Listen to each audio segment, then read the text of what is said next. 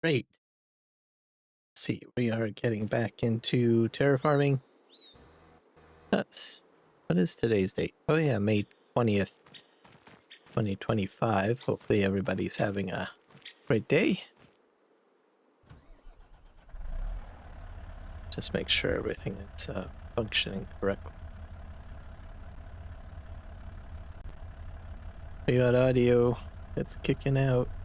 That's good. Yep.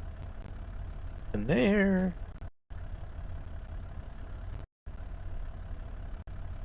We got audio working there.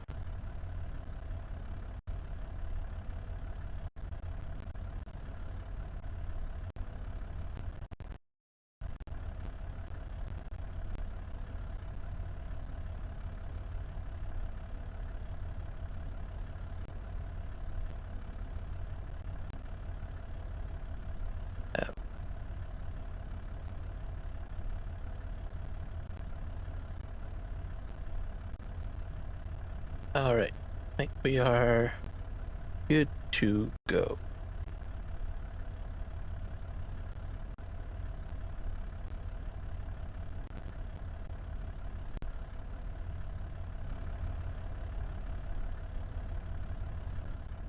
I don't hear my game. Oh, let's fix that.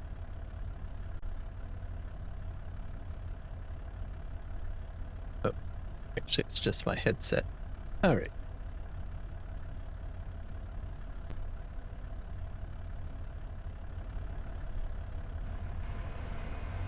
All right, let's get this slime out of here.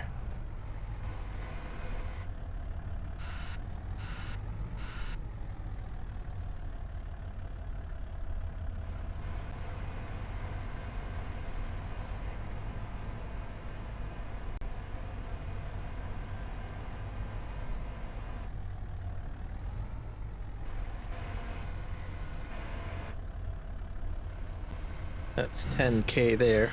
We're gonna see if we can get the rest of this brought to the farm.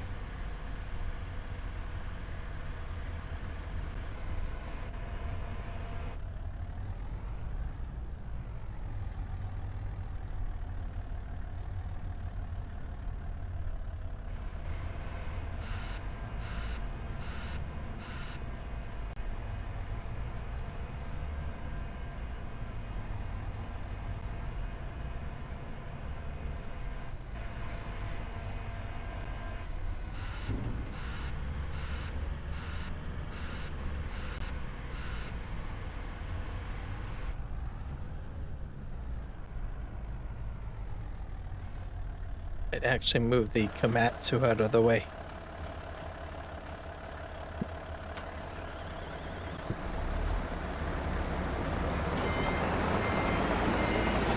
I don't think I'll make any more lime because I've got so much of it. Put this over here. So the rest of my material is going to be all stone. For the most part.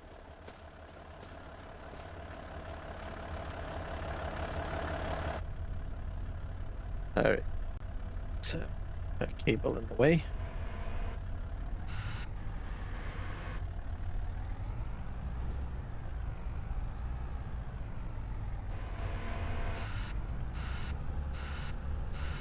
Be checking this over to the farm. I think I still have a little bit more space left inside my remaining silo. I don't know how much of the slime I'm going to go through, to tell you the truth. So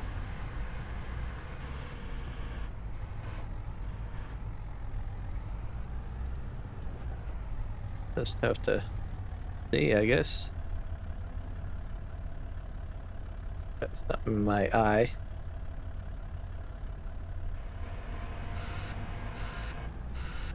Another ramp pack hit the mod hub. Actually, I think that's the one that I was talking about. So maybe I got it confused or something, the one that I have. But anyways, I installed it. So maybe the modder was watching my live stream yesterday. I don't know. Just thought it was coincidental that it had shown up. I've had some odd coincidences with modders. I know modders watch live streams, so it's quite possible that he might have been watching my my live stream and probably was thinking, you're using the wrong one. You're not, that's not me. That's not me. I don't, maybe, for all I know. I thought it was the same one. I thought it was, but I guess it's not. But I'm keeping the pack that I have, and I installed the other one as well, because I think I can use both. So it'll be a bonus. So also the placeable ramp pack that was released, which is the one that I thought that I had, and that it had changed. I stand corrected. It didn't get changed. So, but it got released this morning. So, yay! So, I'm very happy about that. That one is, I mean, the one that I put down is nice, and I will be using that one. But there is certain aspects to the original ramp pack that I like. It's not too large. At the same time, it's about the right height. So I find that it'll be advantageous for me to stick with that one, so as well. Especially when I start getting my logging operations set up over here. So it'll be a necessity.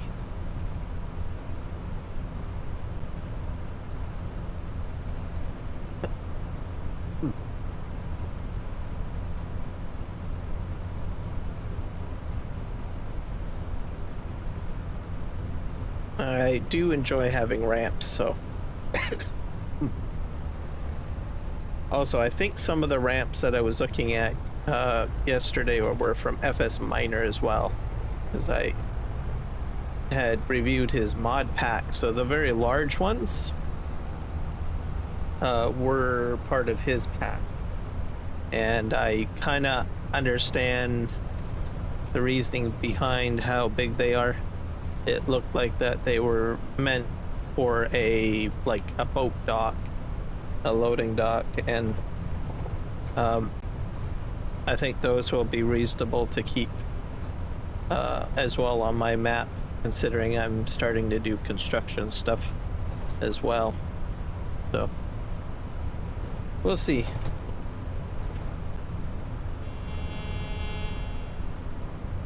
Here we are at the bridge. I like this this rock truck.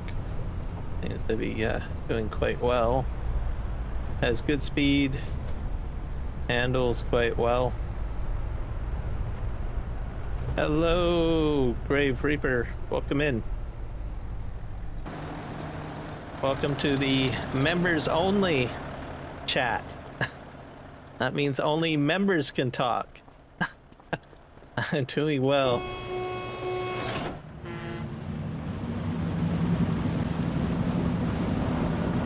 So yeah, today is a members only live stream. So if you have a membership, and well, obviously you have one, you get to chat in the chat or converse in the chat today.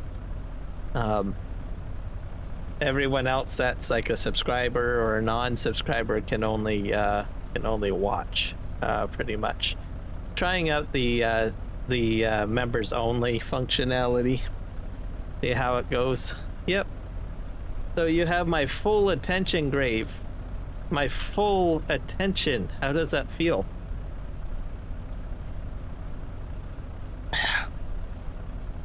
Along with any other member. I think I've probably got at least a few other members too, but You're the only member that's present at the moment.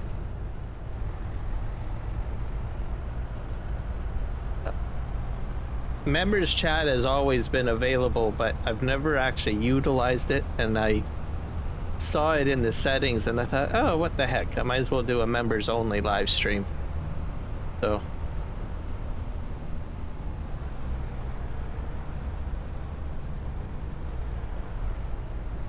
if you have anything important to say or whatnot, or want to keep the conversation, you can. Sometimes with chats, things can get a little crazy. You got some good news? Cool. What's the good news? I want to hear.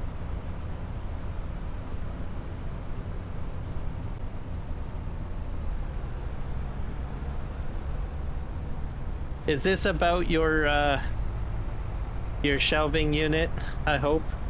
Or is this a different set of good news?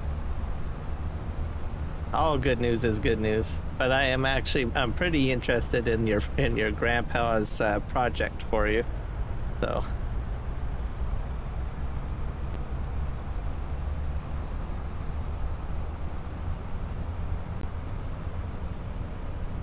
All right, we're gonna head up here, and it's about my IEP for school. You're gonna have to tell me what IEP stands for. I don't know that acronym. You have to share that or spell it out. Yeah. It's been a long time since I've been in school, so I don't follow all the acronyms. Okay, let's see if I can pull ahead. Empty this out. I hope the rest of this can go in there.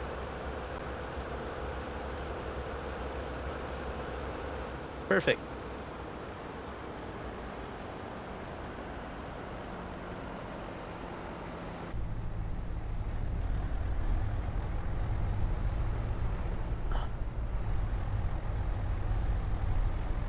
Let's just stop here. My housing is coming together.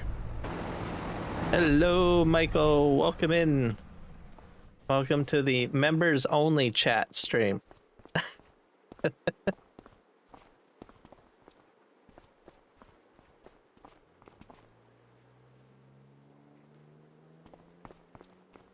So yeah, what is IEP? I don't know what IEP is.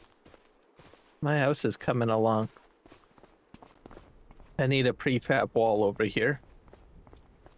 I have one. I thought I brought a whole whack of them over. I have to bring over another truckload. Eesh.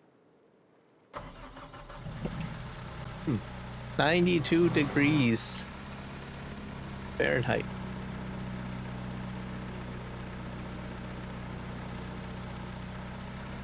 That's cooler. That's a little bit cooler, I think, compared to other times.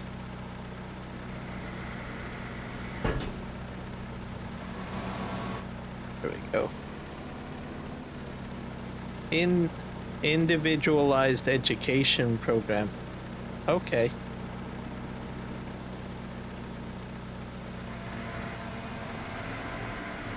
It's so what? Okay, so your individual education program. Okay. All right. So, and what's the good news about your individualized education program?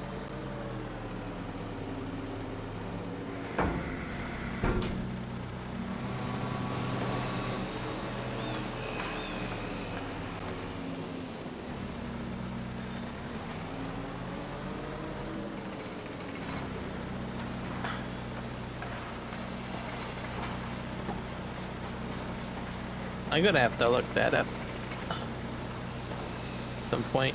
I imagine Canada probably has something similar to it. That's my guess.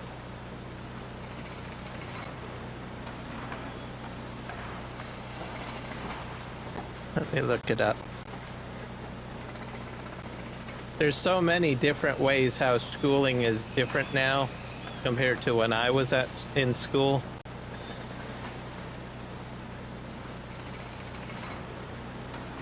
Even if our countries are different, even in Canada, we have all sorts of new different programs and stuff like that. The way things were done when I was in school is way different compared to now. I think there's a stronger investment in youth education compared to when I was growing up. But at the same time, I sometimes wonder if it has some extra stress on board as well. But I won't overly criticize it because I'm not going through the program. So it says a written document that outlines a specific service, accommodations, and program the school will provide to a student with special needs. It's based on a thorough assessment of student strengths, weaknesses, and learning needs, and is a collaborative effort between the school and the parents and the student when appropriate. IEPs are living documents, meaning they are reviewed and updated periodically to reflect the student's progress and changing needs. Sounds like a pretty good program I have. I think when I was in school, I think we had such programs, but it feels like that this program is more focused, which I probably, you know, when I was going to school, there's probably a lot of people that could have, you know, benefited from an assessment. Maybe even myself, for all I know. That way, every student has the equal opportunity to be successful and ensure that they're getting the appropriate education provided to them. So I think it's a good idea.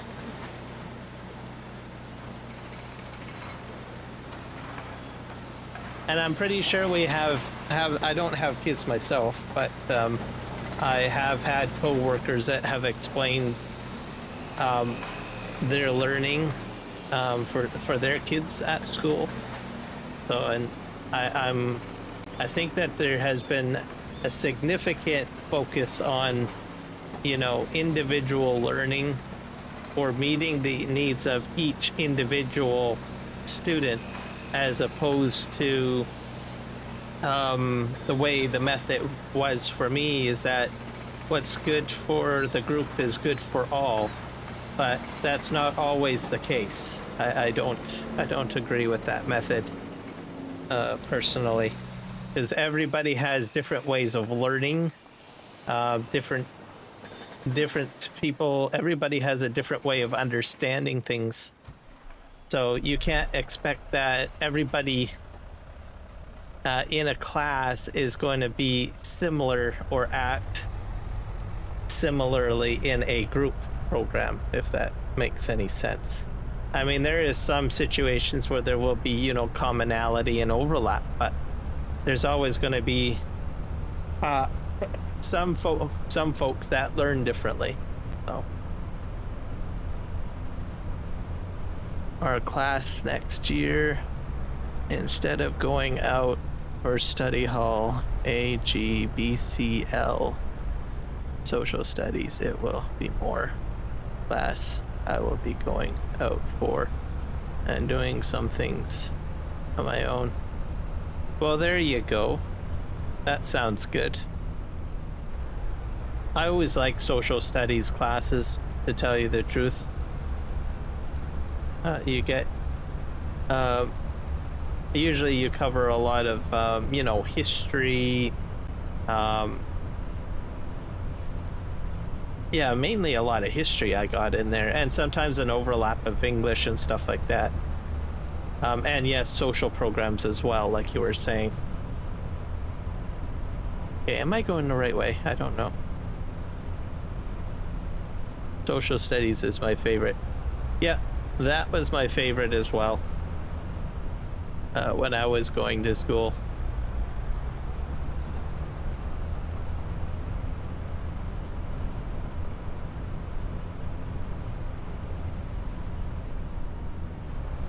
Well, it sounds like you're on a good path, Grave.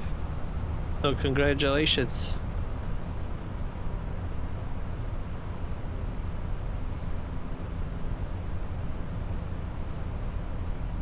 Especially when you get out to do things a little bit more independently and stuff like that. Oh darn, did I miss the boat? No, the boat's in front of me. There you go.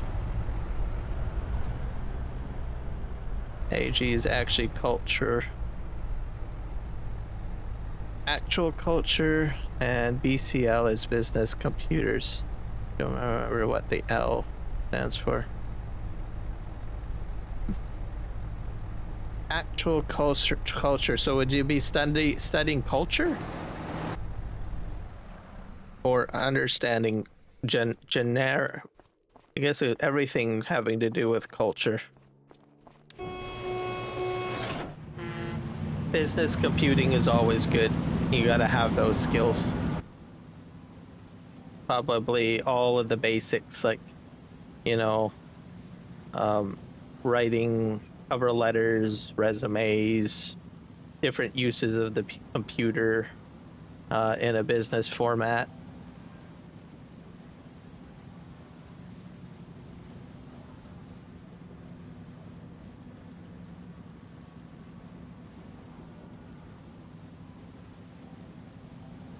Grave, you went to heaven? Oh dear.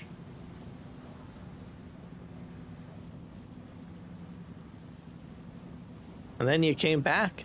Wow.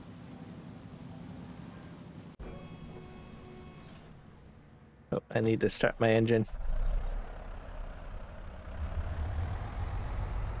Off we go.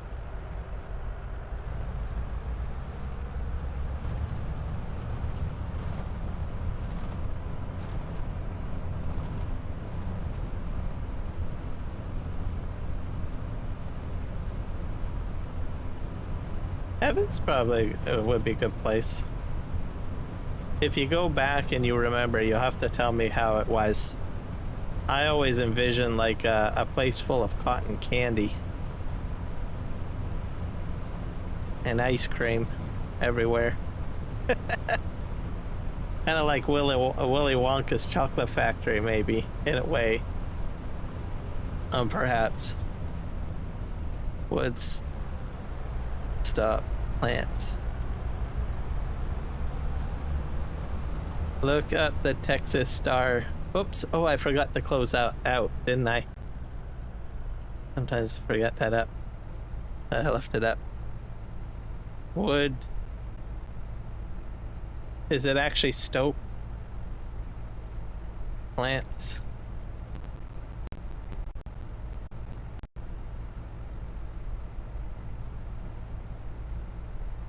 Oh, I'm sorry to hear about that, Michael.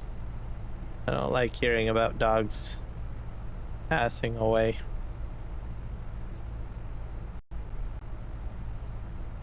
Did your dog at least go peacefully? I don't know. I've seen car accidents with dogs, and it's not fun. So I don't like dog car accidents. It's sad. At wood shop. Oh. Wood shop. Plants. Optimize organics. Oh, these are all the local ones.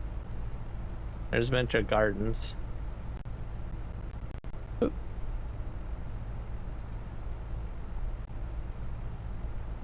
There's IKEA. Why is IKEA? Maybe if I go to images. Oh, here we go. We got some plants. Wood shop. In my AG, it is wood and shop. Oh, I know what you're talking about. You're talking about wood shop. Yes, wood shop is a lot of fun. In my grade 7 year, I had to cover all of the electives. So the electives were, so grade 7 is this, is it grade 7? Yeah.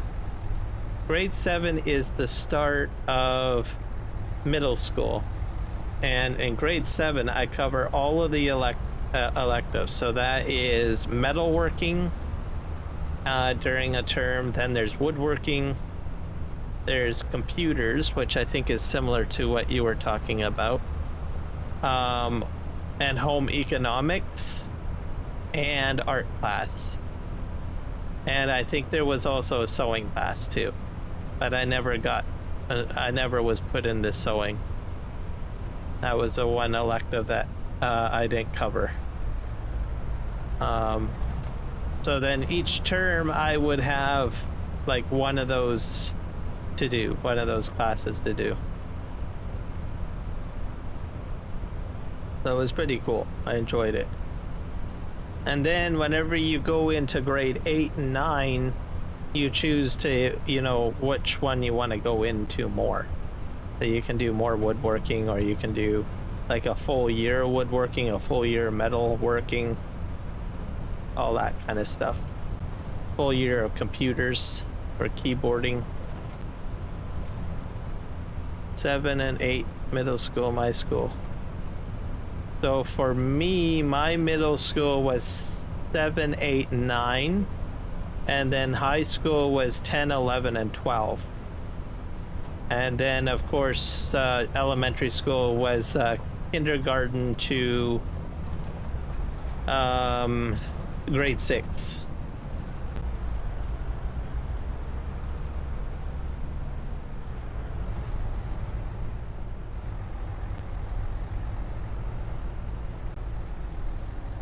Let's see how we're gonna do this. Maybe I'll park this right over here.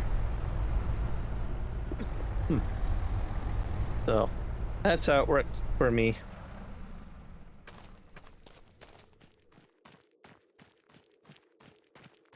What shop I just got down last Friday with step stools. I didn't get to do a step stool. Let me think. I made a clock, and I made a car.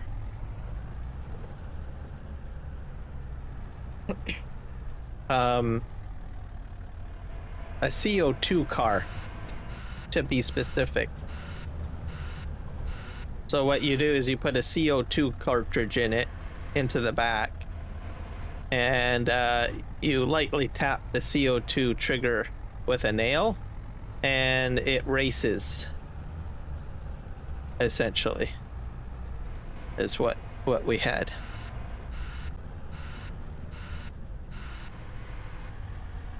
And I think I had a few other projects. Oh, and I had a shelving unit, I think. It took me a while to finish up my shelving unit, but some of my classmates got to do a full chessboard. That was crazy. I will tell you that right now. Because you have to do every individual piece and the board at the same time.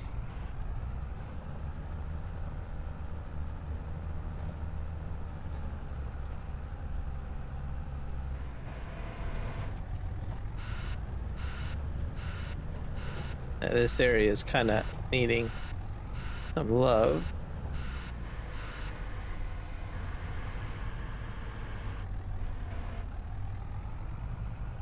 I wish I got to do the CO2 cars.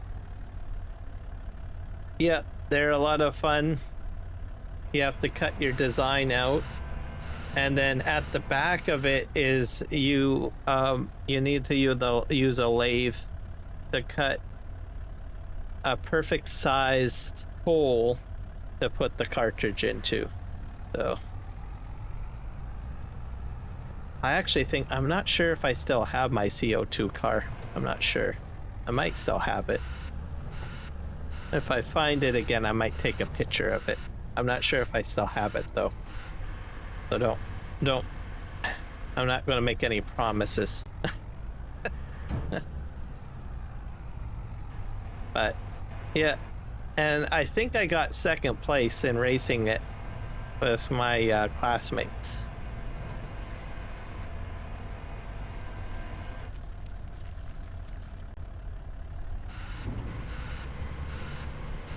Look up Texas Lone Star test. Okay, let me look that up. Did I close down? I might have closed that down. Okay.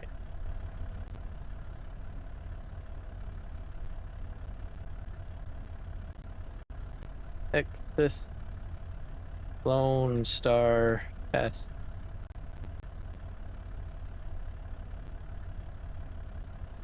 Lone Star test refers to the TSIA2 Texas Success Initiative Assessment. Oh, those are at Lone Star College. It's a state mandated placement test that determines where students start their college coursework. Students must complete the TSIA2 unless they are exempt or have met certain criteria, like completing dual credits with a C or better.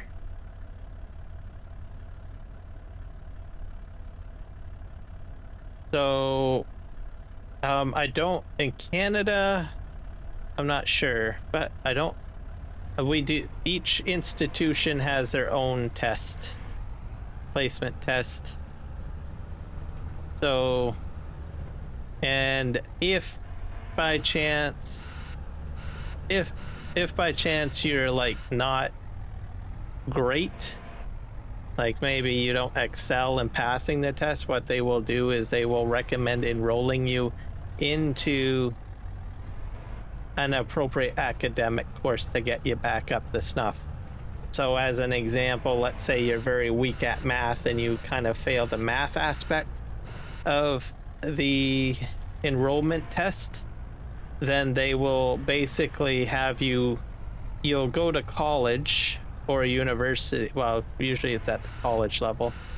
You'll go to college and you will take a math course that will upgrade you, essentially, is how it works. If that makes any sense. Some institutions work that way, where I live. Not all of them work that way. The universities, I don't think, work that way. It's the more the colleges. So if you apply to a university and you are missing something, they'll probably recommend that you go to a college to upgrade.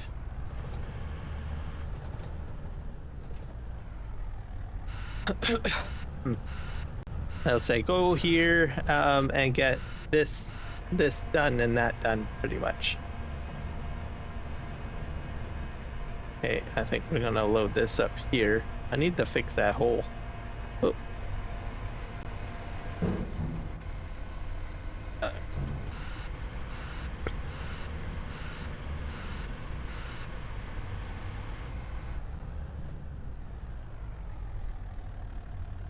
Material grade.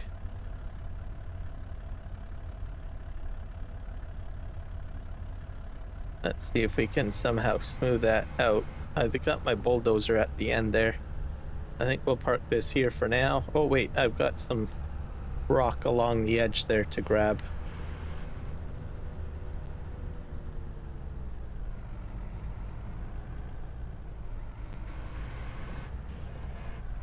Let's grab that.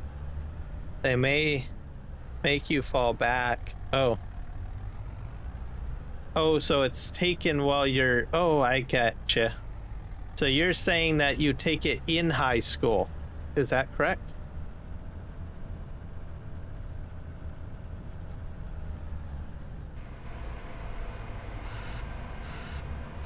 So, as I've noticed, is that how it works is that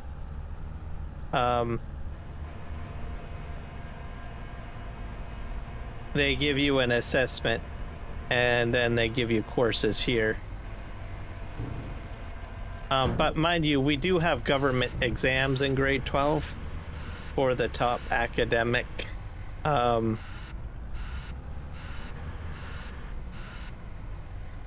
top, what do you call it?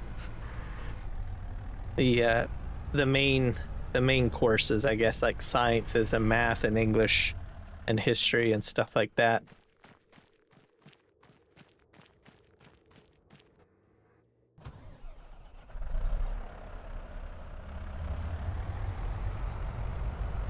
We're gonna move this over here. Just for now.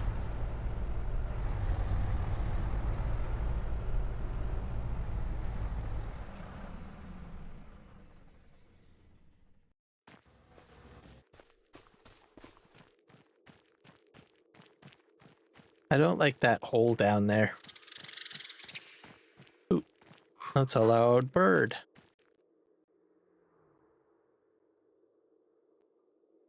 All right. We started taking it in grade 3. Oh.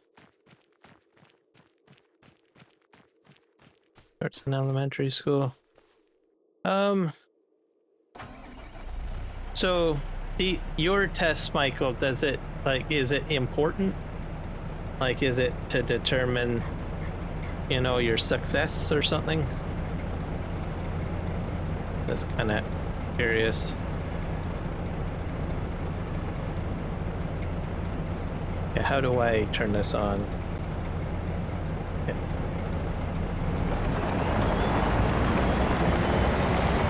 Move forward.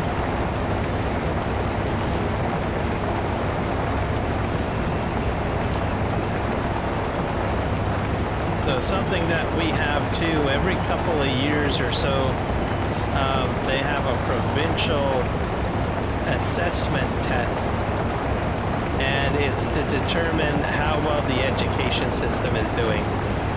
So it's not really reflective on the individual student, it's more or less reflective on how well a particular school is doing or a province is doing in teaching people.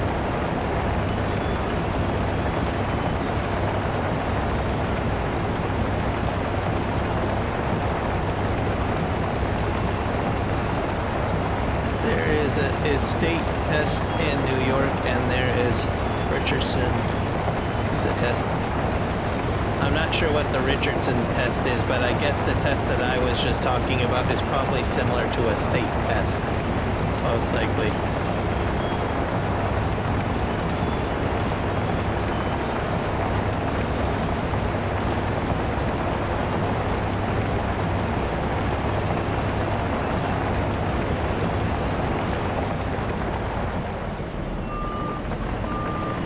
This divot needs to be cleaned up. Let's see here.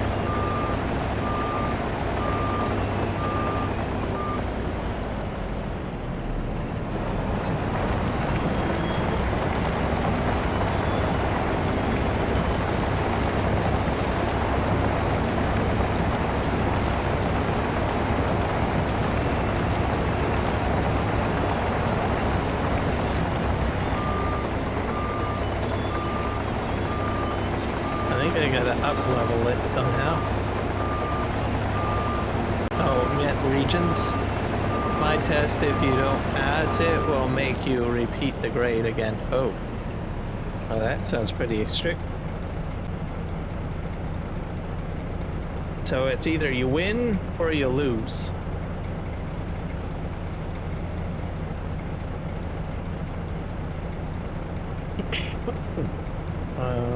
Let's turn this off. I think we're going to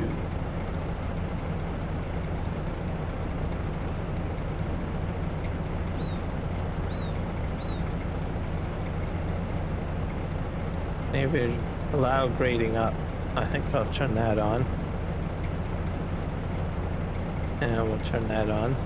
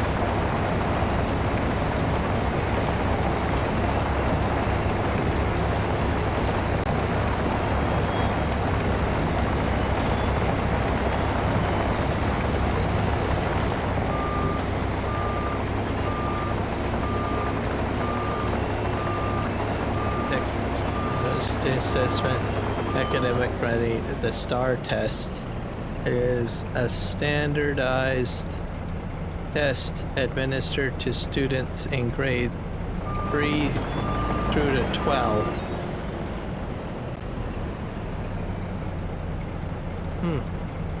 Yeah, I don't recall anything quite like that where when I was going to school.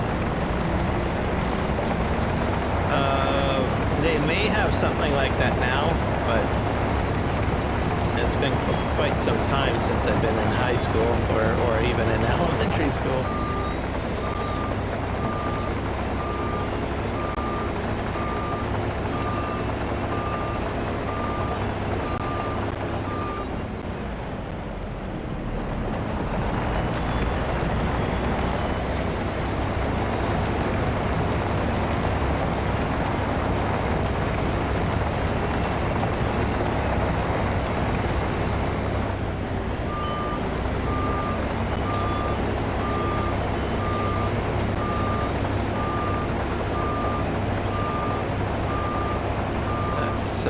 Put this down here.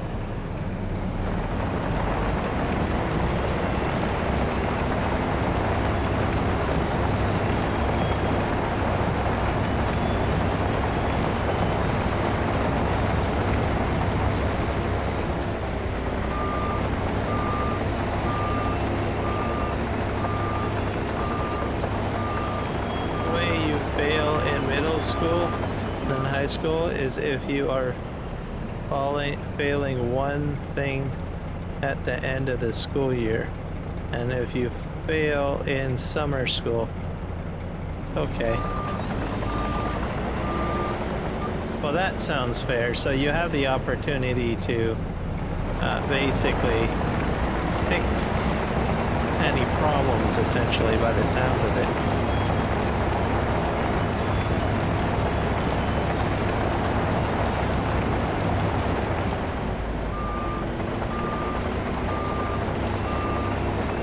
To go over this one area because it looks like it's just pitted in.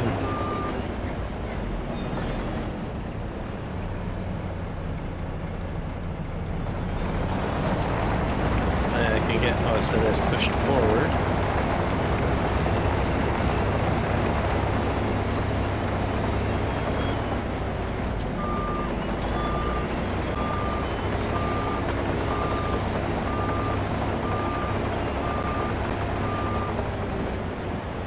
I might have to bring out the survey tool.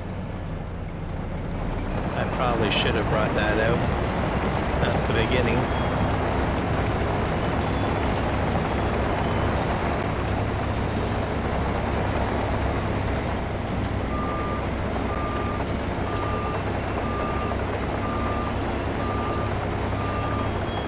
Oh, and your attendance. Yeah.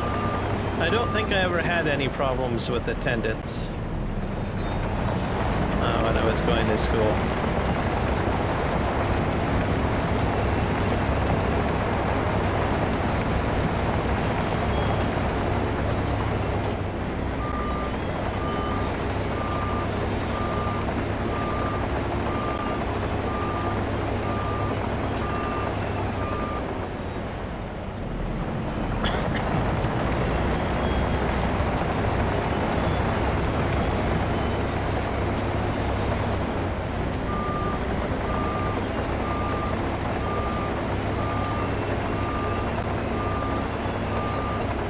Welcome in, Jess. Why did you have your chat as members only? Thankfully, I am one, or I would be upset I couldn't chat. Yeah, I'm trying a members chat only live stream today. So, members can chat with me on this live stream that's on the vertical and also on the horizontal. So welcome in, Jess.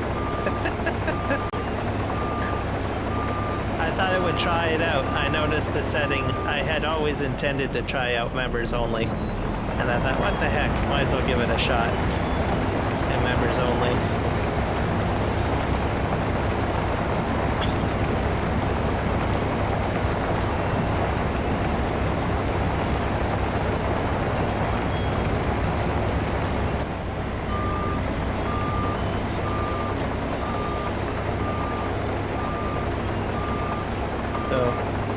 Sometimes days, like I know that my members are in chat, but I sometimes think that they get drowned out sometimes.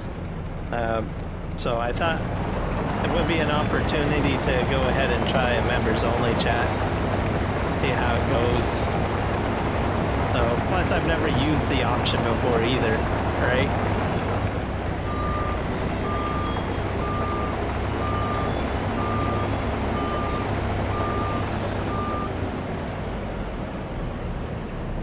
We're talking about school today, and the education system.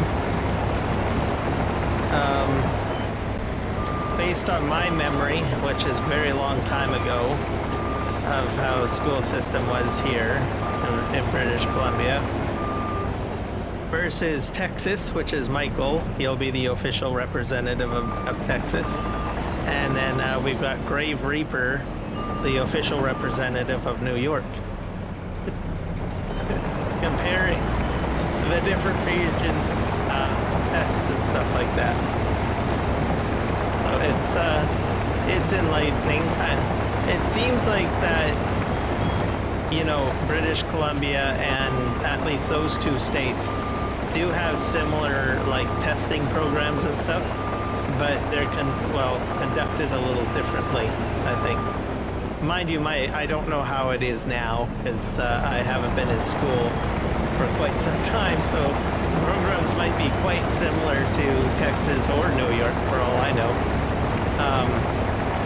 But it seems like that there's more focus on students and more testing done at the elementary and junior high and high school stages, I think.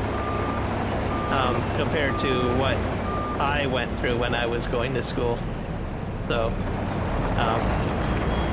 might be like that in British Columbia. I don't know currently.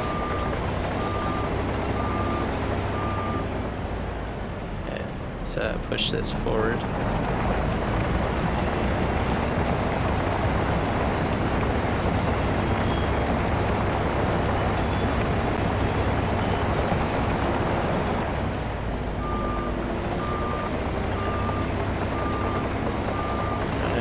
This up. Gonna have a lot of stuff down there to clean up.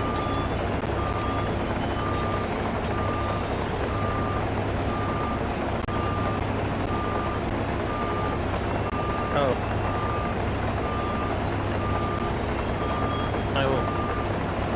What else? Also, I think placement exams are a little bit different too. Texas, poor school attendance, particularly truancy, can lead to legal consequences for parents. Students must attend at least 90% of the school year to receive credit for a course. Oh.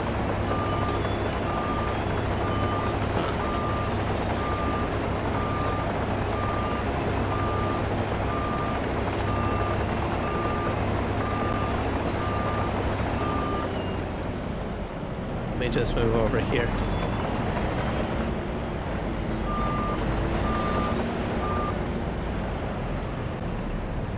Now I'll move forward.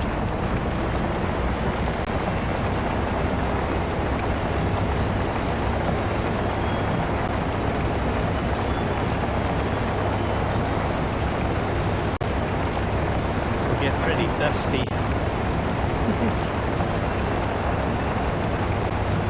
excused absence can lead to truants.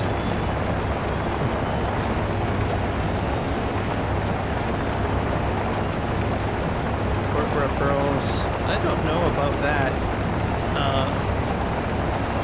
I suppose that there's probably, yeah, I guess the legal system would get involved in Canada if kids don't go to school.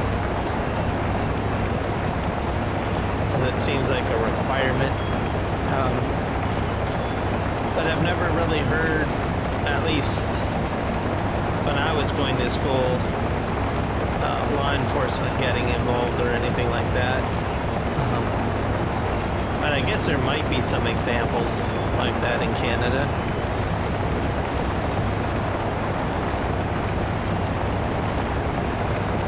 Oh, yeah, I can do that. One sec. I'm gonna get to the end of my line here.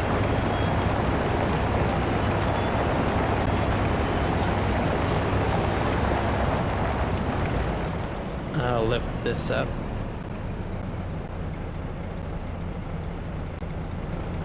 But come on.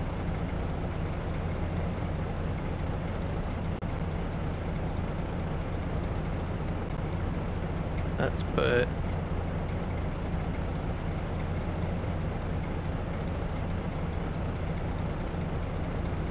there you go. Timeout for 24 hours. Oh, that. Oh, I think I changed it. You gotta look it up, Crave. I changed it because I thought maybe something has to do with the name. So I changed it.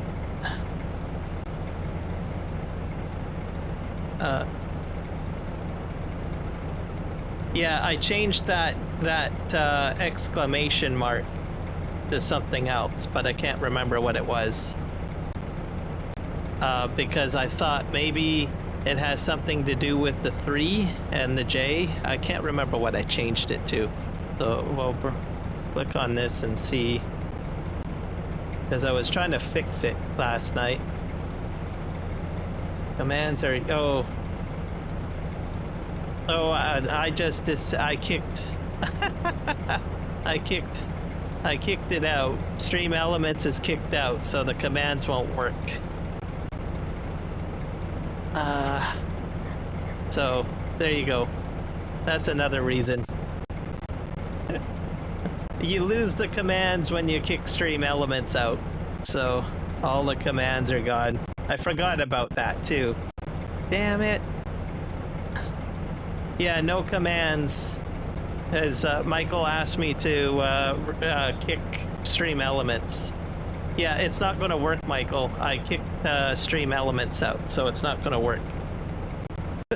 I wonder if I can bring him back. Can I bring back Stream Elements? Let's see. I've never done that before. How do you bring a... Can you bring back? Put user... What if I change the timeout to like a minute? Does that work? Let's try that. I'm switching it to 10 seconds. We'll see if he comes back.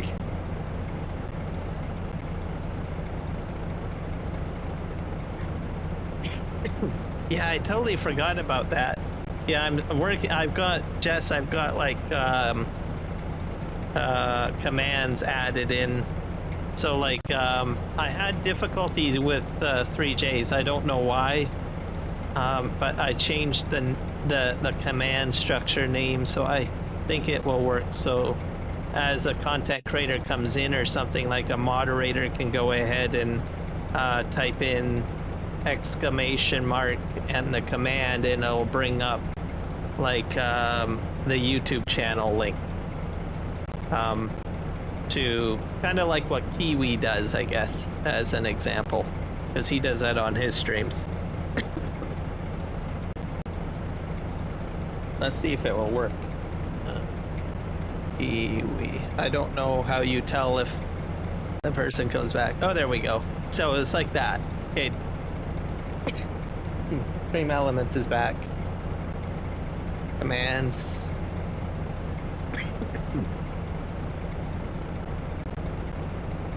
So Nightbot I'm gonna kick because I have it in there. So we're timing out Nightbot. And we'll click on the commands because I changed the 3J one. It didn't like what I used before. Yeah, I put it JS because I thought maybe the number won't work. So I went JS. That should be for the 3Js. Let's see if it'll work. Yeah, it works. So it doesn't like numbers.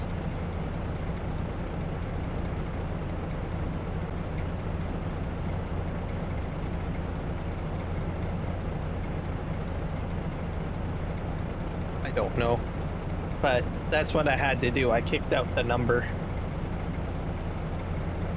And then I've got, yeah, so yeah, if a content creator comes in, you can use the command and pop it in, and then it'll promote that content creator.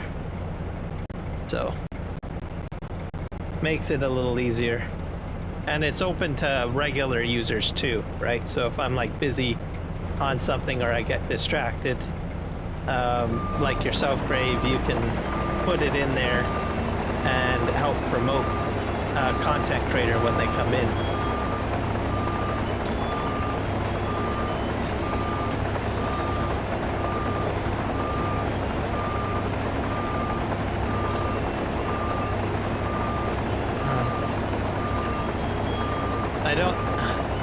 I don't have one for you, do I? Did I put one in for you? I probably have to create more. I got more that I need to create. I've only got a few in there. Like I've got 3Js, I got Kiwi, and I've got Argsy. I need to do more. I was gonna put in more, but I wasn't sure if I could get it to work, because I wanted to make sure that I could figure out the 3Js first and figure out why the command didn't work. So it has to do with numbers. So before I go ahead and do any more, it's just better to understand what's broken, right? Or what doesn't work.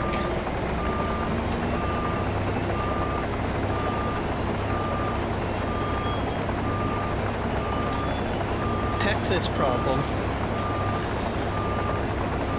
I don't know what the Texas problem is. Education.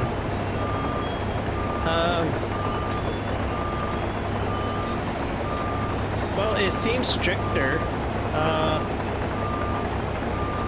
I don't know on that one. I mean, to me it seems stricter anyways. And a lot more pressure. So is it good to like pressure your kids? I guess I'm soft-hearted and I probably say no, but I suppose there are benefits to, you know, getting people to work harder as well, so I don't know.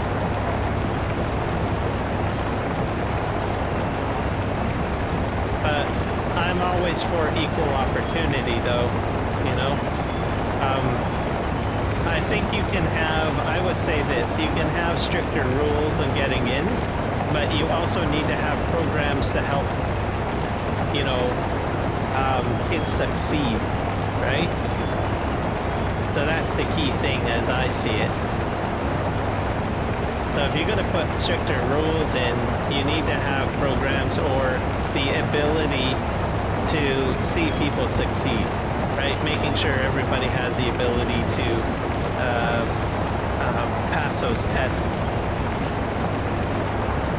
in good fashion, I think.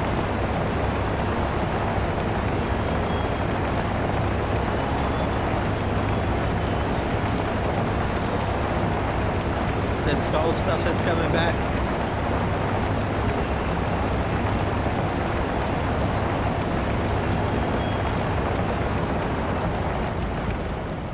Oh, thank you. I forget, I am very bad when it comes to this. Thank you. Thank you. You'll have to remind me.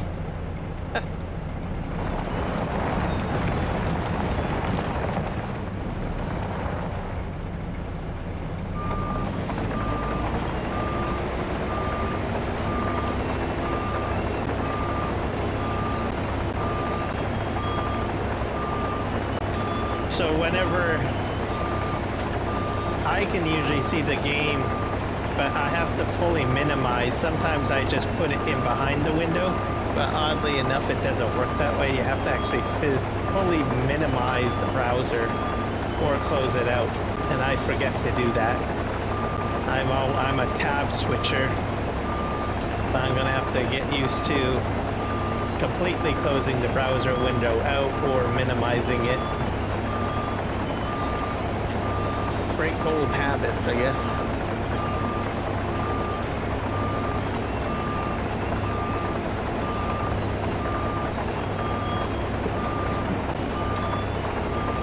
Here's a question. These tests that you're talking about, are they multiple choice?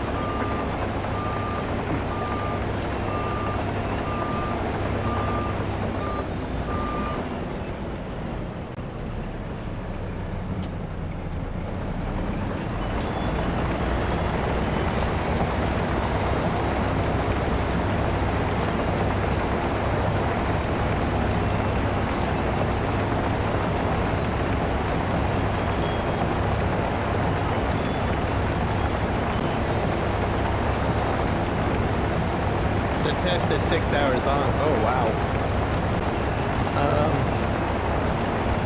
Our provincial exams usually take quite a while. Usually you get, but I don't think they were 6 hours. I think they were 4 hours. And so you would do 2 tests a day pretty much.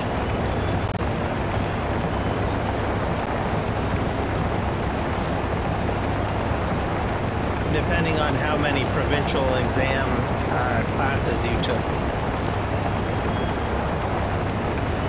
I think people that are like in the medical field, they had a lot, because there was like your AP Calc, I think that had like a provincial exam. You've got your sciences, they generally have provincial exams. Regular math. AP English.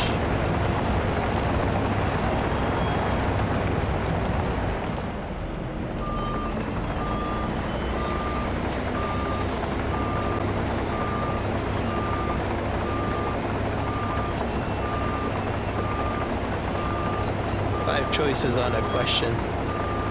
Okay, so that's not too bad. Yeah, our provincial exams had that. With the exception for English class. In English class there was some multiple choice, but there was some written essay questions as well. And I think some of the social studies based, like history and stuff like that, required you to write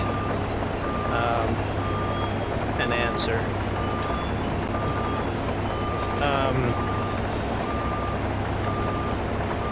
But most of it was multiple choice. And I think the math provincial exams, you had to show your work. So you'd have to make sure that you put the formula in. Does that make sense?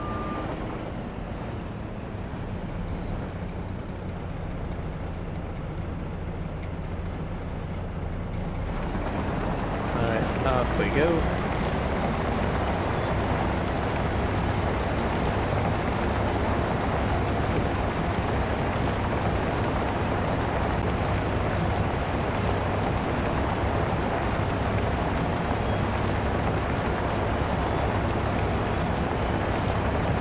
A, B, C, D, F questions.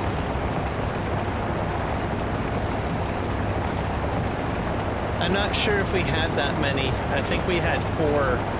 I think we did A, B, C, D. That was about it. And it was all on Scantron form, and you had to use a pencil to circle the little little, you had to fill in the little circle. I'm not sure how they do it nowadays. Maybe they don't use pencil anymore.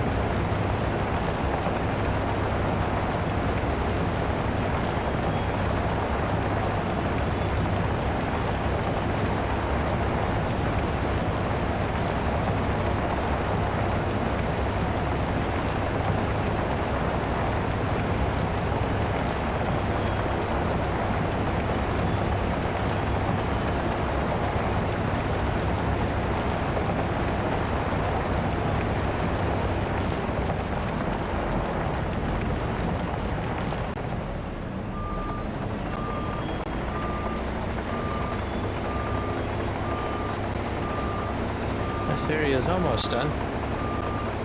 The math test, you didn't have to show your work, thank God. Oh, yeah, they wanted us to show our work. So we'd have to write out how we figured out the answer.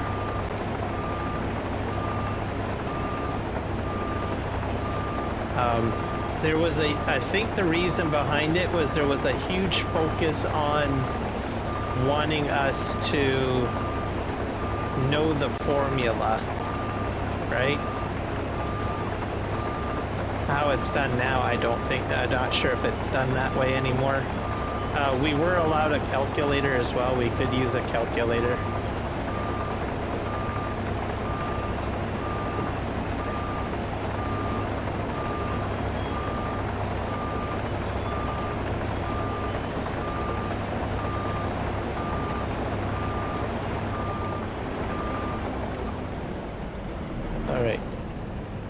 By the way, Jess, I'm kind of in the middle of watching your episode. So I'm like halfway through-ish. I got it sort of on pause.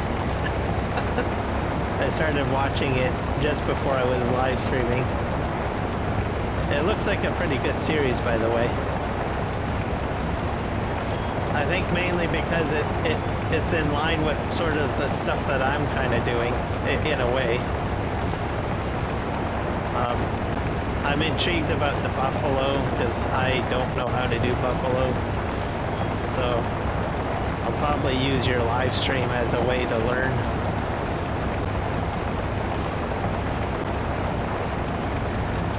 And I noticed that you have quite a bit of hills on the map, so I'm kind of curious to see how you're going to put in the railway and stuff like that. I've got different challenges of my own. I've got like infrastructure and large hills, and I got rivers to deal with. When I put a railroad on here. Texas didn't require you to show your work. Let's see, so what do you think of the math part now?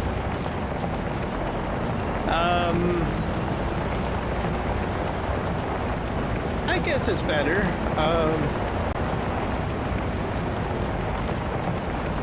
I think I would enjoy that a lot better. I don't understand why it's got to go up to F though. Like that's that means there's more possibilities. I like it down to simple 4 choices.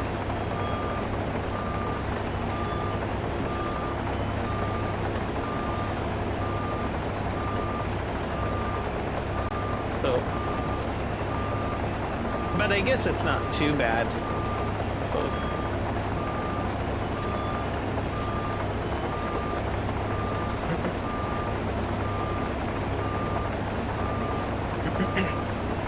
But at least it wasn't a requirement. I think not having it as a requirement to show your work, I think helps. Because a lot of the time when you're having to show your work, that ate up so much of the testing time. Literally.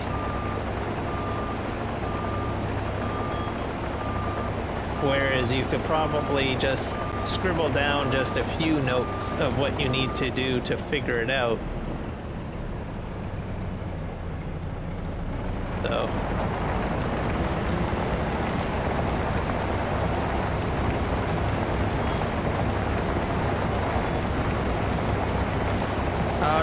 a good night, Michael. We'll see you in the next stream.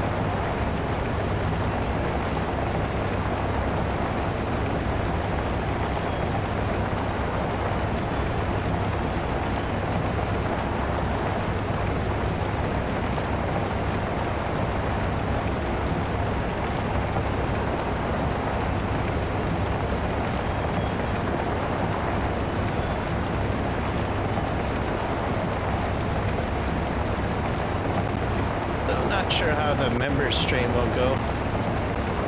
I've never done members stream before.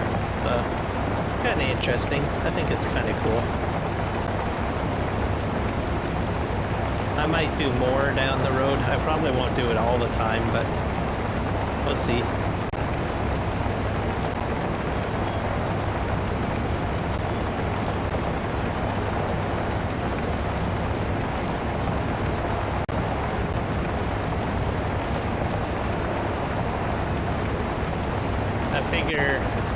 It's a good way for my membership to converse with me directly.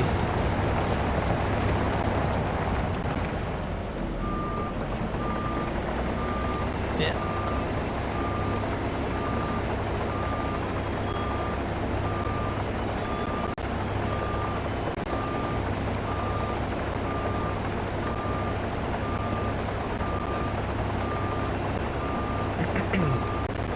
I've also done, well, this is member chat live stream. The other thing I've tried in the past too is I've done like members only live stream, which means that only members can actually see the live stream, so it's not public.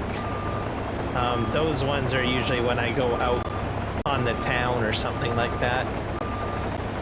I did a couple of those too.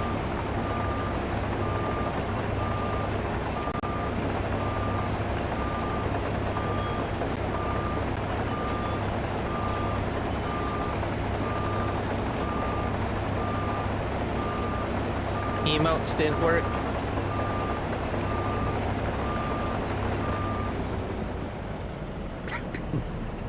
Yeah, I'm not sure about that one.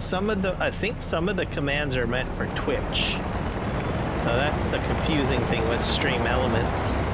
So I'm glad that you're testing them out, Brave, because then I can at least know which ones work and which ones don't really work.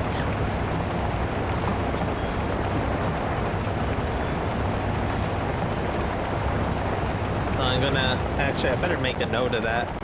Where's my notepad doc?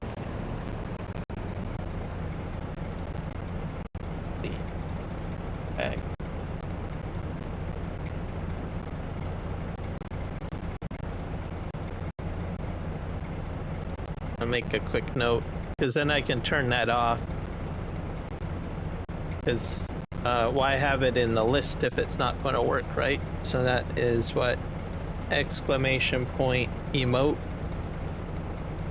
Emotes. Yeah. It doesn't work. Disable.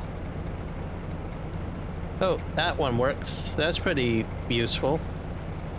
So someone wants to know like how long I've been streaming for.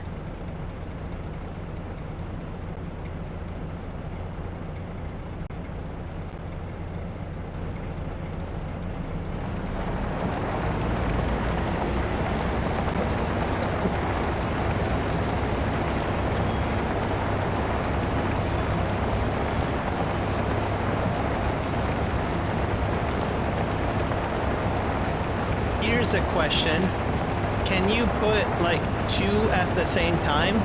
Like do like exclamation mark uptime space and then exclamation mark JS and see if like the uptime message and the 3Js would show up? I'm not sure if the commands work that way. I wonder if that would work.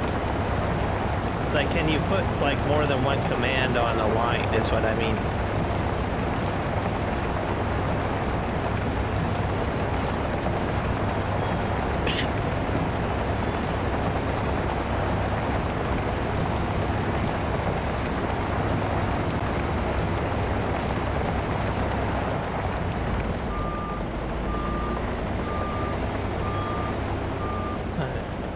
push this here.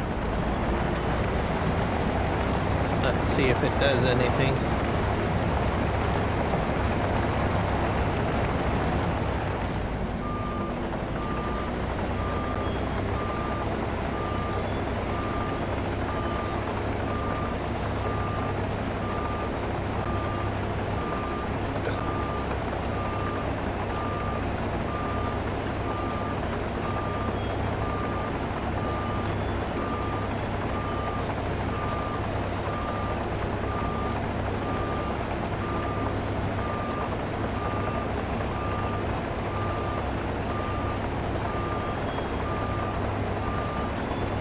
So it's one command per enter, I guess, by the looks of it.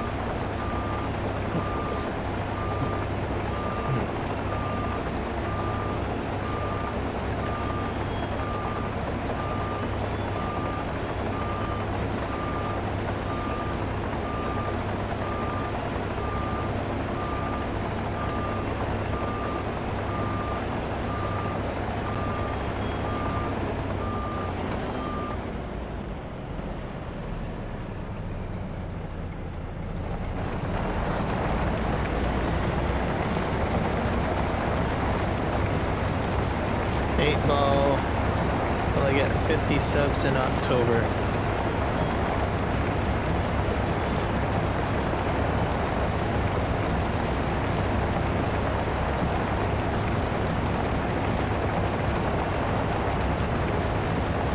Is that how that works? You have to like put exclamation mark 8-ball and then a question?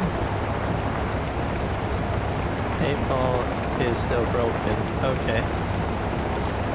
Okay, I gotta turn that one off. Yeah, you're supposed to ask a question, that's correct. Okay. I'm just gonna make that one turned off.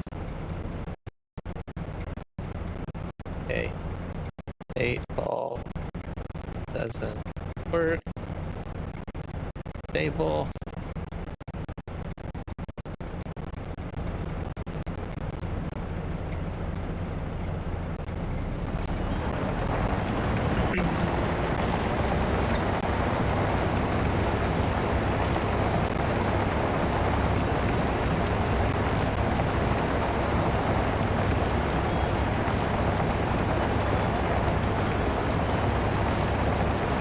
Vanish, hey, that works.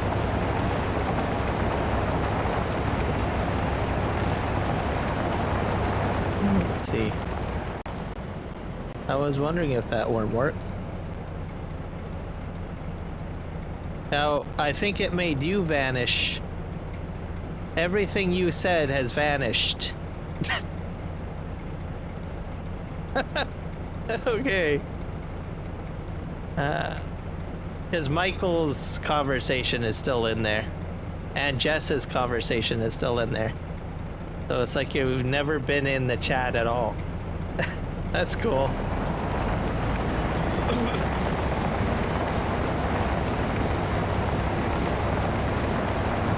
That's kind of appropriate for you, right? It's kind of ghostly. Yeah. Oh, great. Yeah. I've never seen it actually work though before, so that's interesting. So everything you said in this entire live stream is completely deleted.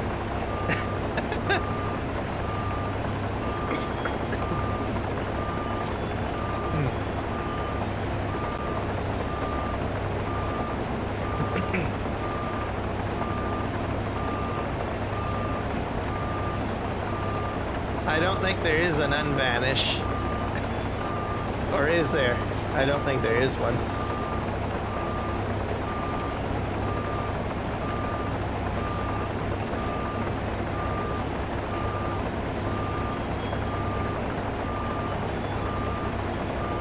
Yeah, there you go.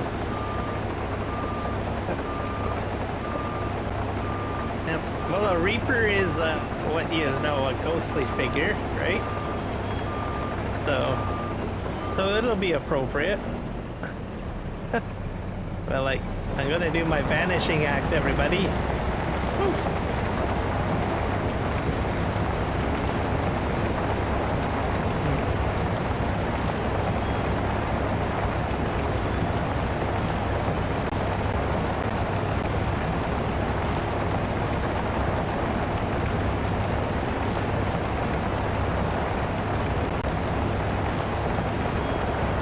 It's too bad the 8-ball doesn't work. But that could be Twitch only. That's the funny thing with Stream Elements. They don't do a very good job at educating what aspects of their service works for YouTube versus what works for Twitch.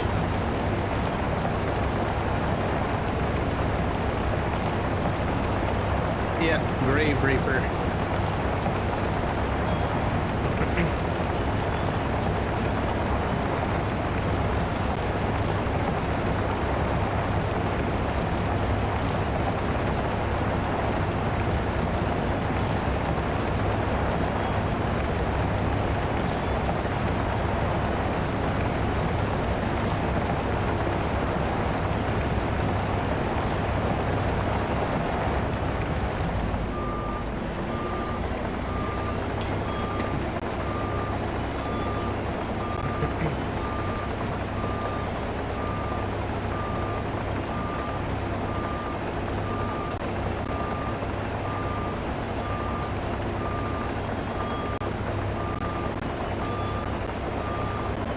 Ball works on YouTube. I've done it on Yoshohin's channel, so why does it work on mine? I wonder. When he was live. Well, I'm live right now.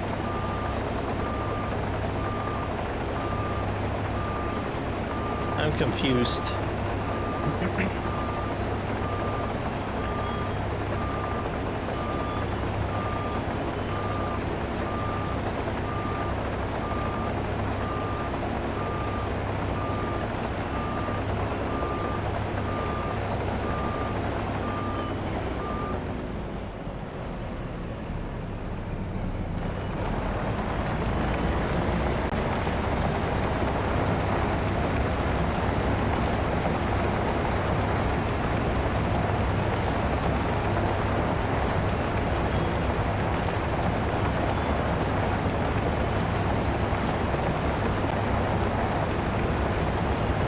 I think I'm almost done my, I got a wee bit more to do. And then this will be completely leveled out.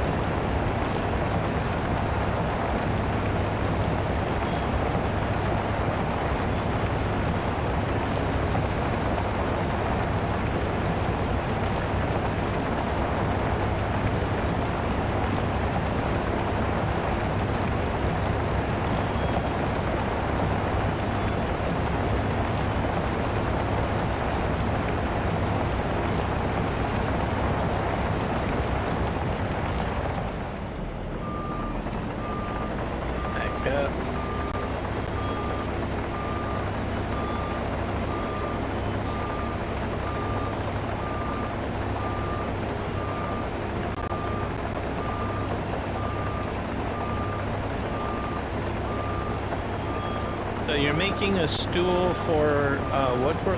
My channel is getting there 3.6k views. Okay, so it is growing. I posted your monster truck video on my YouTube posts area. So hopefully that might have given you a little bit more visibility.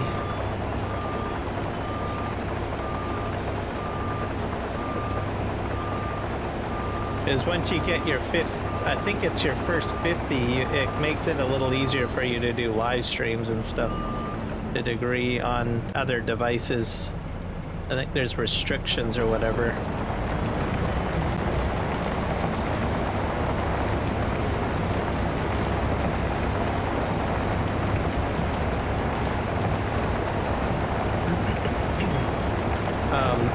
Also subscribe to other creators that have a very similar channel to yours. So like if you like monster trucks, right? And it's focused on that, you could probably subscribe to others that have a similar niche.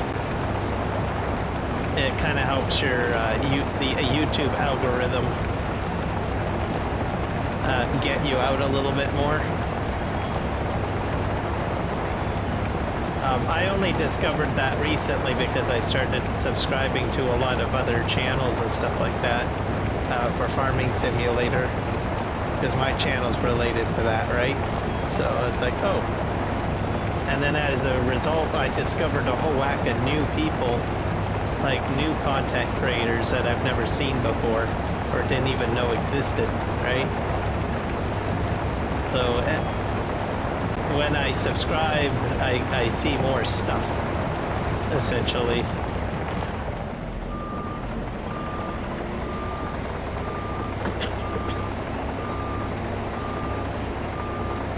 It'll also pick up regions, so recently I've been subscribing to, you know, a lot of Australian and New Zealand content creators, I think, recently. And I noticed that by just being subscribed to a few, I've noticed that more show up in my feed. I didn't know that the algorithm worked that way.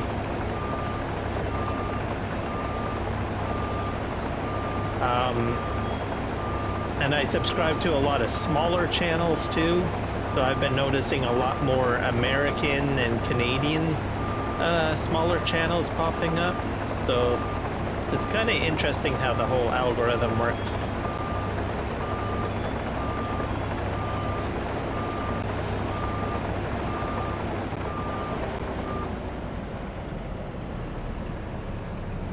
I think maybe they reward you if you subscribe or view other content and stuff. It's starting to feel more like Facebook, because Facebook is like that way, right? So if you like a certain channel, Facebook does a very good job at promoting other content that is similar within that niche. And I think the YouTube algorithm is moving in that direction, or it's strengthening that aspect of it. It's hard to explain. I've noticed that within the last, I don't know, probably 6 months that it started moving that way.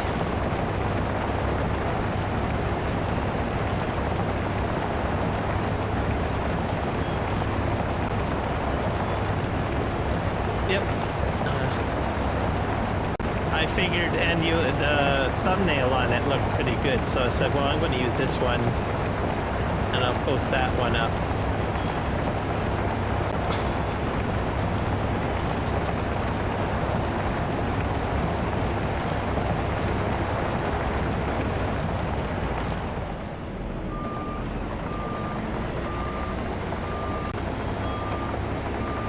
So I wasn't too sure whether or not if people were going to check it out or not, because like my channel doesn't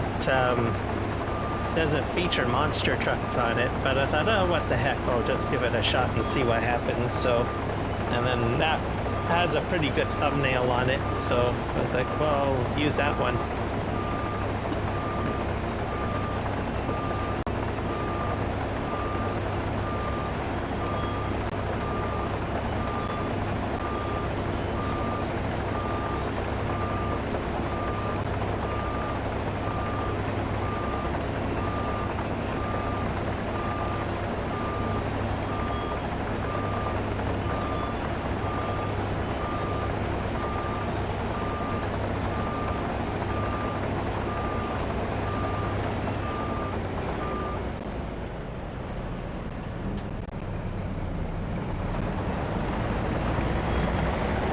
So hopefully it will work.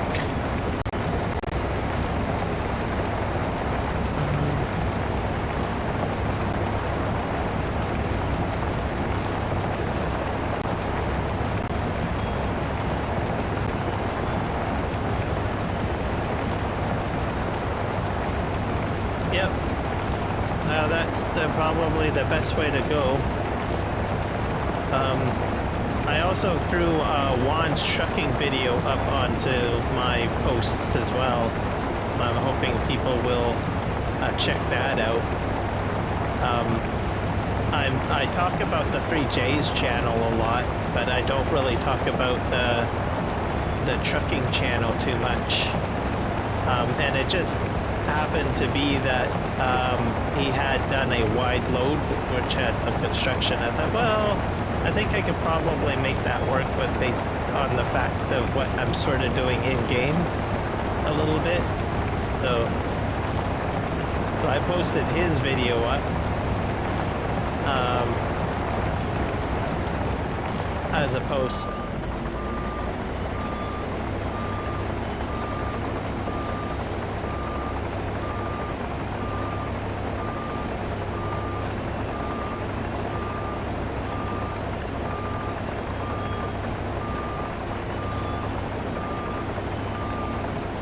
But yeah, once you get in there, and then the other thing you can do, because that's not a niche I don't really know much about, just watch, you know, other people that are in a very similar niche and how they build their videos and stuff, and see if you can somehow slightly duplicate that or add some aspects of it, right?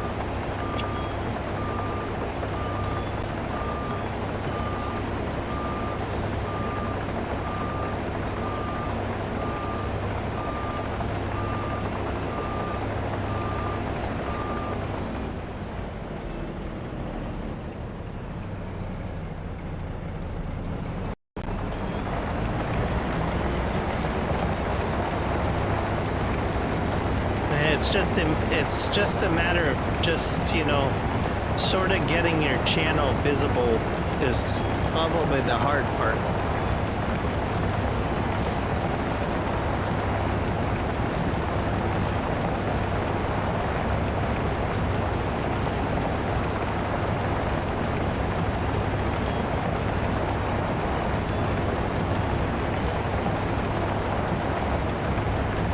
Yeah, that would be the best way to go about it, and then just sort of learn as you go along.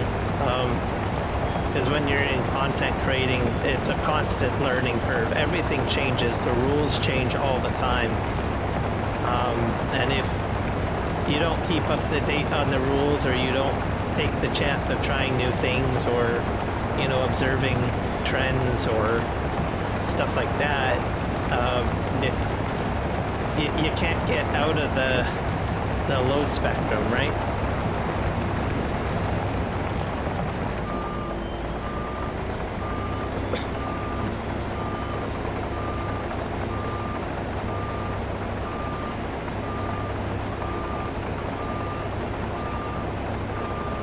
Like Nick Kelly as an example, I was surprised with him.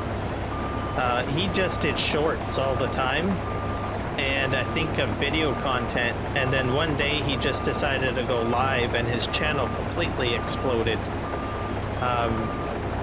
And like I said, it's truly an entertainment show. So he goes in there and he talks, and that's it. He just has a conversation. It's not showing a gameplay. He's not, you know, like building something or anything like that. It's just straight conversation. But he does talk about all sorts of different subjects. So as you're in there, it's not just, you know, random things, because he has his own business with lawn care, and he does other things, and he has interests.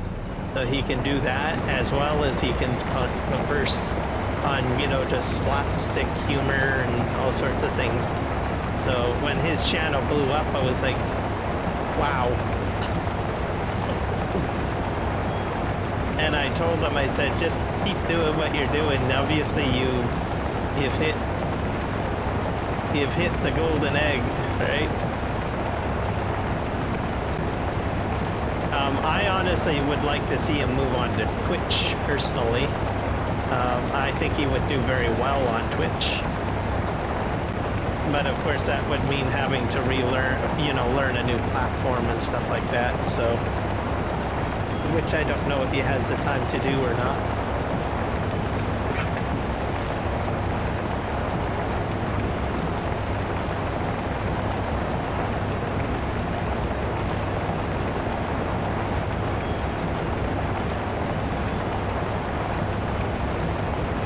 3.6K views, 17 subs.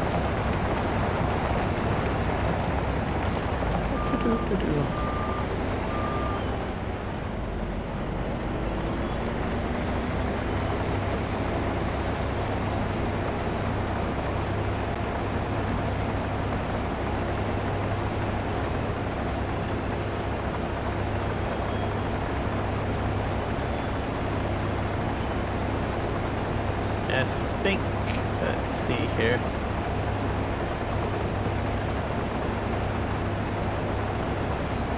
About half of my area is done. So I think I'm going to switch up my tasks a little bit. As an example, I have a lumber mill that needs managing, I think. I probably got a whole whack, and I need to sell some stuff too. So I'll do that. I'm going to just park this right here.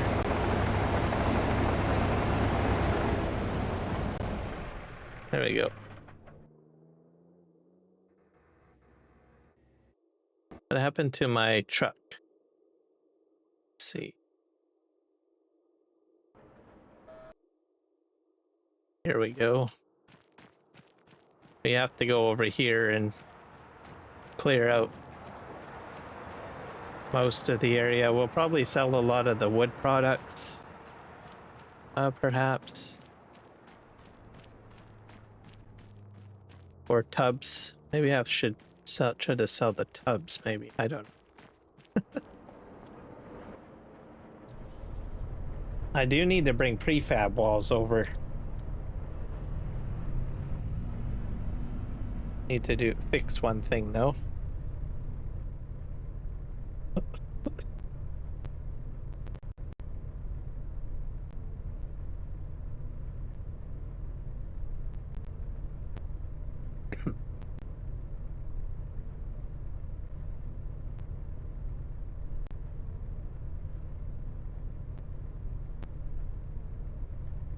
My steering wheel going.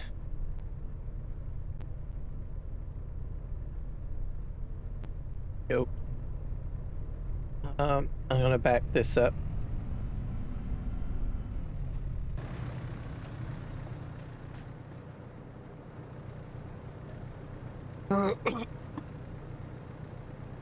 We got buckets. We got wood beams.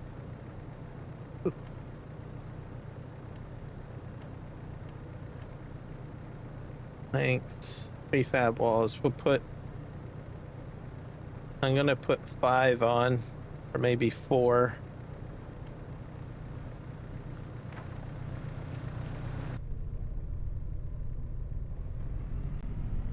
Oop.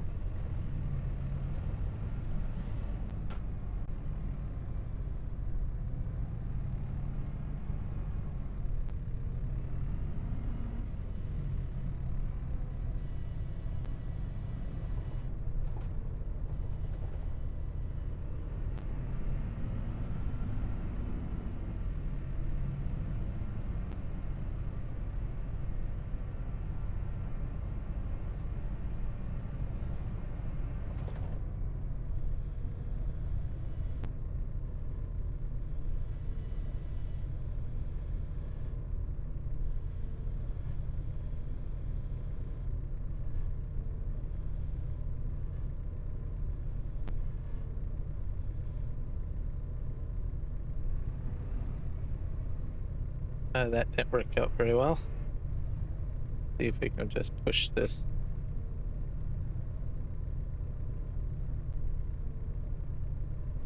There we go. I can probably put another one beside it, I think.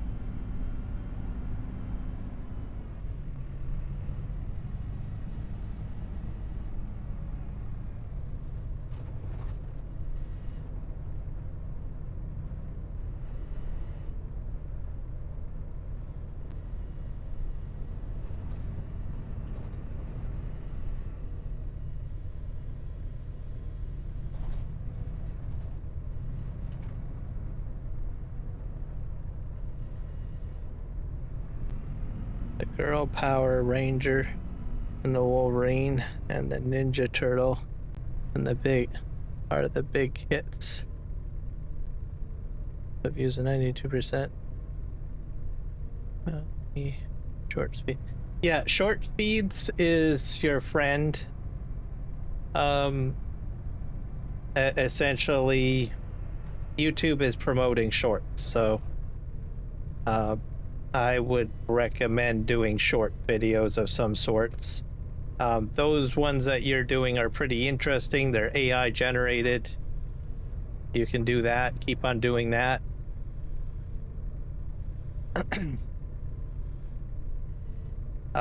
Because people are interested in AI. It's like the hot trend these days. So, and the ones that you made are pretty interesting too, right? I particularly like the one where the rhinoceros goes into the big giant rock haul truck, and then it transforms into like some sort of machine hybrid monstrosity. It reminded me of Rhinox from Transformers, really. I said, well, that's totally badass. So that one's my favorite. Oops, I kicked off the that fell off on the other end. I guess I can only put one on here. I don't have the room to put any more on. So if you enjoy building them, I'd say just keep on doing it, you know? Especially if people like them. And it's a pretty popular niche too. Like, I've seen them on there. Especially if you keep consistent with it, right? People will know where to go to do that. Like, I showed you the one with the baby. That creator constantly does the baby thing, right? That one I get a kick out of all the time. I keep on watching that all the time. So you'll become the person known for that. And try different ways of doing it, you know, keep consistent with that, and then try different ways of making it happen. The Power Ranger one was good. I like that one.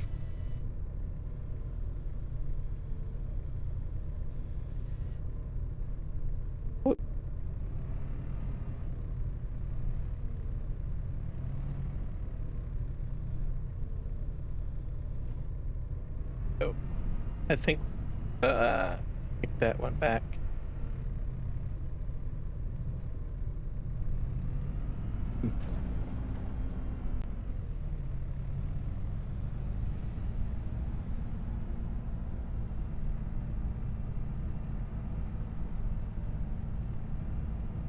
Yep.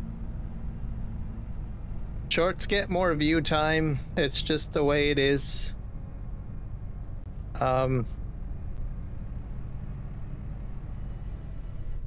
So it's what YouTube is promoting, like all of their upgrades and stuff like that is all short related, right? They're not really concerned about long form content.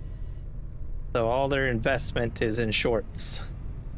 So it's just what they want to go for. So that's just how it is.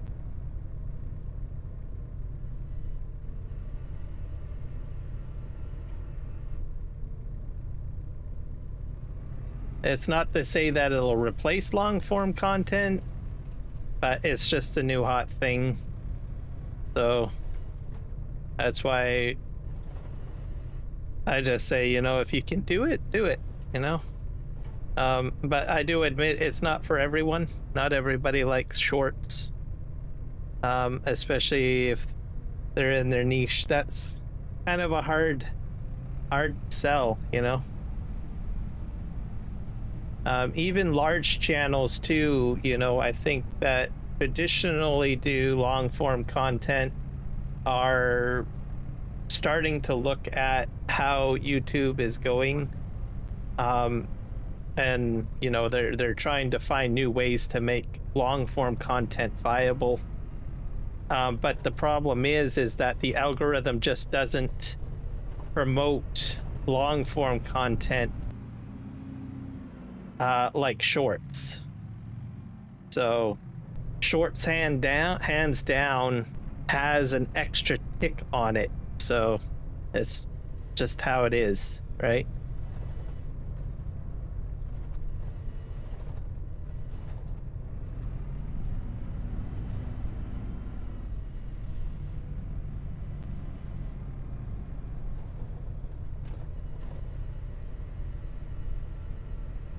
Yeah, I actually use a lot of YouTube shorts myself. I usually cycle through it.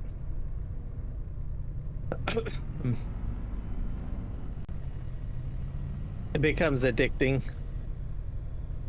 And the videos are, well, they've upped it to 33 minutes. I think you can do a shorts video for 3 minutes if you want. But they still recommend doing the 60 minutes because you can maintain a better score or something. I don't know. The algorithm favors 60-minute shorts, but they've allowed like 3-minute shorts now. But you also have to be careful with music. So I know a lot of shorts people will remain within the 60 minutes because they can use copyright music, right? But as soon as you go over that 60 seconds with copyright music, then you get hit with a, you know, like a, I don't know, copyright strike or something like that. So you have to be very, very careful with what you're doing. Yeah, yours are really short. I sometimes do 15-second ones, but most of mine are full 60. So, but there have been a few that I do like at I think at 15 seconds. I've done a few of those. Let's put 4 out for now.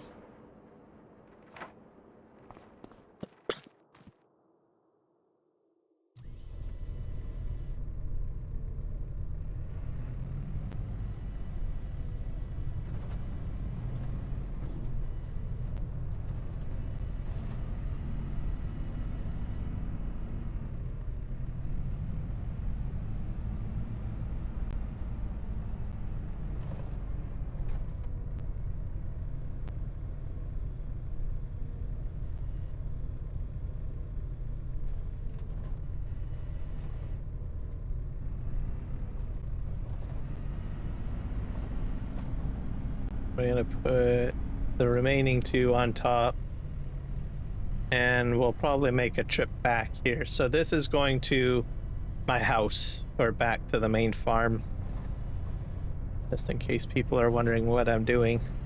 I've run out of building material, so I am taking a truckload back to the farm.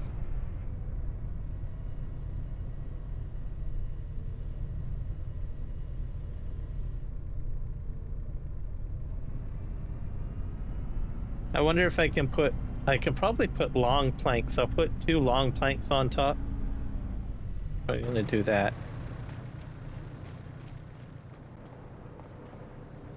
I don't have any long planks. Pallet planks, chipboard, pallets, barrels, bathtubs.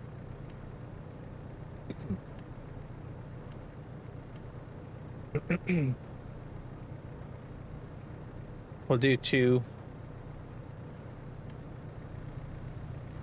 There you go.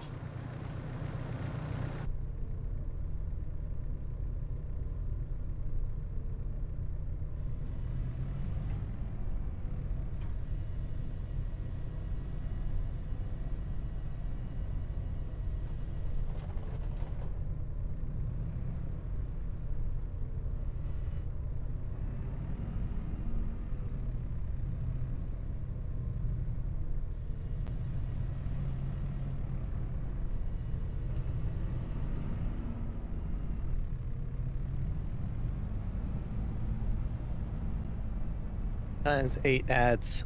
Oh, you mean for you mean there's advertisements? Is that what you mean?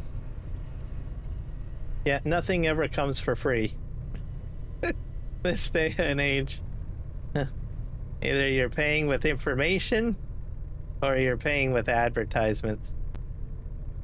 Okay, let's see just how it is. So you have to determine whether it's a viable trade-off or not. Oh, no, no, no, no, no, no, no. No, no, no, no, no. Don't do that. Oh. I think I need a flat platform. Oh dear. This was a mistake. It's because I'm on a curve. That's why this is happening. Let's see if I can somehow do this. No! No!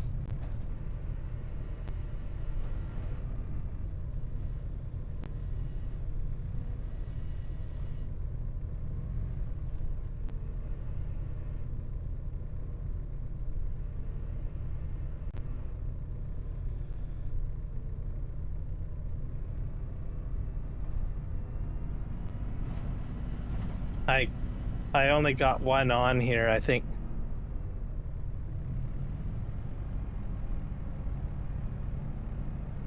Get the other one on. Fell off the other side, I think. Yep, it did.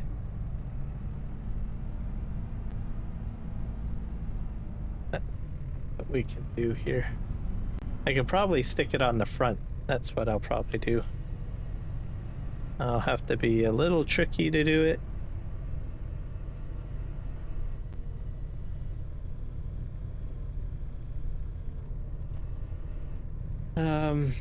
Let's see. But as long as you enjoy what you're doing and the content you put out, that's what really matters. That's probably the most important thing. If you don't enjoy putting it out, then usually your audience will kind of pick that up. So just keep that in mind, and any niche can be improved. So if you're not getting the views, take time to research and figure out how you can improve it to make it so that people will enjoy watching your content, right? So you have to research.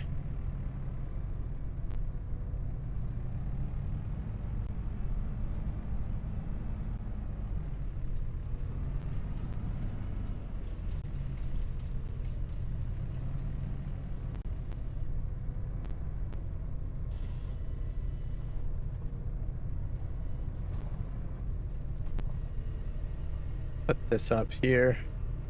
Here we go. Plan B, everybody. I love it. And that's going to be our load. We're just going to take that down to wherever.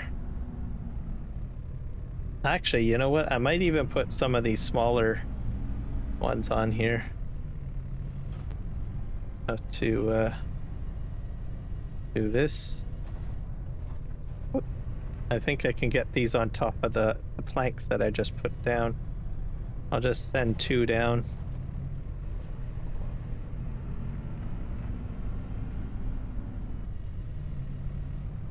Yep, so if you enjoy it, just keep on doing it.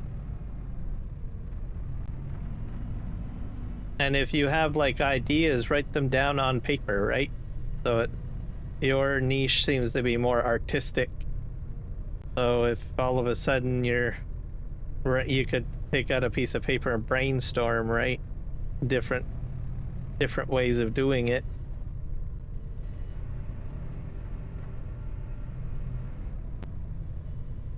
Unless it comes naturally to you, you can do that too.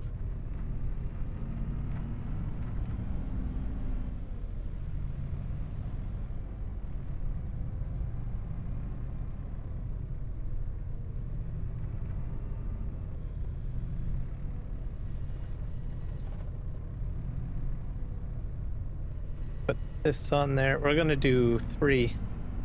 Let's send 3 over.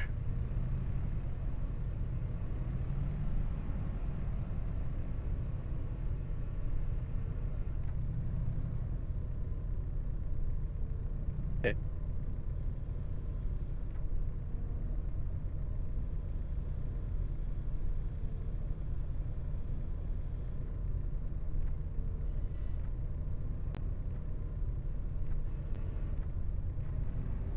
There you go. I'm not sure how well this is going to go.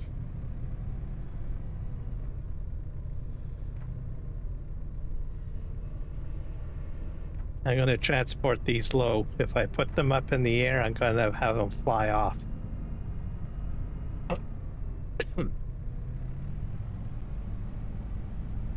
Well, there you go. Now remember, you need to keep on making them. So the key with shorts, it's not a year, it's 90 days. So if you hit like 1,000 views today, in 90 days, those 1,000 views just vanishes as quickly as you type in !vanish into the chat, which means it's worthless at that point. So if you're going to do shorts, you have to keep on making shorts. That's the key thing. That's how the algorithm works, or how they expect you to do your thing.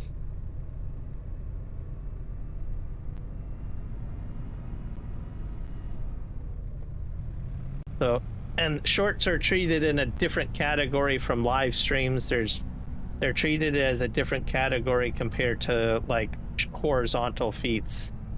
So horizontal feeds, the data for views can last for a year, but shorts is different. They want you constantly coming up with new ideas and pumping stuff out. You have to remember that.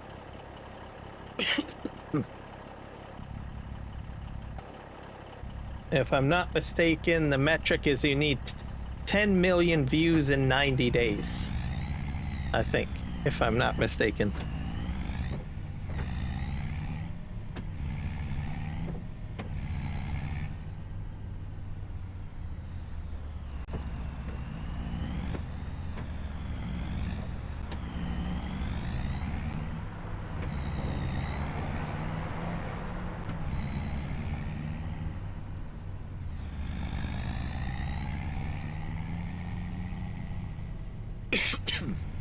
But it'll grow as long as you remain consistent, right?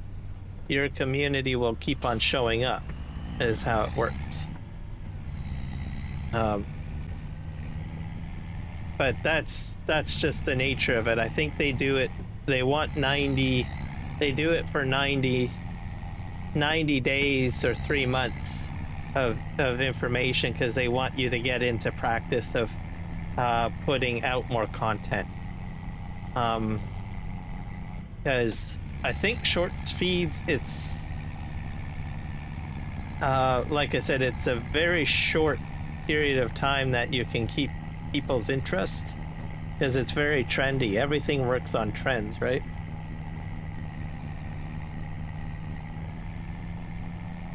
So yeah, just keep on doing it.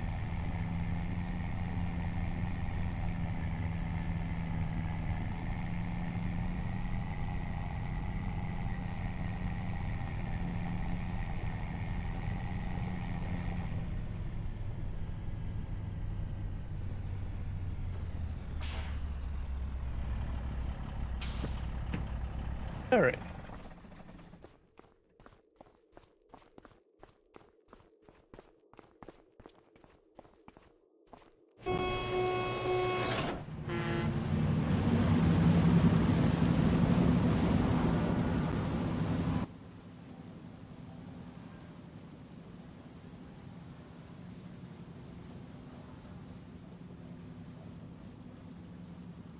All right, I gotta start my engine.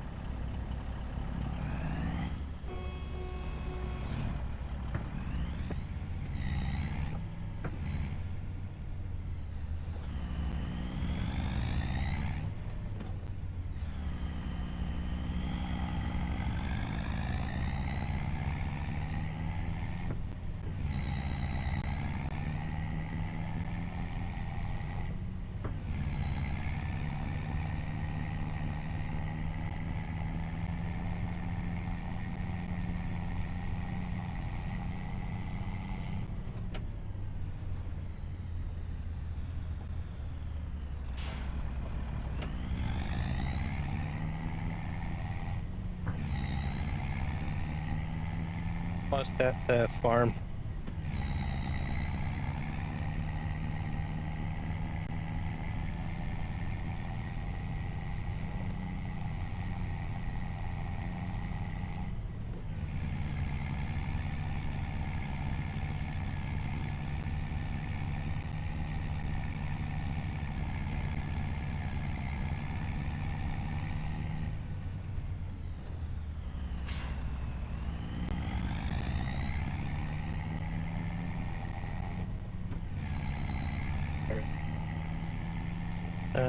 We're going to just pass field 8, I guess. And where's my turn? This it up here? Yeah. That's 2,300 hours. So we'll get these supplies over here and I'll unload and try to get them into the house because I'm still trying to build my house. Crazy.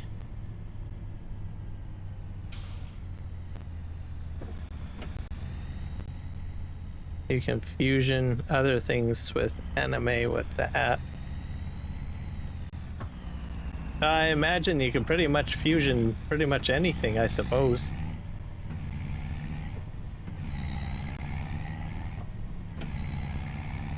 You might want to try Spider-Man or Venom. Those are quite popular. Those types of fusions. I think you've got one, don't you? Yeah, you've got one. I'm not sure how well that one did, though. But especially Venom.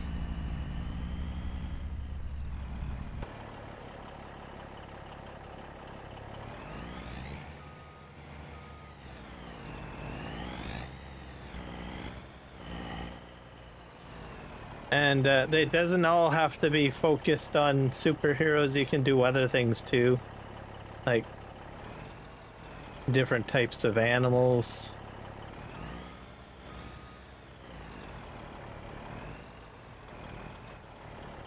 All right. I think we're here. Where's my... Ah, here's my forklift. House is coming along nicely. What do we need in here? Prefab walls, of course. Did we undo the straps? Yeah, I think I did. This is going to be a bit challenging. I probably should have purchased a telehandler for over here. All right.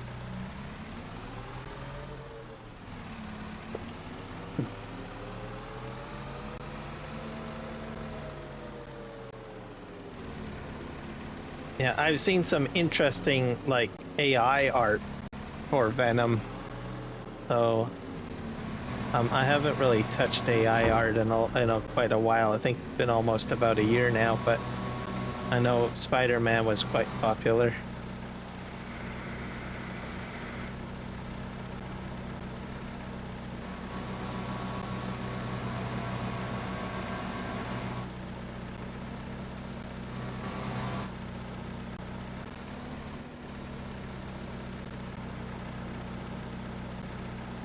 There we go.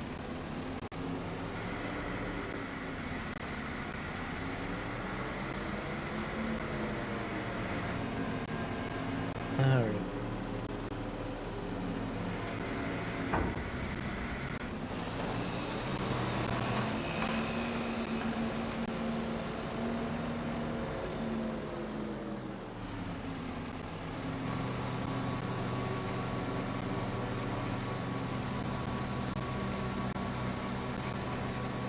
Back up.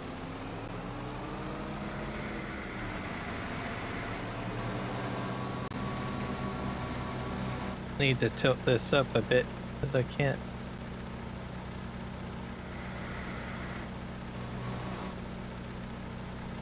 It's pretty high up there.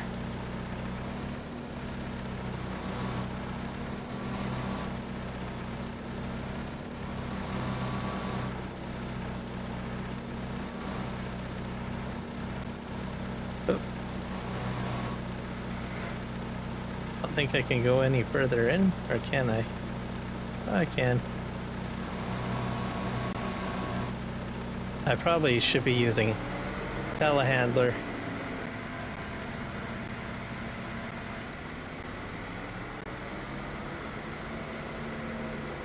see where we can put this. This is go right here, I guess.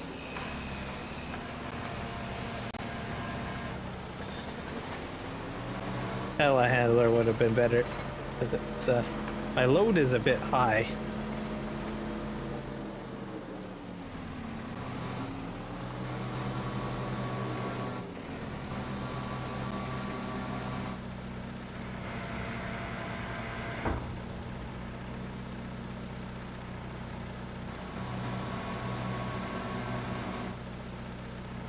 Oh.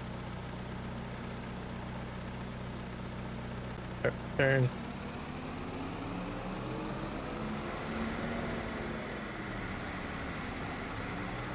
I'll put these right here.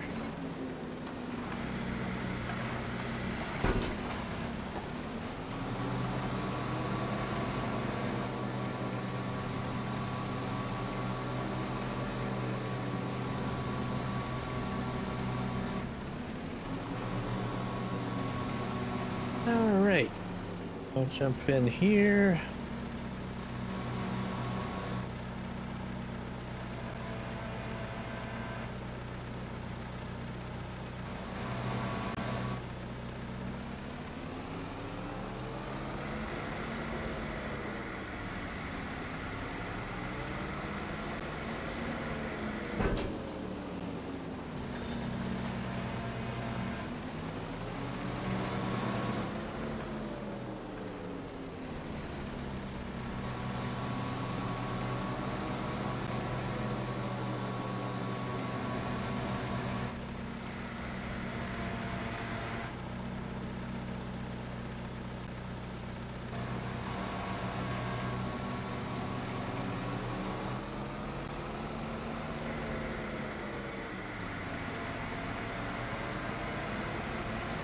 This way.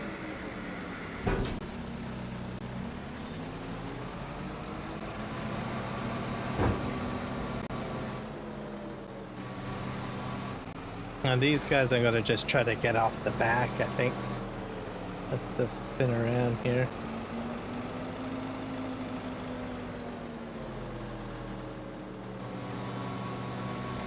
These guys are not too high. Can I go brighter? Ah, there we go. More light.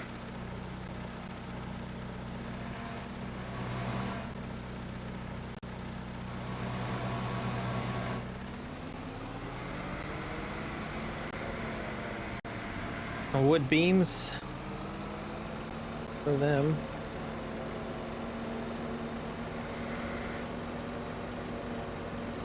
I think I got a stack of those over here.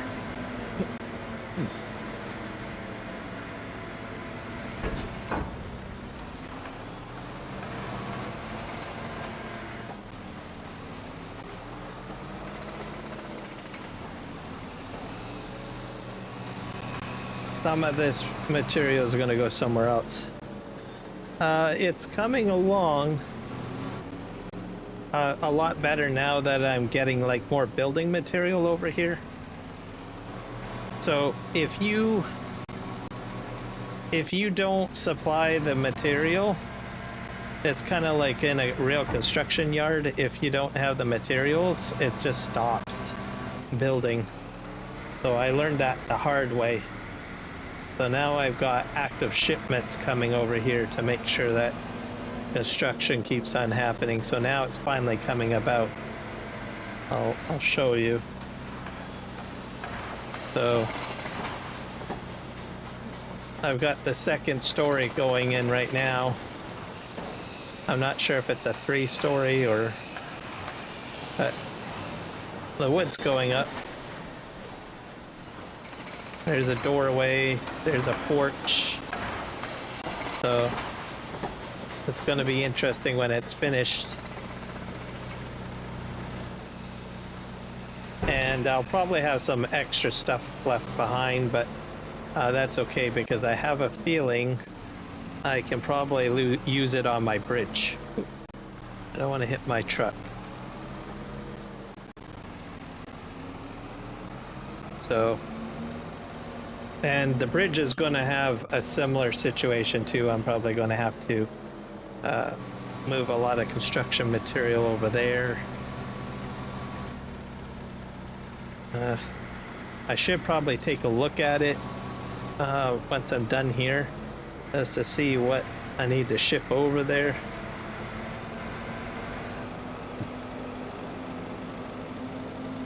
Because I've been so focused on the house, but I haven't really focused too much on the bridge. I think the bridge needs a lot of cement, which I do have some bags, but I don't want to use up all of it. And the bridge will be handy because it gives me ease of access over by the store and another route to take. So, okay, these are wood beams. We're gonna put that down there.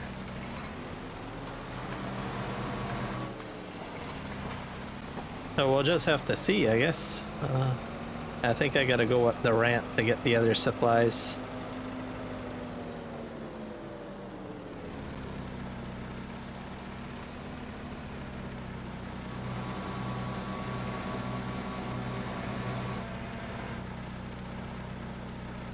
See if we can get this one.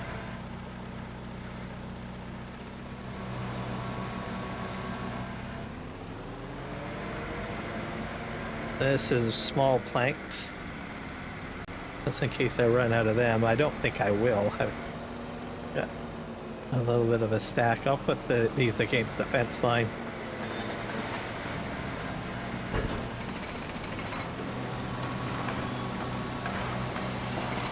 There we go.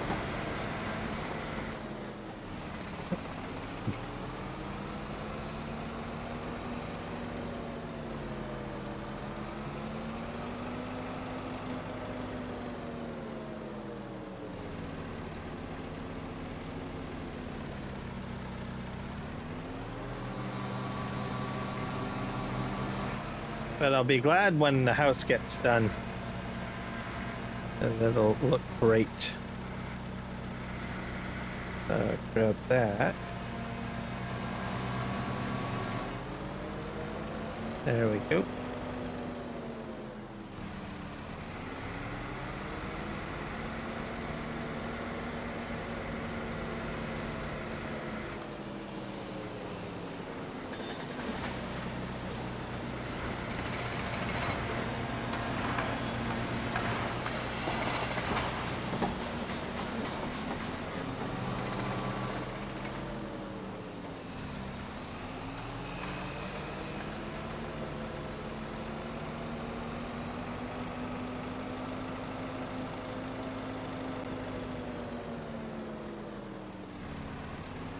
Back up.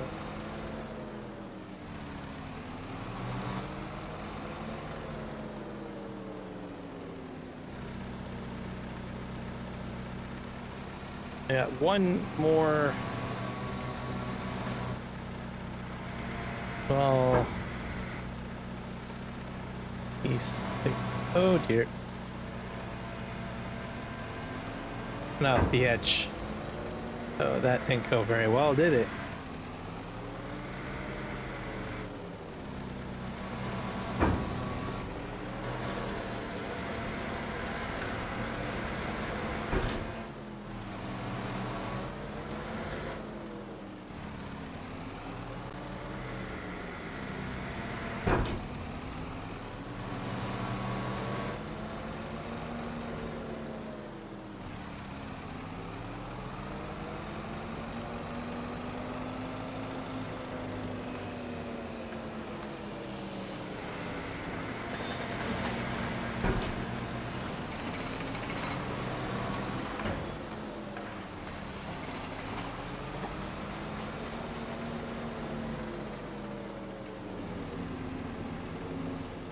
I grabbed planks on this side, trying to pick them up.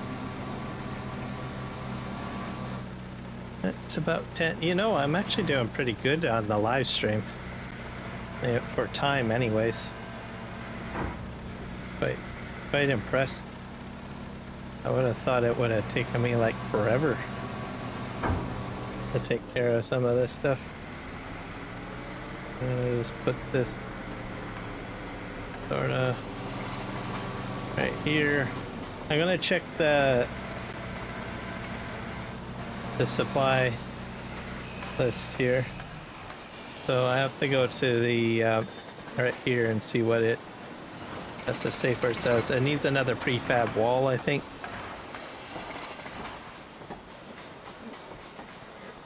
Not sure. I've got planks and wood beams already in there. I got cement.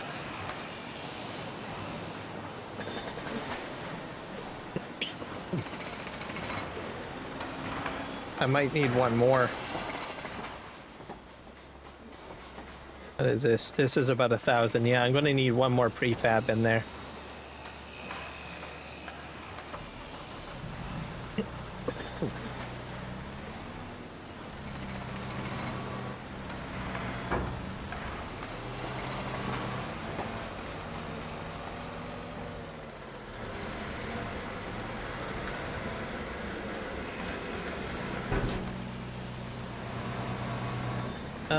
That one I'm not going to be able to get. I'll grab this one over here. My forks are not lining up very well.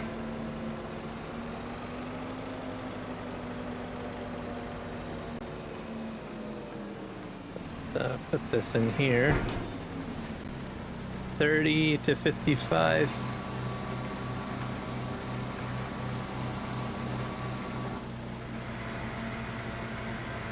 Yeah, been 2 hours so far live streaming.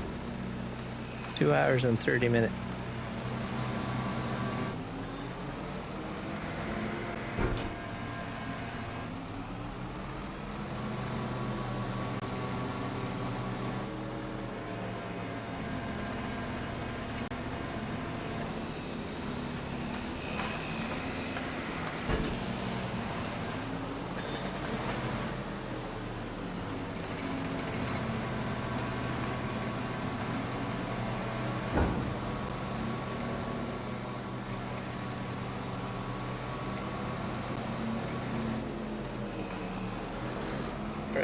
Go over here.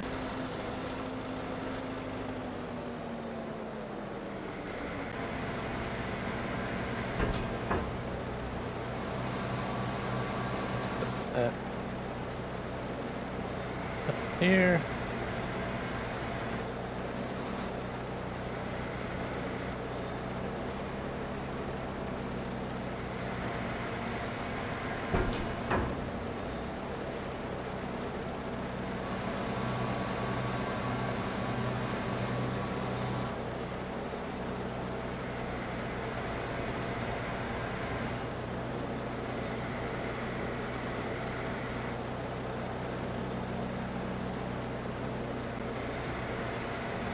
Clear these out. Plus I need to do the conveyor. There's a conveyor belt on the other side of that wall that I have to kick in. I keep on forgetting about it, but it gets full like that. Oh. Wrong one.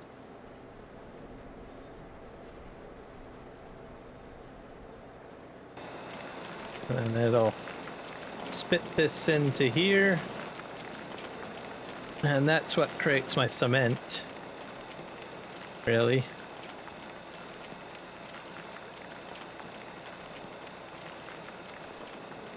I'll let that continue on.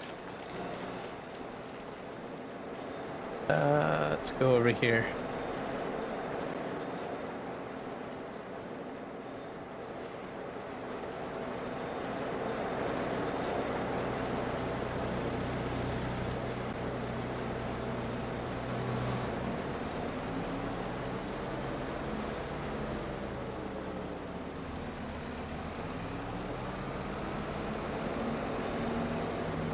It fell over.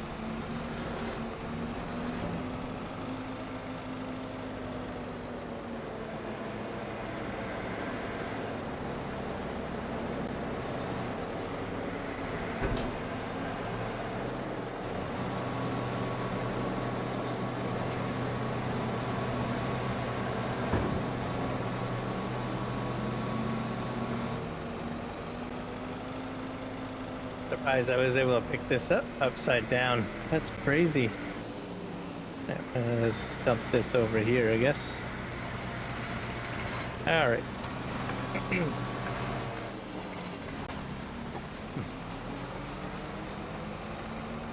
Head over here. I've got to check to see if my other smaller productions are still doing their thing.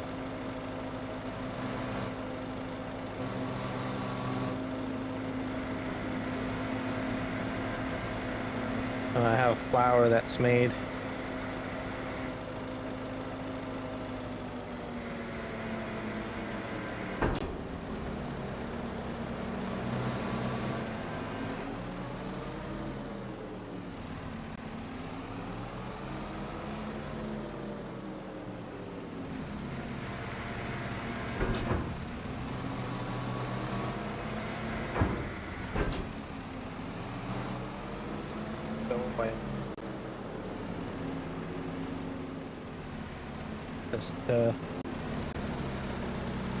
Just this.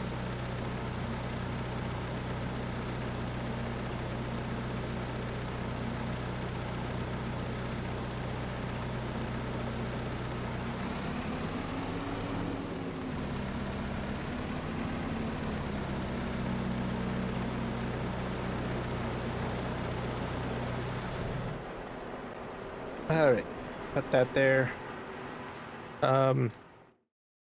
I'm just going to jump to my bridge. We'll see if we need to haul anything over there.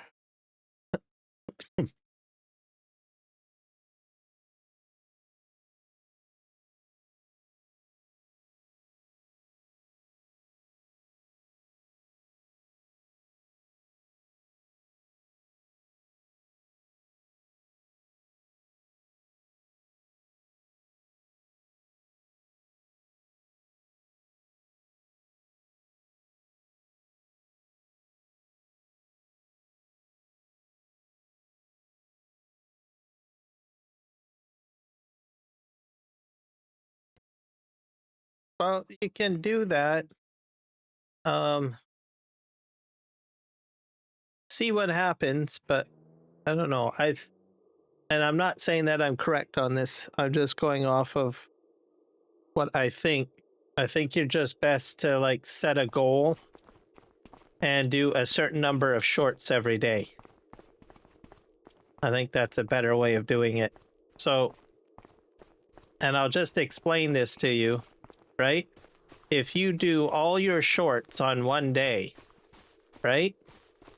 As soon as the month ticks over, all those views get wiped out all at once. Right? So, there's that. So, I don't know. I would play with it, see what happens. Right? Maybe like one, like 1 month, try that maybe. Make a bunch of them and dump them all on one day. And then try going about it like spreading them out throughout the month.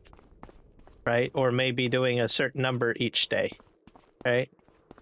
So I'm not exactly sure, so, but anyways, you can try both.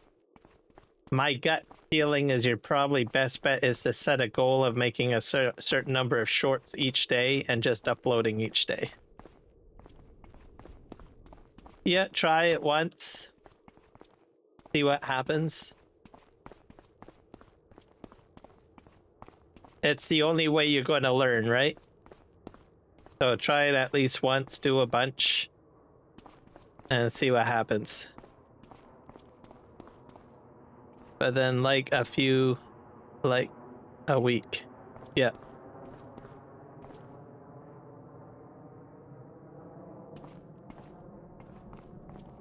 So there are certain aspects with my channel that I've tried experiments with my channel each month too. So trying different things.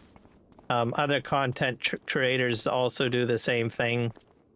I noticed that some content creators that I watch for farm sim have changed things, right? And they just say, well, something's not working. I'm going to try something different, right? Shake things up. whether that is changing the way they do their videos, whether that's, you know, the time frame that they go ahead and upload. There's all sorts of factors that they will basically analyze their data and make an assessment of their channel and decide, well, what they believe is best to change, right?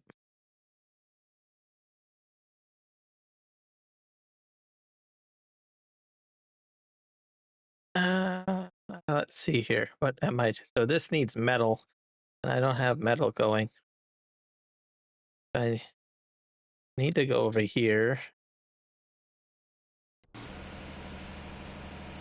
This is, what do we got in here? Oh, I got lots of calcium carbonate. I should probably bring a truck over here.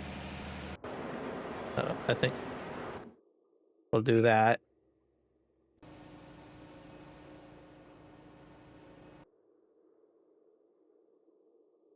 I got to bring one truck back.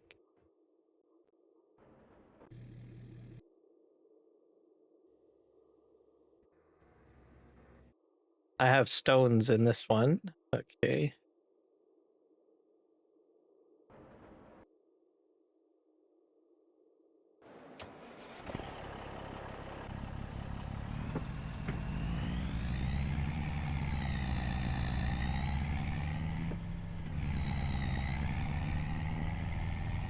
No, take this one back, and then we're gonna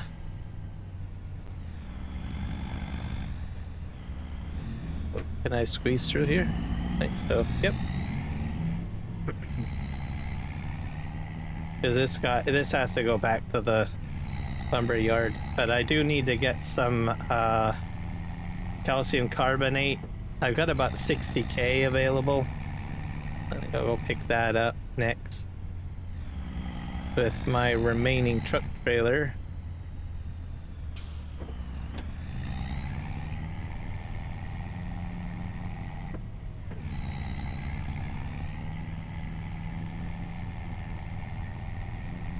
But just monitor the metrics for your channel, see how it goes, and then go from there. Maybe you'll see some growth. Channel growth is always good. So you may not hit like 10 million views right away, but if you see a lot of subscription growth, then that might be viable. It just depends on what you want to target, right?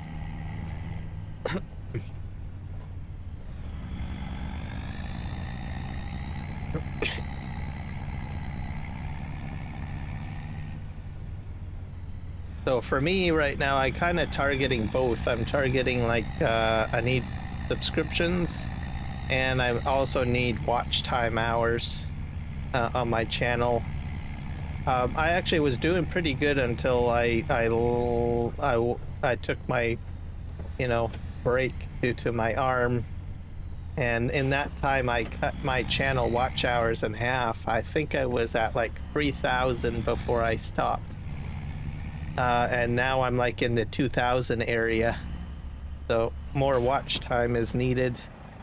And then of course I still need, let me see, I think subscription growth has been good. Still need more subscription growth to get up to 1,000 to lock in for next. So thankfully people have been subscribing to my channel. And helping me out with that.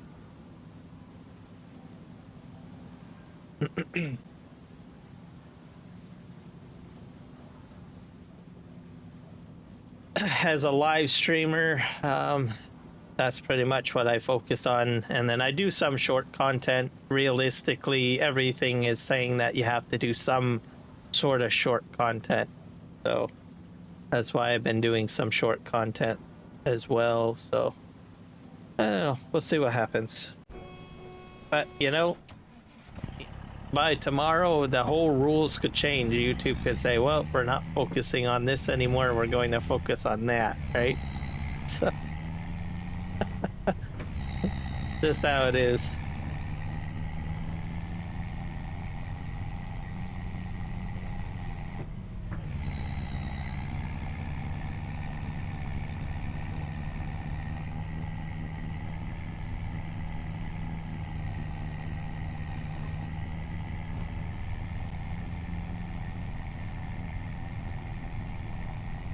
Oh.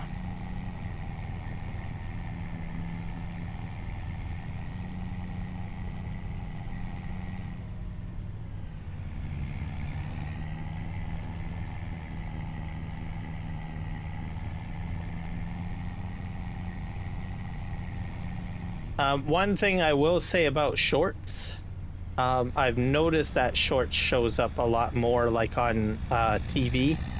Like whenever I watch a lot of my YouTube on my television set, the app promotes more shorts content quite a bit now. So it used to be that shorts were sort of buried in a subcategory. They seem to put them at the top of their lists now on most channels, I've noticed. So, you know, and when I go in there, the first thing, if I view a channel, I always see short content first. So I noticed that difference. Smaller channels are getting more visibility too. There's benefits in some countries where smaller channels get promoted more. So there's that aspect of it. So there is some opportunity, because I know your channel is small. You might start reaping the benefit of that as well. So I think there's a certain percentage of, you know, whenever you go in there, like into YouTube on the homepage, instead of seeing your top creators within Farm Sim, right? That have like about 100, maybe 10,000 subscriptions. The algorithm is now purposely putting in smaller channels, even channels that I've never heard of. I've noticed that quite a bit too. And these are people that I'm not even subscribed to. It's just recommendations sent to me, right? So they're definitely helping smaller channels with the algorithm. I'm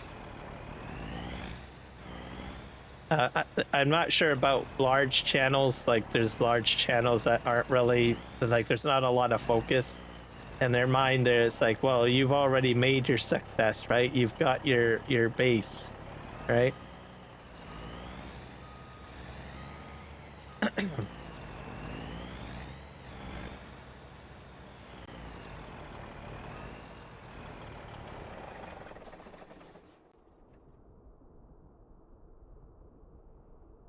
Iron Man and Oceanus have emerged. Ooh, that sounds interesting.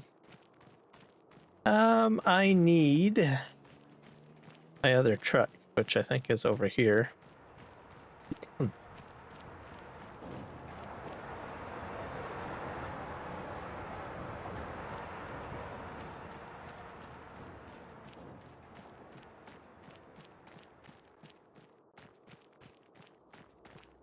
Oh, it's right over here.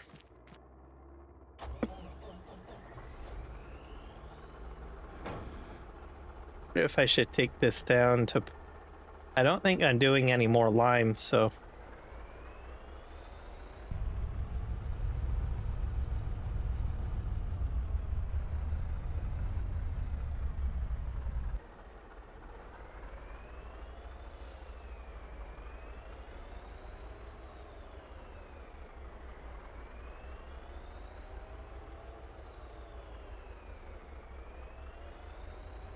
There you go. That'll be another good one.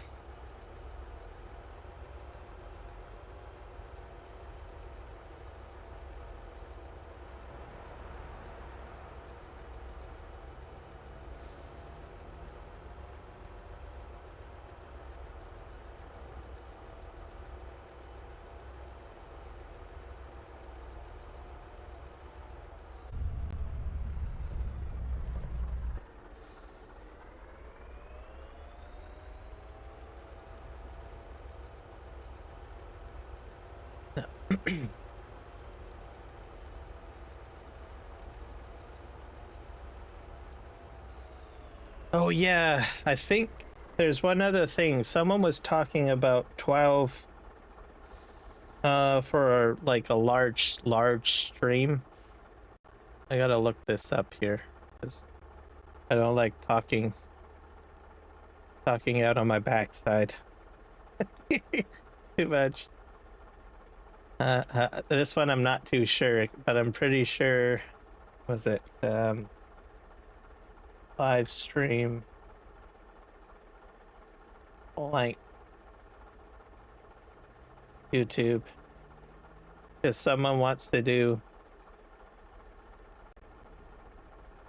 a long, like a very long live stream, the rules have changed. See if I can find it.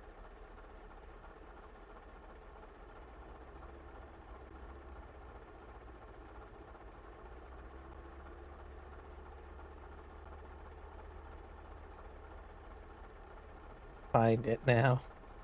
Oh, why is this not showing up in my feed?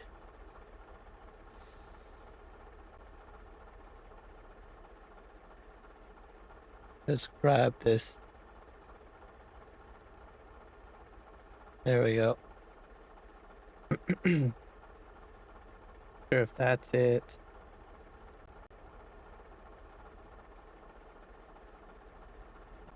And if you're if you are on the YouTube platform, you have to keep up to date on things, because there is so much stuff coming out that, you know, unless you research or look stuff up, you're gonna fall behind on some of the changes, because YouTube doesn't like provide notifications on changes on how the platform is being modified, what's being added. At the same time, you know, you may inadvertently be put into a beta program and have like access to certain things that you may not have had before. So it's important to be aware of that. Sometimes they send out emails saying, hey, you're in this pilot program, but sometimes they don't. So a lot of the times they don't tell you when there's some new stuff coming out or new changes. Live stream. How long can a YouTube live stream be for? I don't think it's 12 hours anymore. Is it in here? Connect, earns, discover. Getting started building a...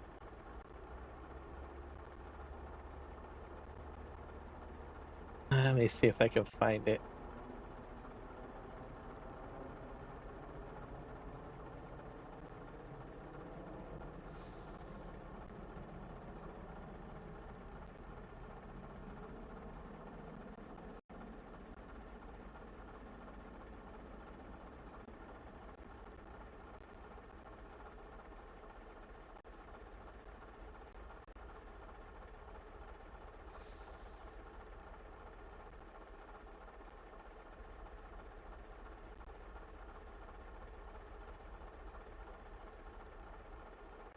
...24-hour period, but not more than 18 hours. I don't think that's truthful. I think you can go longer. I should... Oh, this is on Bing. Let me go to Bing. Doesn't know how to search. There we go. Lives YouTube blank.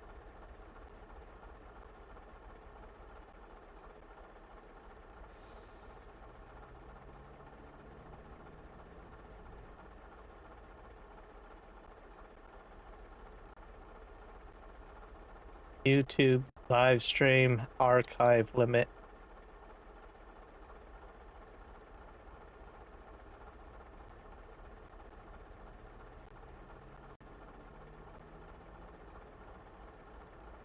As if your live stream is less than 12 hours, YouTube can automatically archive it for you.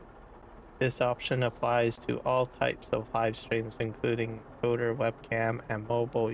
YouTube will also automatically archive streams of 1440p and 2160p video resolution. We recommend recording a local archive as a backup.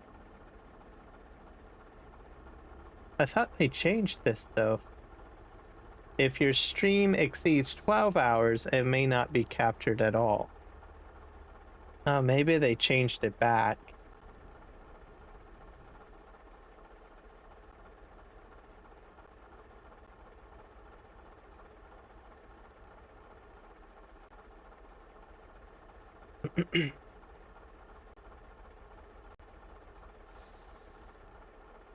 It's possible. Maybe they thought, well, this is a bad idea. Because there are some people that run like 24-hour streams nonstop.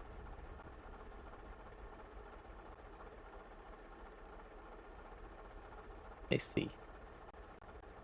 Back.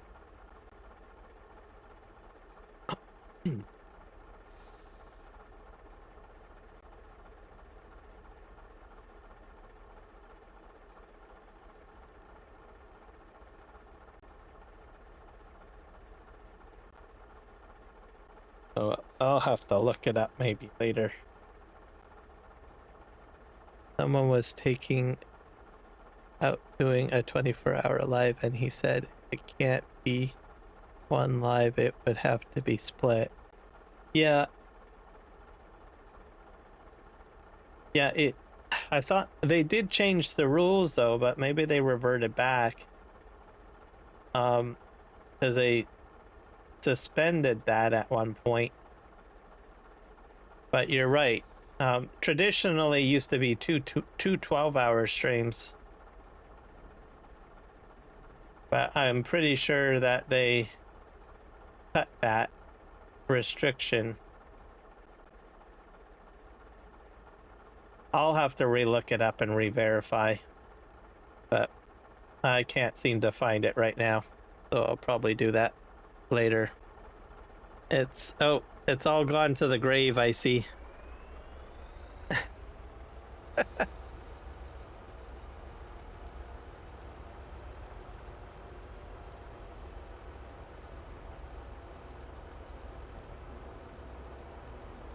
But the other factor is that archiving times could increase and it could potentially impact their business. So they may have like, I'm pretty sure that they did say, hey, you can go over 12 hours. But maybe they decided to say, well, this was a bad idea. We can't keep up with it all, which is possible.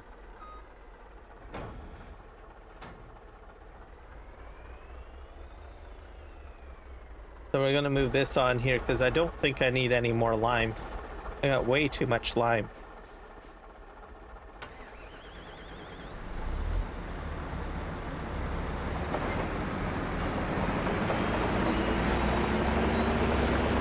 Just load this up here.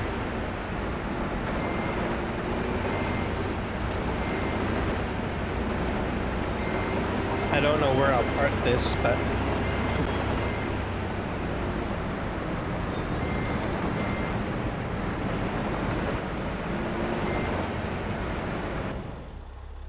there we go. I probably won't truck it out of here just yet, but I just wanted to get it onto the trailer.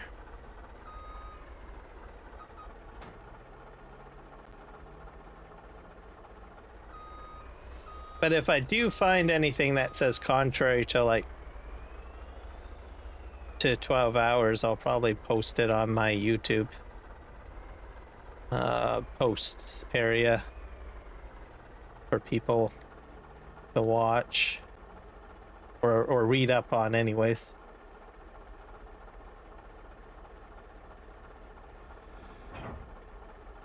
Okay, we got that done. I need to go get the other trailer. Man, I'm going through fuel. Crazy. What have we got over here? This is stone, I think. Is it stone? Sure. We need calcium carbonate is what we really need.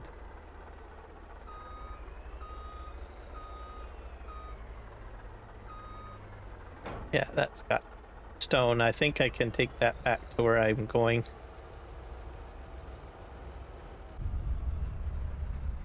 And we're gonna have to make it all the way to the other side. I do need calcium carbonate, as it is part of the steel factory.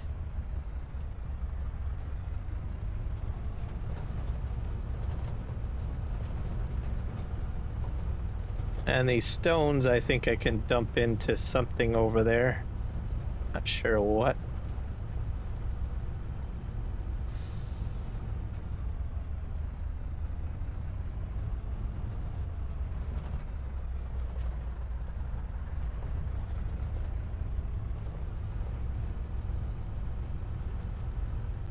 All right, get our way over here.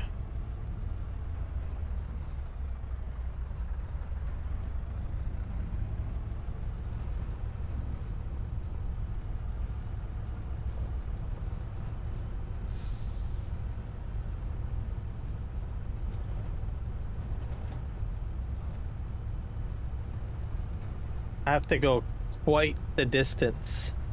I have to go all the way over to the mine area, unload this stone. Hopefully we're getting pretty close to daylight here.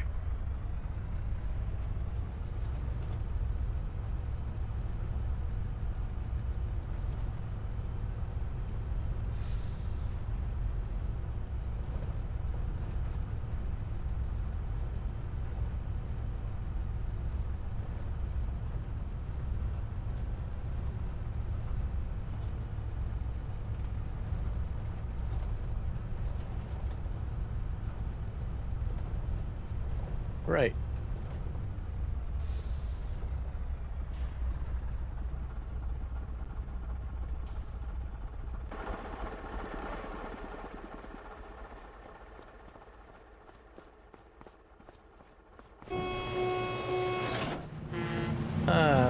Alrighty then, off I go.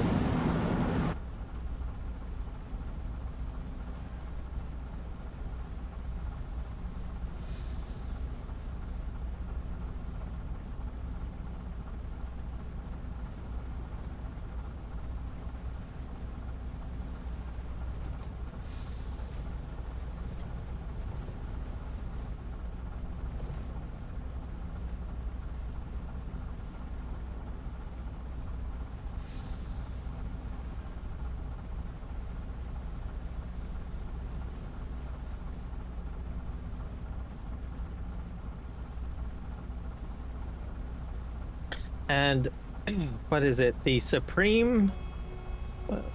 There was a set of trailers that I got. There seems to be some issues with it. I'm probably going to stay away from that till it gets updated.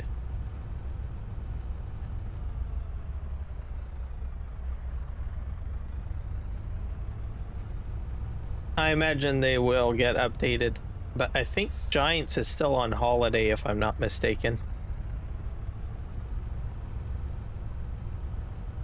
Not sure on that one. See if I can bring up my map.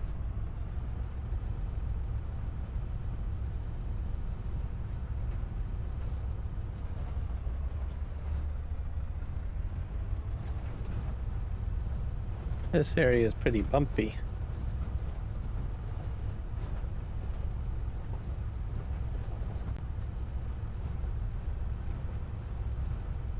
In the field, that's why. Let's go over here.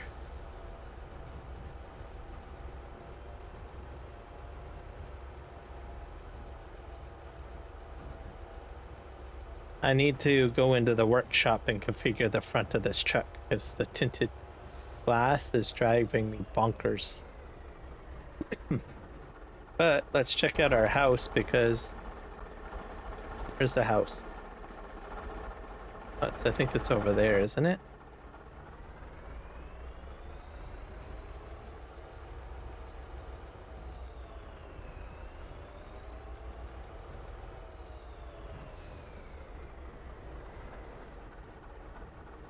It's got a porch on it. Prefab wall. So we'll see what kicks in after this. It's down to 43. We're gonna go pull into the garage and get the truck configured. See if I can change the glass or something like that, so it's not so tinted. I go right in here.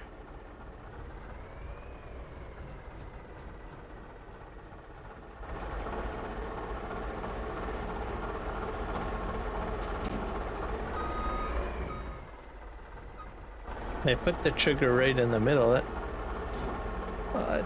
Okay, let's go in here. Chicken lights, engine, vinyl.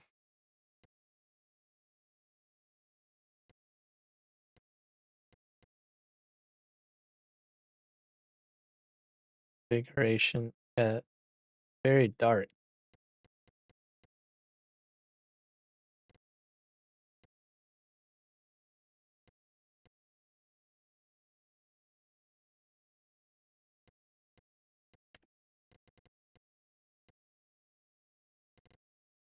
Select.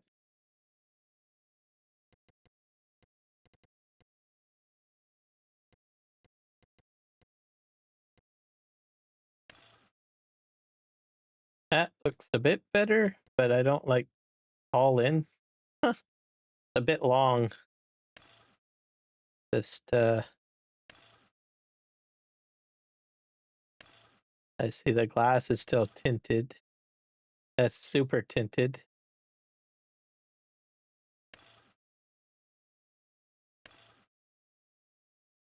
Let's try this one.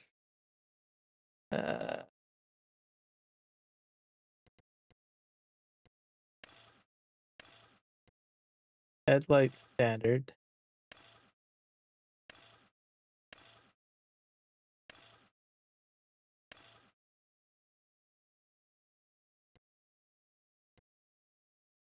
Visor. Nope. Sleeper. Engine color.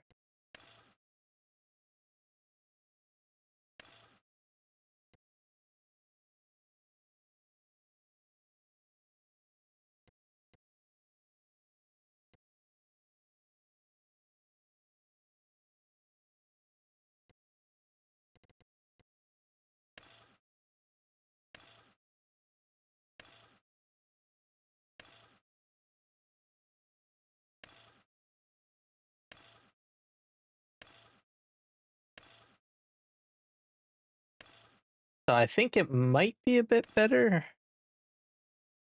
That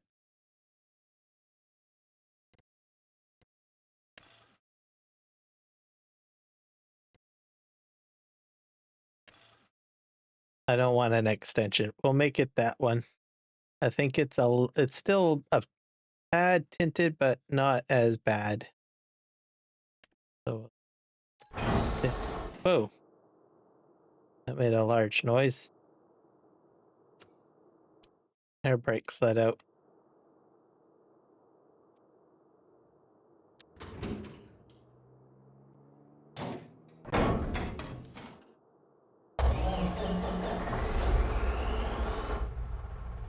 That's much better.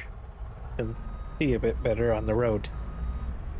As much as I like the other design, the glass is too dark for nighttime driving. So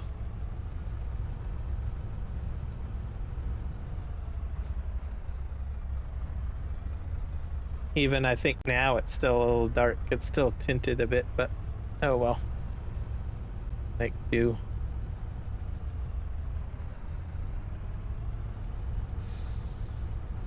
I need really bright lights on this thing.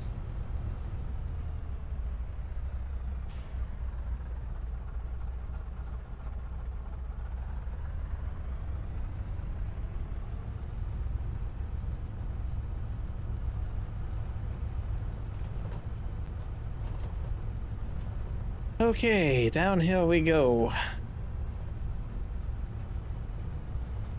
Now we gotta make it all the way to the other side. Because that's where my mine area is. I should probably bring up my map a little bit, so I know roughly how the road's gonna react.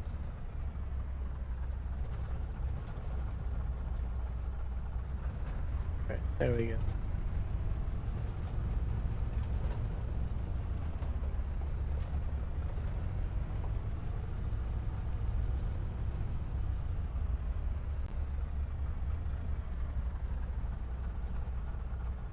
There's a new game that hit. I've been watching the what is it? The Roadworks game. A lot of people are streaming that. I noticed that today. I was watching some of it. It's almost like Roadworks, I think is what it's called. A lot of people playing that. I think a lot of people were waiting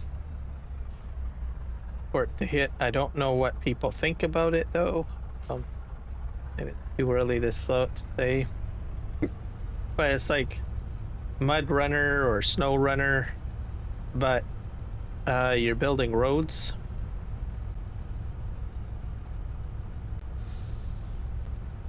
Myself, I'm not really too interested in the whole runner family of games.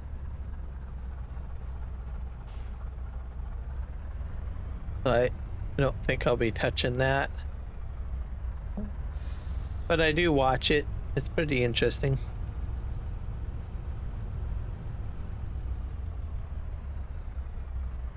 You're getting what? I don't know what you mean.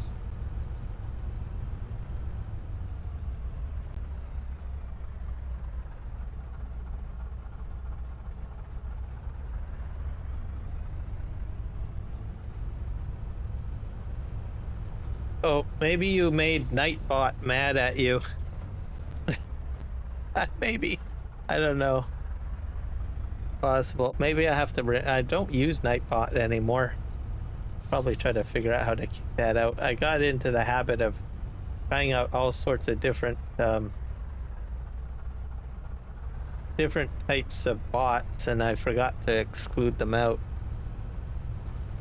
I'll have to clean that up. I guess tomorrow will be a bit of a bot day for me, I guess. I still honestly don't know which bot is the best. I'll be honest with you. And this is bugging me. I'll have to fix that down the road. Alright, I think I can...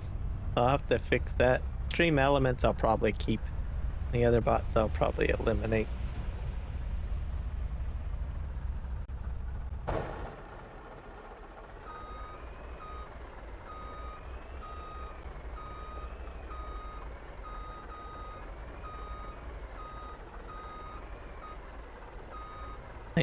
I keep on getting timed out for trying to make my staircase of that.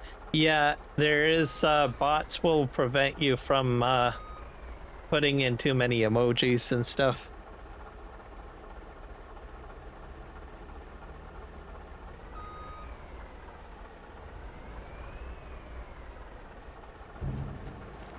Okay, we'll dump those in there.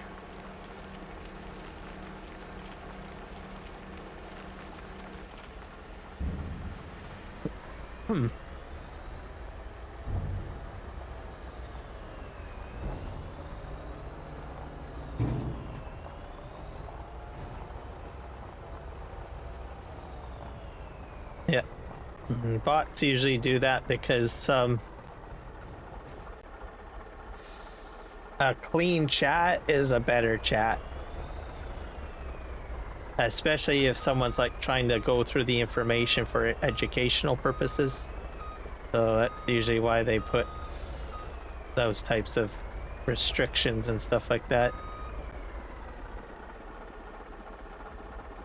What is this? Calcium carbonate, that's what I need. We're putting all of that in here.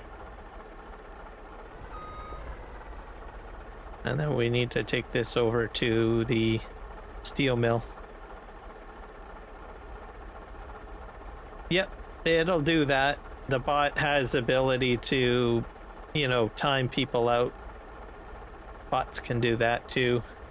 So if you break a rule, then you get basically timed out is how it works.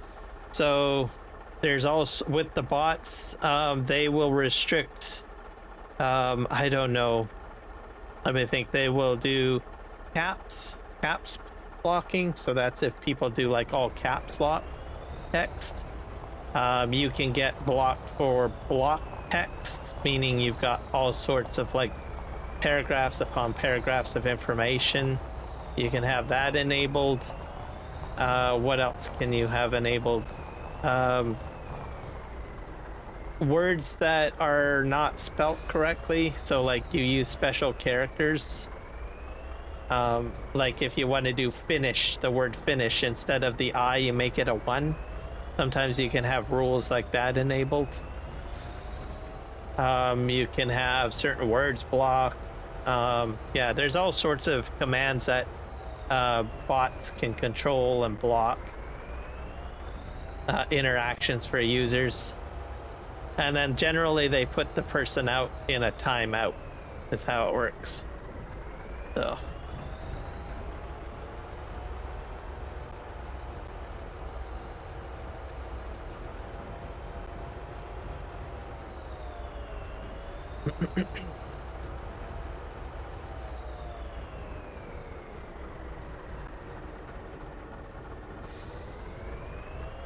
they have those types of things in there is because when you have a live stream, you gotta also keep in mind your audience, right?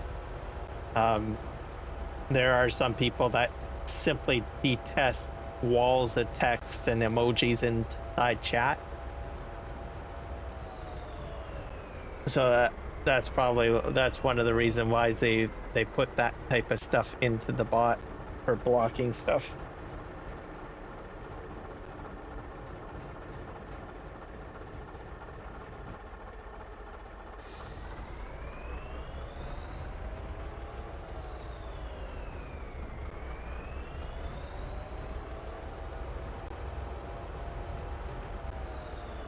Where did my trip go on the map?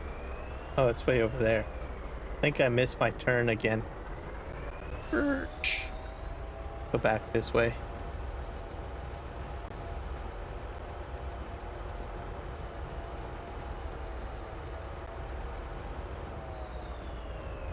So, like, if you're doing a live stream, you gotta know your audience, right? So, there are some live streams where you can just go, you know, if you set the tone, right, and you make it acceptable where you can put all sorts of stuff in, then people know, hey, that's the type of channel it is, right? And, you know, I have been in some live streams where it's just focused on that. But it depends on the purpose of the channel and the people that are in there. So, like for Farm Sim as an example, some people are not just watching for the sake of chit chat. Most people are watching the stream to actually learn something. So if you've got a couple of chatters that are just spamming a bunch of emojis in the chat all the time, it drives them bonkers if someone's trying to actually learn something, because you're hindering someone else's learning, right? So if you do a live stream, right, you got to remember that what type of audience you have and who you are basically catering to, right?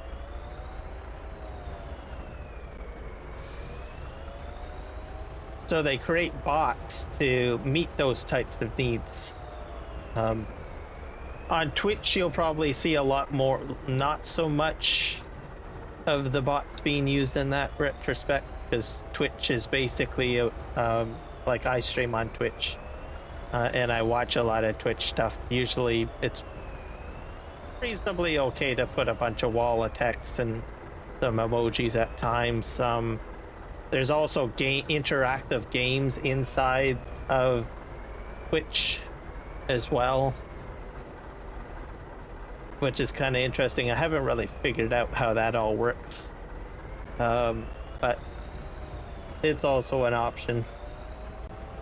Did I go the wrong way? Can't remember where I'm going here. I think I did. I gotta turn this way. Get lost.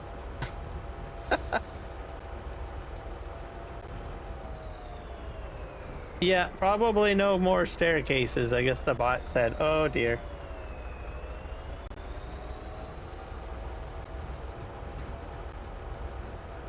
And you have to moderate the chat too. So if you're live streaming, you have to moderate it. Because if stuff is put into the chat that's inappropriate, you can get your entire channel shut down too. So that's what channel bots help with as well. But usually that's like for more severe stuff, you know. So if you're running a channel, you got to be careful about that kind of thing. I am getting lost here. Let's go this way. So bots are your friend.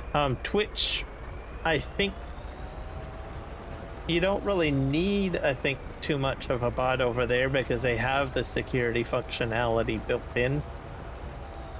So like there's a button that you press that's a shield that's built right into the website. It'll lock the entire chat down.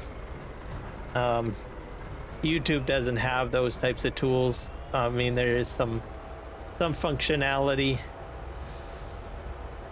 but that's why I think you see more chat bots, I think, on YouTube, I think, compared to Twitch.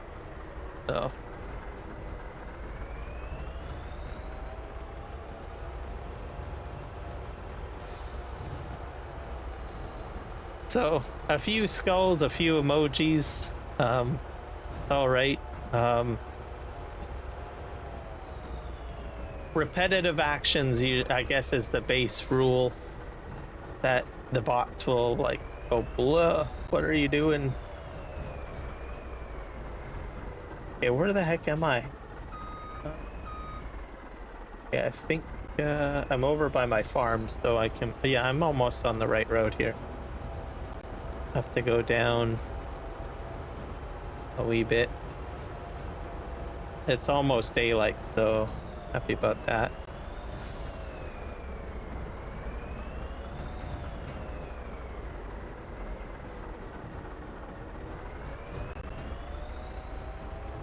And there's all sorts of bots too, so, and I honestly don't know which is the best one.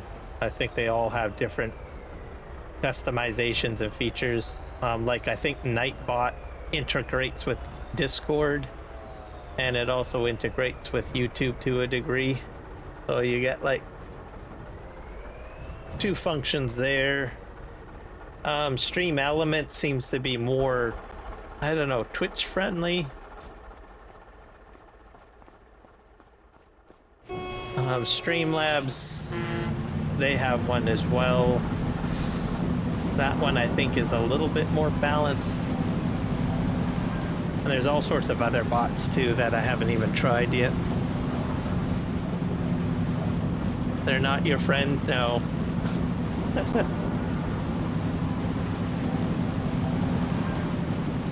Yeah. I know Michael doesn't like my stream elements at times. He'll tell me, oh, can you please just tell him to go away?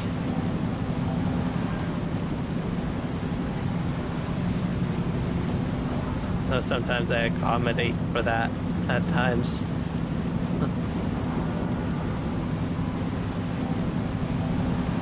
Yeah, I think we're gonna make our way down to the steel mill.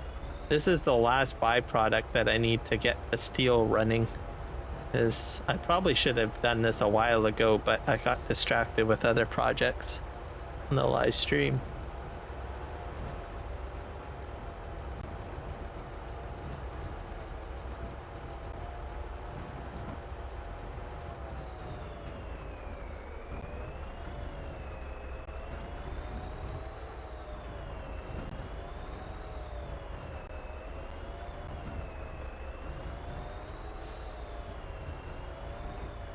Let's go this way.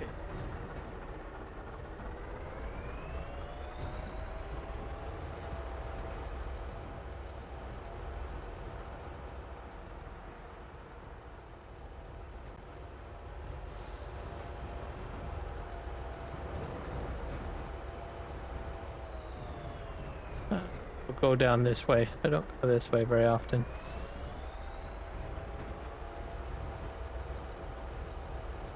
And the steel mill is huge on this map. So, oh, there goes the cows.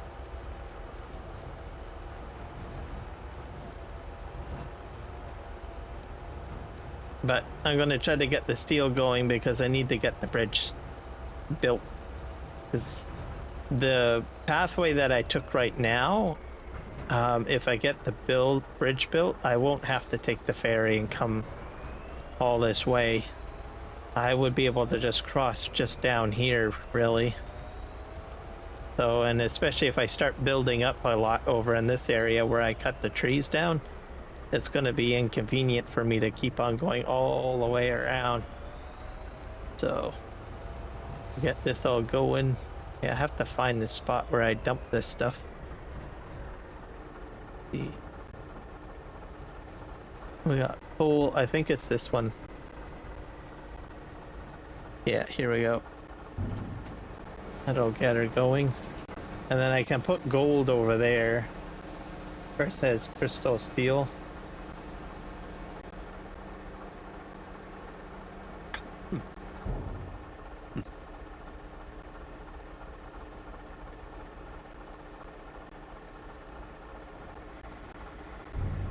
We're into January already, so. And these trucks are already filled up with stuff. I got coal, iron ore. Yeah, let's just make sure the production is running.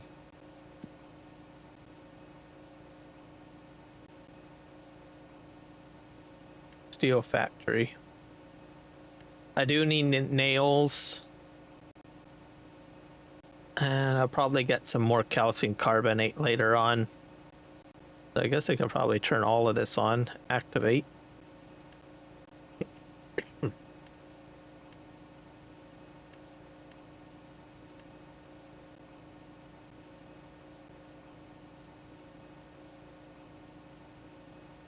All right.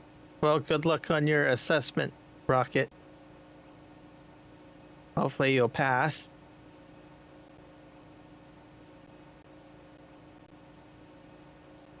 I'm trying out a, let's see, a members only chat stream today. Because I never used it before, so what the heck. Give it a try. There's other options too. There's all sorts of YouTube options. Until you play with them and try them out, you just don't know how they work. Spawn goods, change output mode. Okay. Also, the vertical says only members can chat in live. Yeah, that's the same over here too. And you're a member, so you get the chat. Congratulations, Rocket. You get to speak your mind because you're a member. You're like, oh, thank God I'm a member. I could talk. Same with Jess, Michael, and let's see, yeah, and Grave. So, and I've got a few others too. Yeah. And Nick Kelly, welcome in. I can't remember if I made one for yours yet. Did I? Does Nick Kelly have a command yet? I need to make a note of that. I can't remember.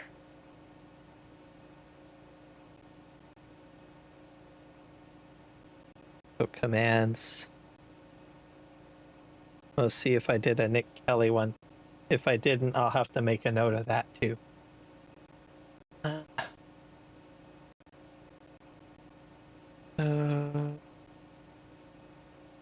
Waves chat.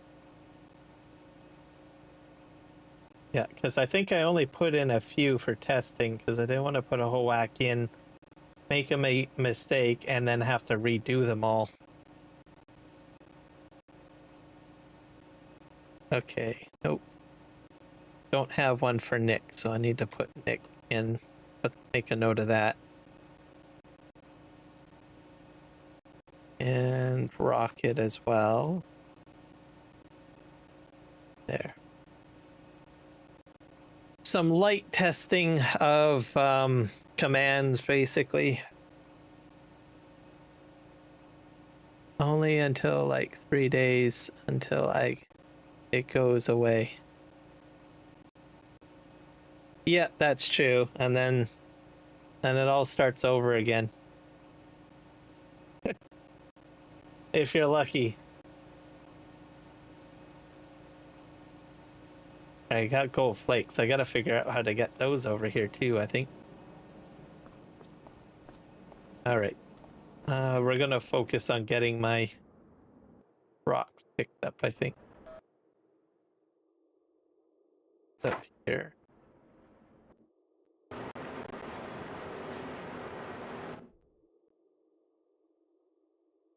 That's the wrong one.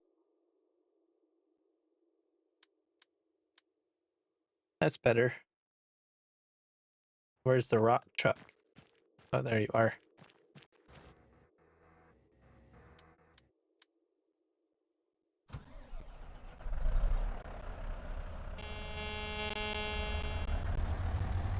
I'll move this a little bit closer over to my pile.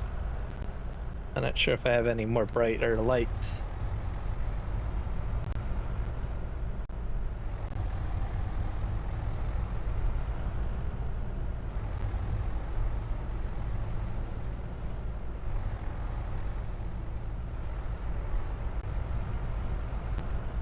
Put it like this, I guess.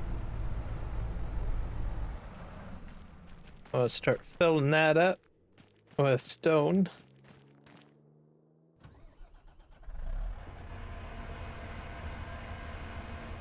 Oh yeah, crash. Yep, I've got that one as well. In case I do crash. For my crash counter.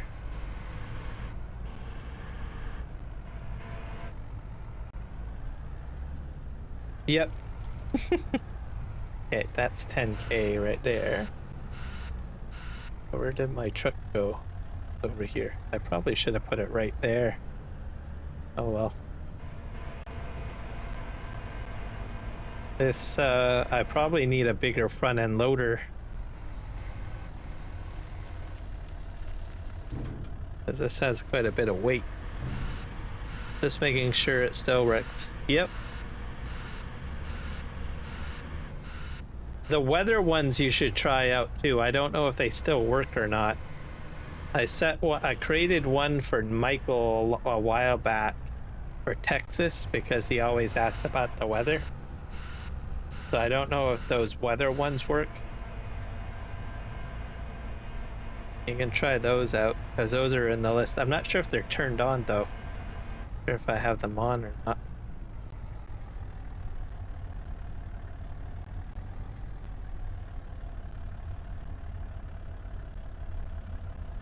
Yeah, it doesn't take very much.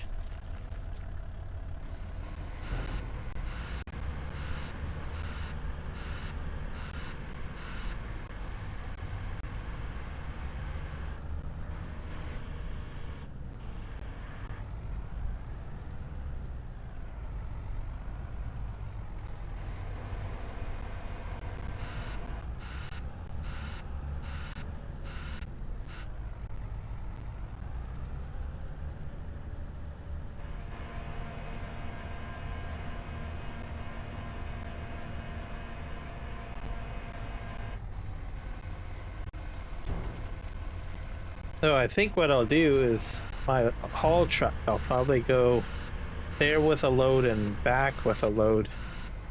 That might work. Ah, you did get it working.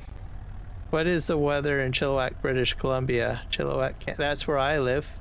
So I put that in for people to know my weather. And then I did do one for Michael, which was the Texas one, but I don't know if that one works.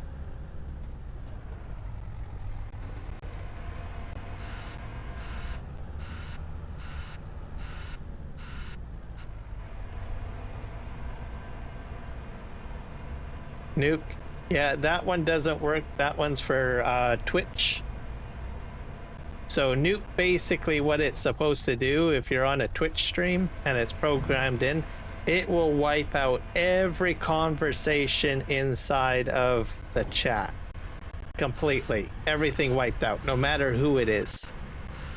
So it was designed because on Twitch there's a lot of raiding. So sometimes raiding can be abused and you get a bunch of people coming in doing all sorts of crazy things, so you need to nuke the Twitch chat. You can do that. I don't actually have to use that. I have that actually programmed on my Steam Deck, so I just push a button and then I shut down the chat, basically. It actually goes to the point that it wipes out the entire chat, locks it down, so that nobody can talk at all. It's like Fort Knox, pretty much.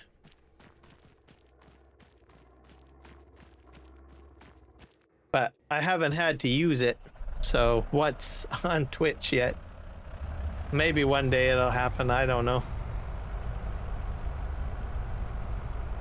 Hey, we're gonna head over.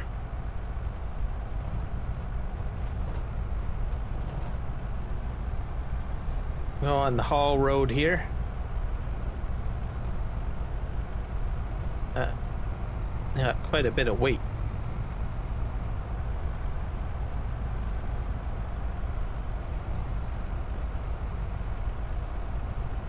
I don't know if I'm gonna make it up. Oh my gosh. This is too much. I'm going at 3 kilometers per hour. It's all the stone that I'm carrying, that's why.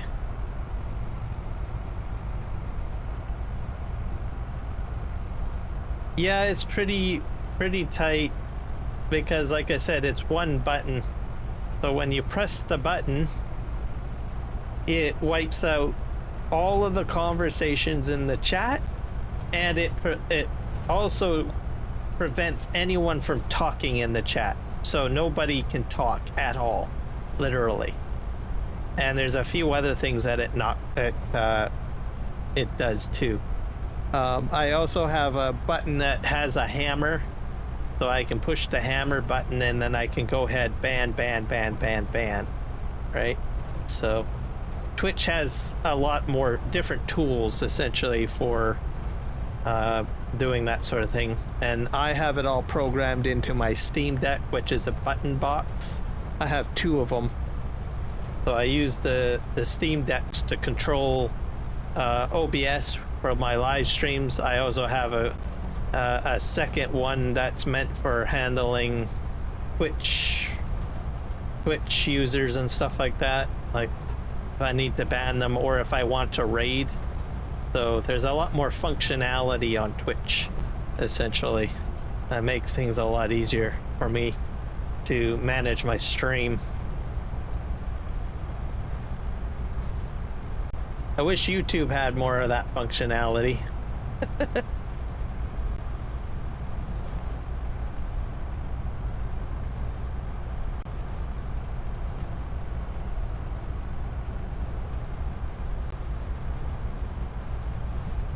But I don't think you get that much shenanigans too much, I think, on YouTube. I think because I imagine if a account gets locked up or banned, it's probably a headache to get it unbanned. Just similarly on Facebook too. I've heard horror stories on Facebook that once you get locked up, you can have to get through to support, it can take you up to about 3 to 6 months to get your account unlocked with Facebook at times. I'm not sure if that has improved at all. But the devastating thing with that is that if you use your Facebook account for social media, marketplace, and you do your own business through Facebook, and you have all sorts of things that you manage through Facebook services, once that account is locked down, you're out of commission with being able to live your life, right, or run your business. I imagine probably the same thing is on YouTube, because YouTube has, you know, other business lines that are tied into the Google account. Also, if they use the Google account or log into all sorts of other websites and stuff like that, that can be a headache. It's like, well, I can't get into all these accounts now. I'm locked out because I made that one mistake of getting my account banned.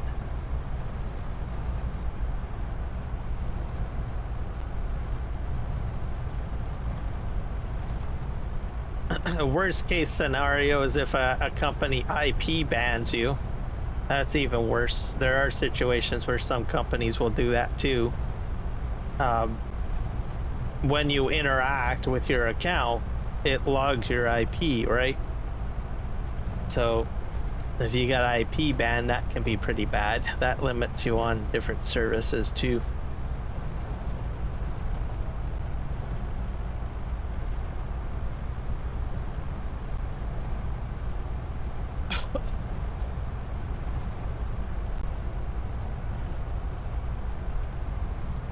But IP banning, I think, only kicks in if you really do a bunch of stuff that, you know, you really should be doing.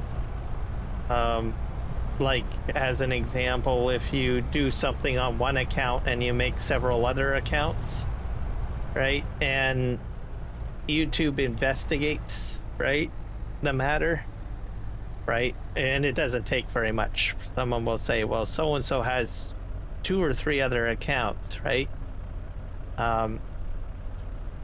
If the conventional methods don't work, then usually the conventional method is just to shut down the one account. But if you're countervening or breaking the user agreement, or, you know, by creating multiple accounts, they'll just IP ban you.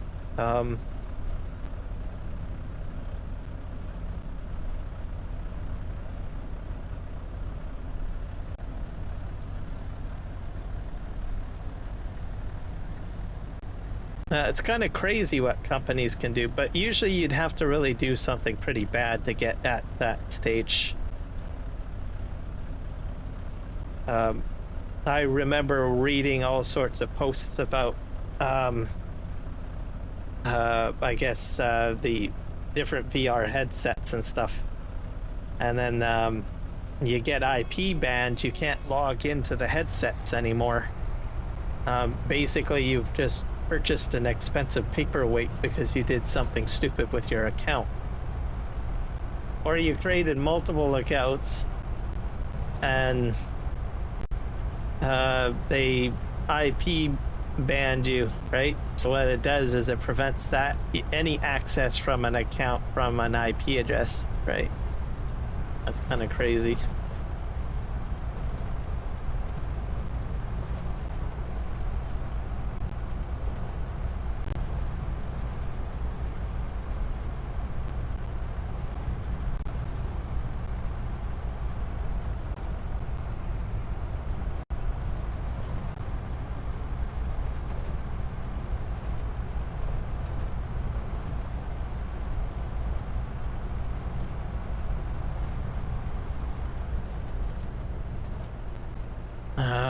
What else can companies do? Like, if you're using a device, like every hardware device has a MAC address. They can also determine your MAC address, and even if you get around an IP ban, they can do a MAC address ban. So that means that physical hardware, and every hardware device that's like either a computer, a phone, anything that connects to the internet has a MAC address, which is a hardware address.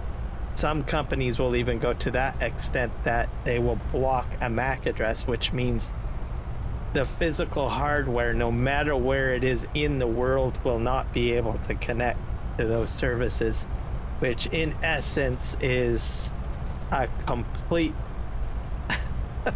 bricking of your headset at that point. And I've read posts about that too online. It's crazy.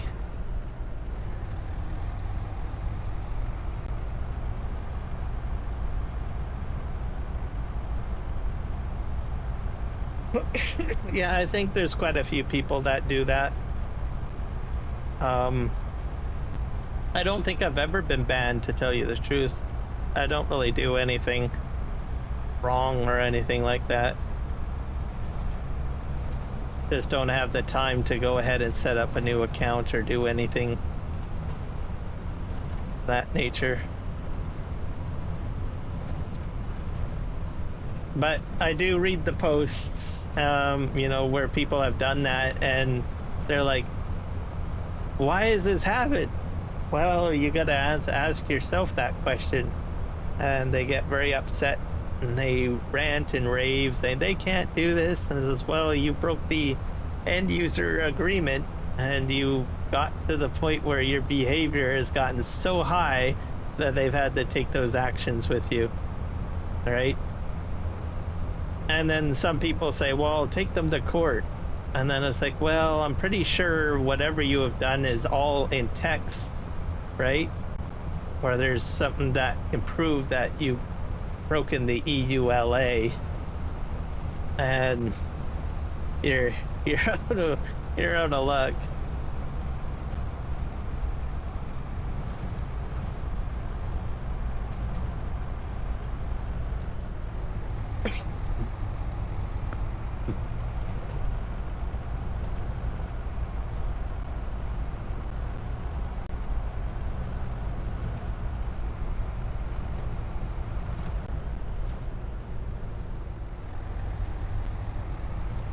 IP bans, generally people use, I think they'll use a VPN or they'll connect the device to a different network. That's how you get around that. People do it all the time. That's why people do it. People do it for Netflix, right? They want like content from another country or whatnot. They'll just get around it, right? So there's that. MAC address bans you can't get around unless you find a way to clear out the MAC address out of the hardware, but that's like next to impossible. But most people, what they do in that situation is they just buy a new device, right? Or they sign into another computer, right? But at the same time, each device you buy, right, all it takes is that you sign into that account on another device. It will flag that that account has been accessed on another device, and next you know it, that device is there, is now blocked, right? Or brick, right? So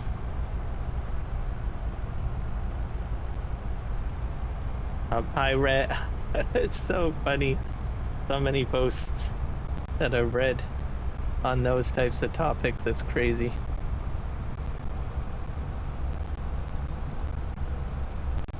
It becomes expensive too, depending on whichever device you've got. If it's a phone that you purchased, well, there you go. You have to go off and buy a brand new phone because your MAC address is now in the system on a blacklist, right? Oh. If it's a computer, then you're out to buy a new system board, I believe, for your computer.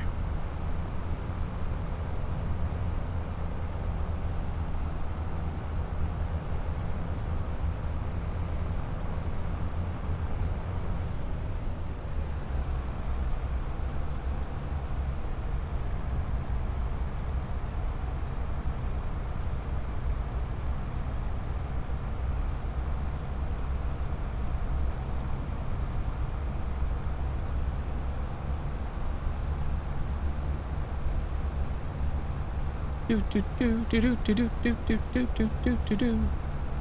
going to make our delivery, our big pile of stones.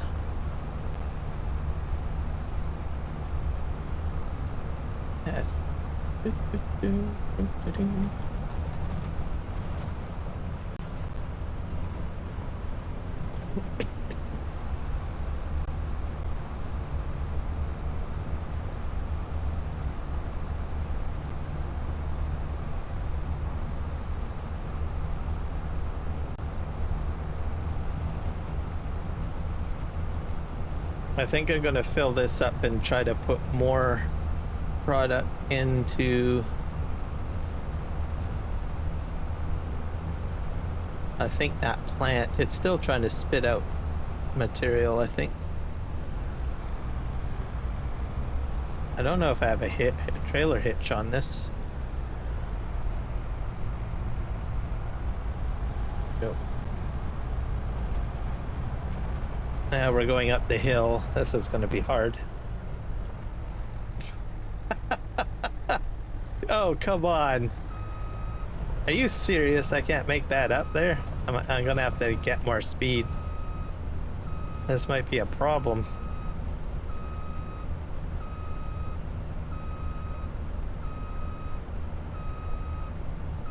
All right.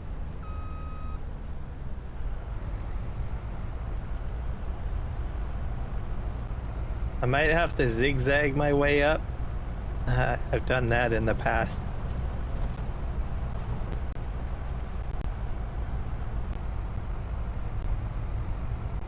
This is usually a trick that I use. I zigzag up if the weight is too much. There we go. And hopefully I don't get hit by a train, because I should have looked both ways.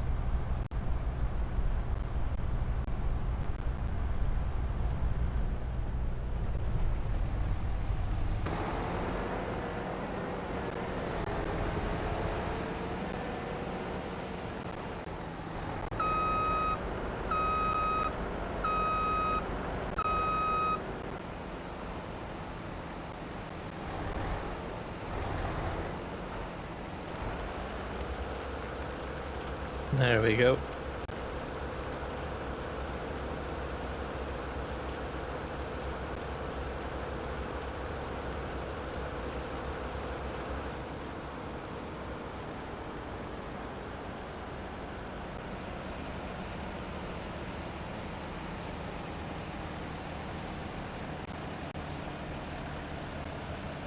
Okay. I suppose that's always an option. Just remember what our the term T800 says to Sarah Connor. If you're going to keep it in a chip bag, don't take it out of a chip bag. Because she made the mistake of taking it out of the chip bag.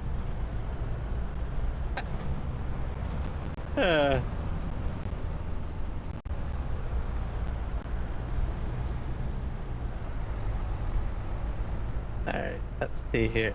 I'm gonna try to get under here.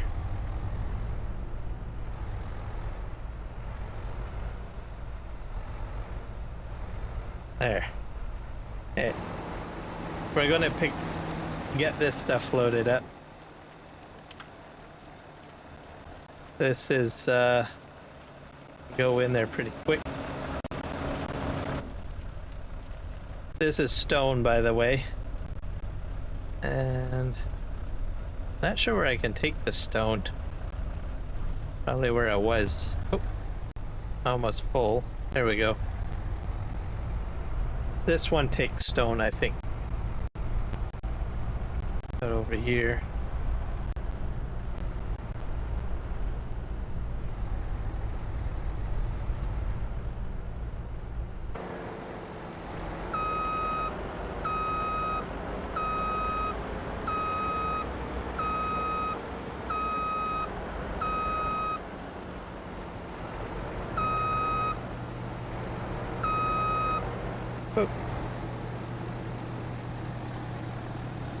Stone's not accepted here. Oh. Okay.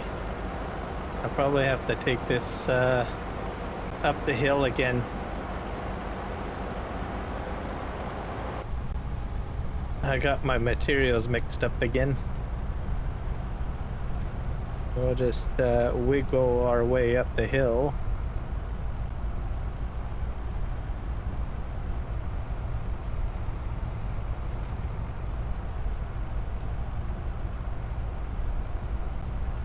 There we go.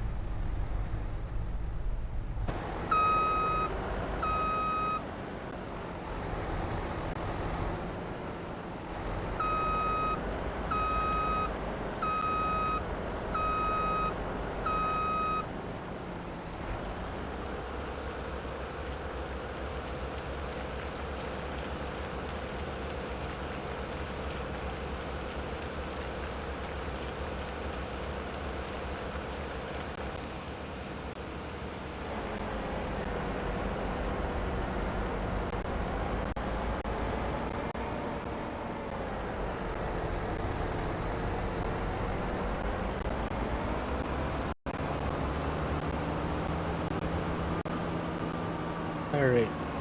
I need to pick up the calcium carbonate.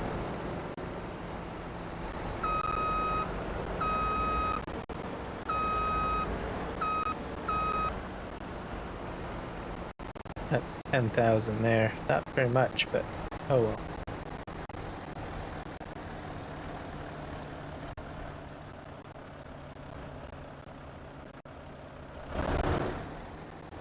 Don't know what else I have here. I have limestone and I have gypsum, which I don't think I need anytime soon, so.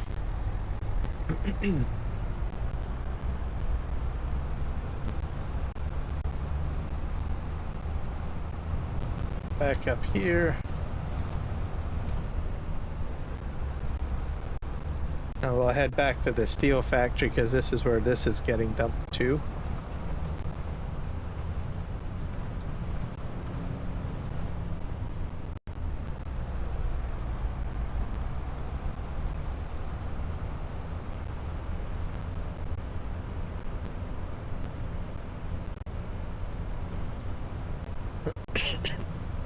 Much smaller load of calcium carbonate though.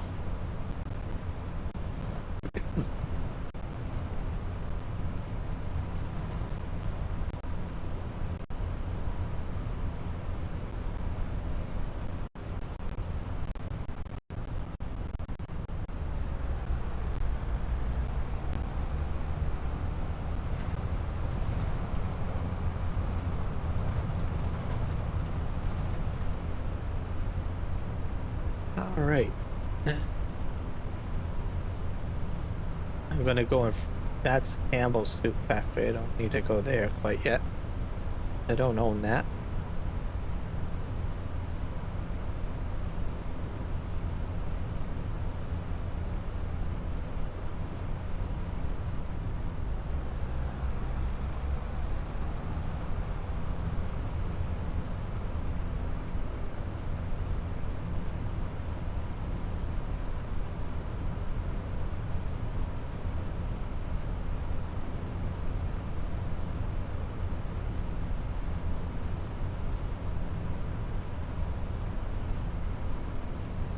Do not let me get my hands on aluminum. Yeah.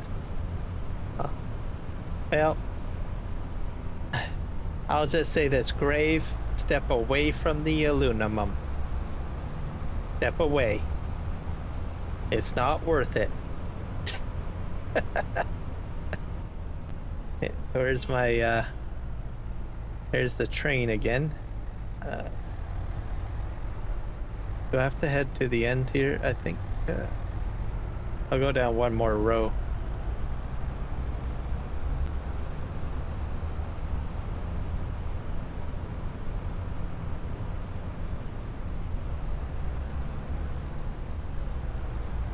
I'm not sure if I'll make it up the hill.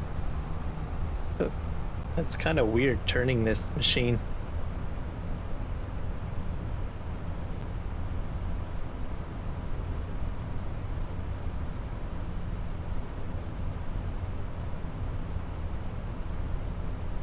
Almost to the end here. Just slow down.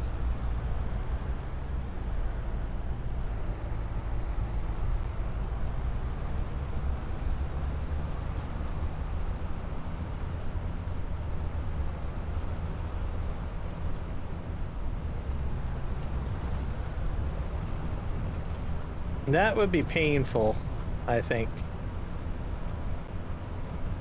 Very painful.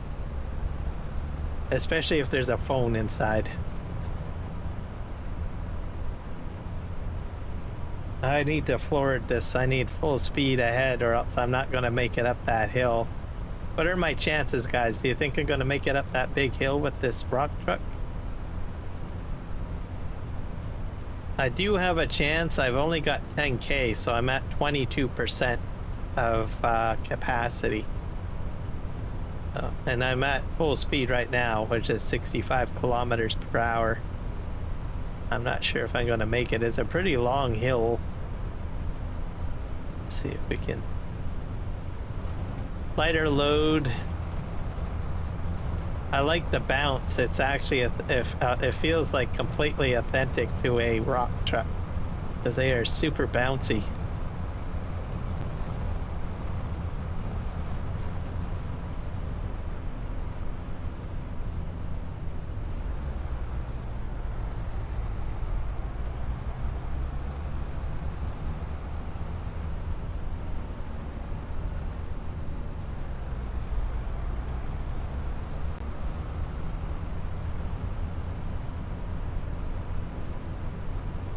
It is painful because I have done it all before. Oh, okay.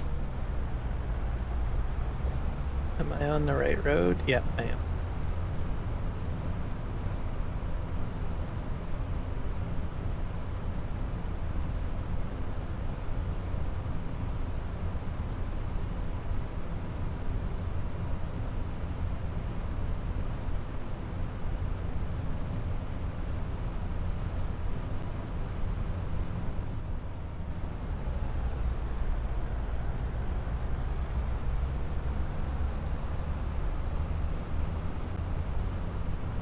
Yep. I hear that is pretty bad on the back though. Driving these, I think. Especially if you don't have a great seat in it. So I've heard.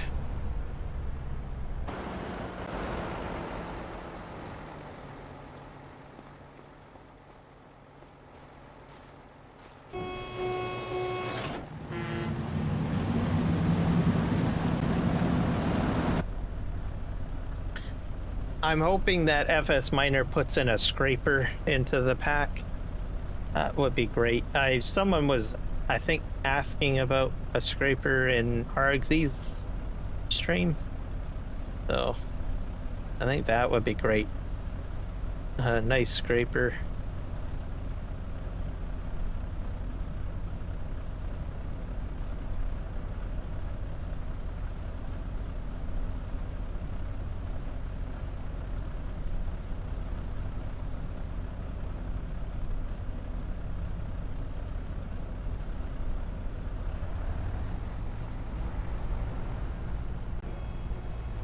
Okay, off we go.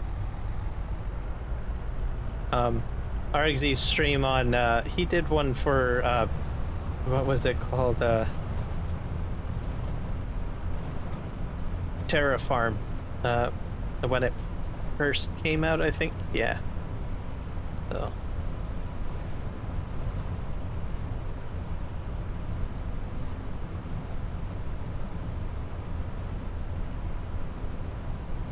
But I know someone in there had asked if there was like a scraper, but I don't think there was one.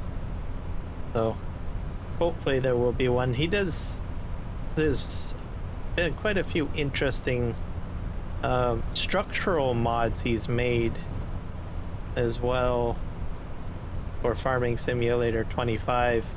But I'm not sure if they're all in the pack. Like he also has like a map, I believe. FS Miner. So some of the stuff he builds might be only map exclusive, I think. I'll have to look into that. But I get his latest mod pack, which is a lot of equipment in there and roleplay apparatuses too, like cement barriers and cranes and stuff. I haven't used a crane yet. That would be kind of interesting to try. It's like a big giant hoist crane. It's crazy. It was in 22, I believe.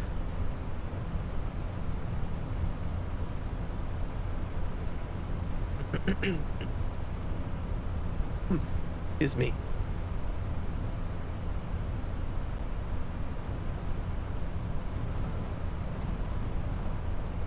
These tracks remained, I'm surprised. I like went halfway across, all the way across the map, and these tire tracks are still here. How can that be?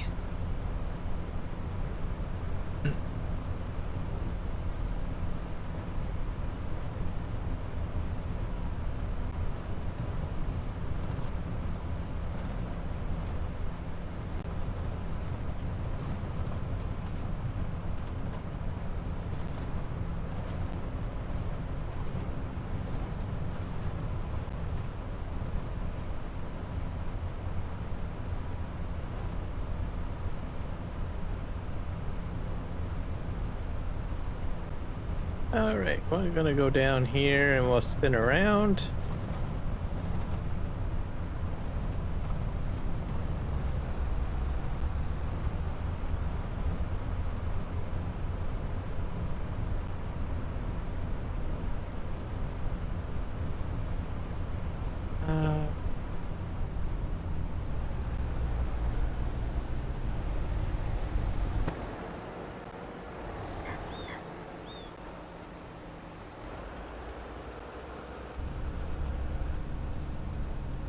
All right, off we go.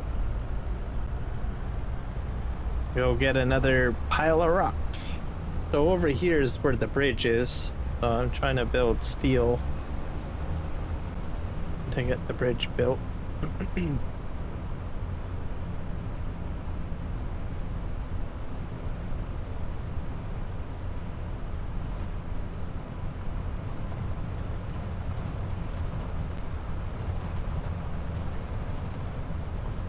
But it's definitely fun boogieing around on this thing. I do think it needs to be a tad more powerful up on the hills, maybe. I don't know. Mind you, I have seen in real life with heavy materials, rock trucks getting stuck. So I guess it is pretty real, I guess, I suppose. I think I'm gonna park like right here.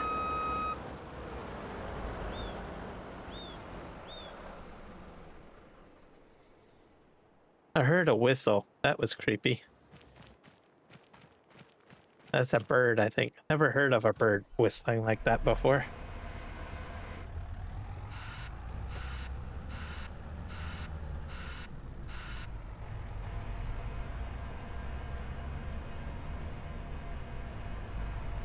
I do want to switch this front end loader out, though. I think I do.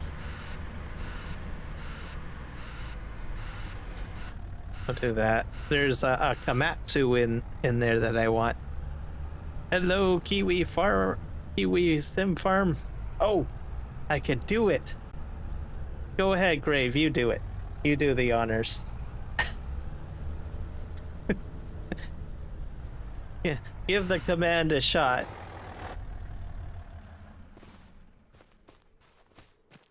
Okay, we're gonna get another. Oh, there's that bird again. A weird bird. Okay, well, I'm going to do the honors then. Okay. There we go. Oh, you did it too. There we go. There you go, guys. Check them out. It worked. That's when it's supposed to happen. There we go.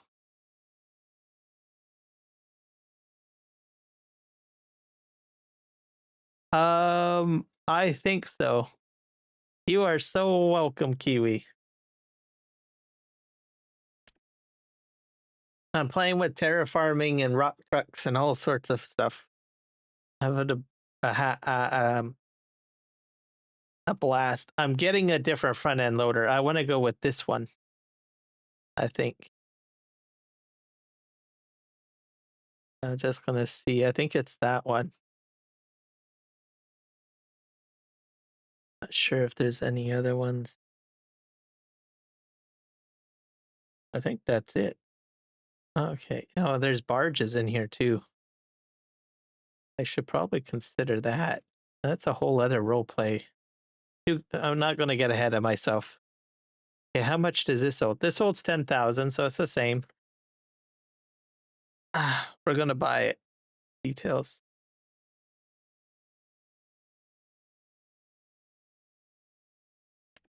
I think it can. It can. I think it'll be able to handle the gravel a bit better. Is I want to give it a try. It's not Terraform compatible, I don't think. Yeah, it's not right now, anyways. So this guy will still be purposeful for terraforming, but for loading purposes, let's just get this high dump bucket out of the way. That's the other thing. I don't have high dump on that other front end loader. Have to wait.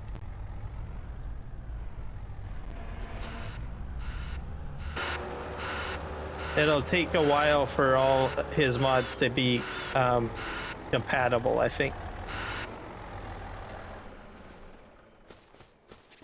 All right, let's give this one a try. Is that the weight of the stones is pretty crazy, so I'm thinking this one might do a bit better. Oh, the cab is different too. I might find that this is a little bit more stable.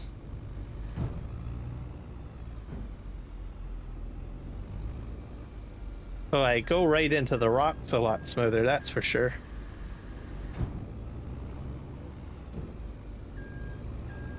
Yeah, it's got better weight balance. It can handle gravel and stone better. And it's faster. It was like this in Farming Simulator 22. So if you need to boogie, this one's probably ideal. I love it. Whereas the other front end loader that I had a moment ago, it works. It's just that it doesn't have a very good counterbalance. So you have to take it really easily, or when you're lifting the material into the air. It's not going to flip you big time, but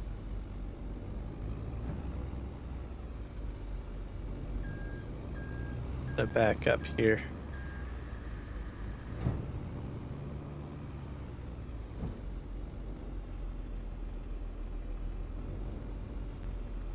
There you go.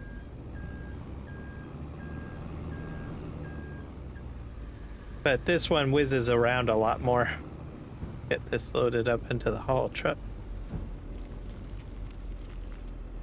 There we go. I think I can probably put like maybe one more load in.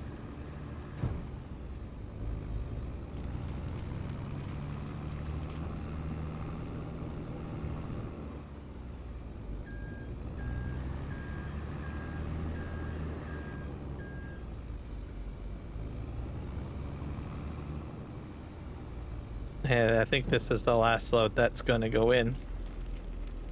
Oh, minus a wee bit.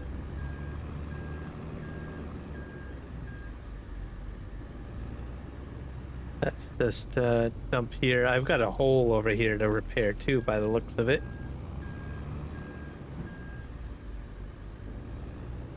I'll have to remember to do the edges.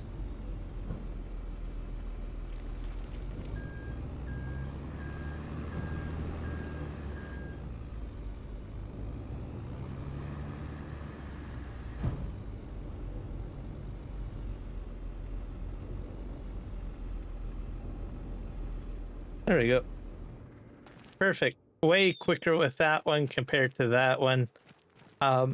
It works, that one, but like I said, it too much weight in the bucket. You have to be a bit careful. So, whereas I think this other one just has so much weight in the bat that it's able to better counterbalance the weight. So, all right, let's see if we can make it up this hill.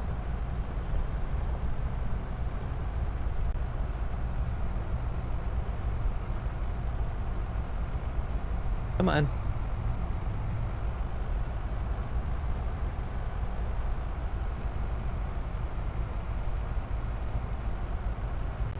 Articulate my way up here.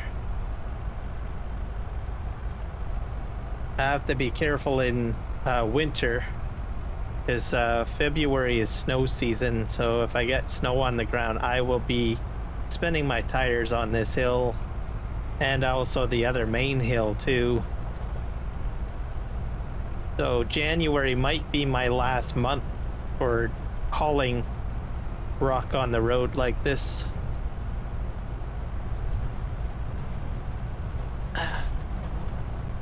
I think.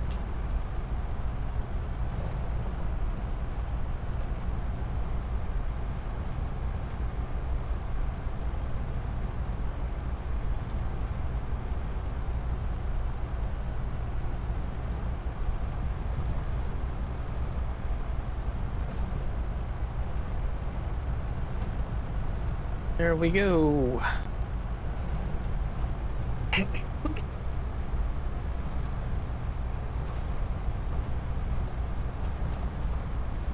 You are?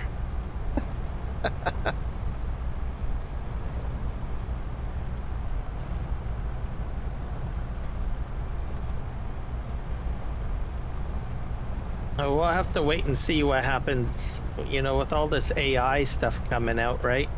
Maybe they'll have better AI, maybe AI bots that can maybe be a little bit smarter, I guess.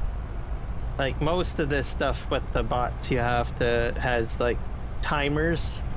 So it's all on timers and intervals and stuff.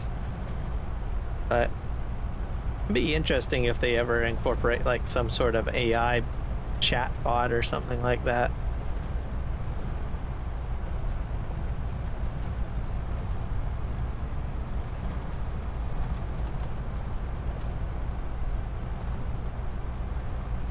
Yep.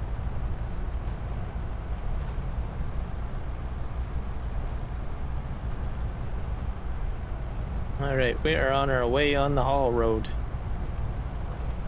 I do have to remember to sell some more products too, because I think it's about almost time to do that. So this will probably be my last haul truck road attempt here. So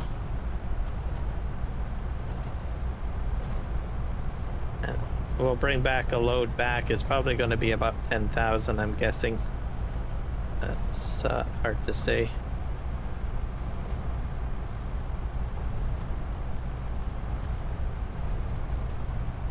Here we go.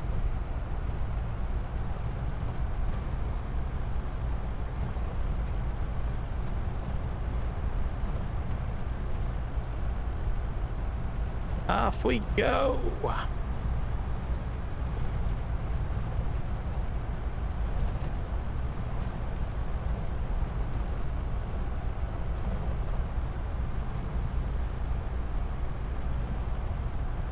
Yep, 4 hours and 27 minutes.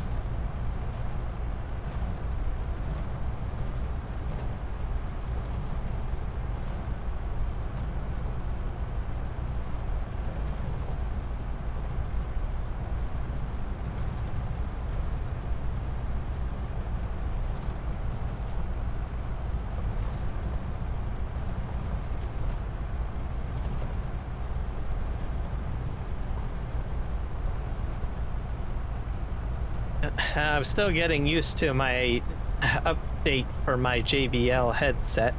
So they basically had redone the entire quantum engine software.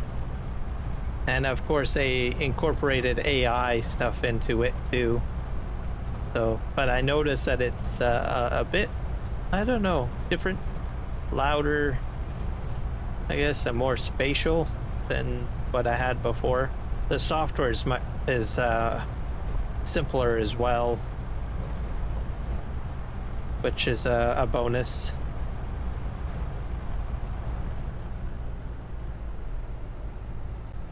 Park here.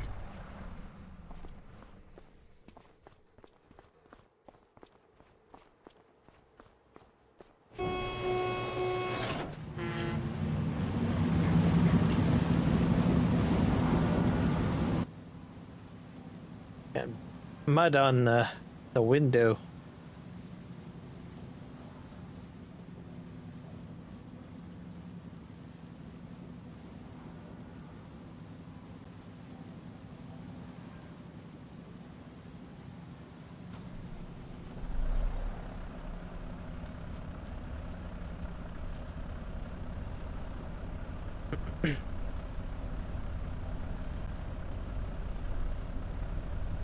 All right. Are we gonna move forward now?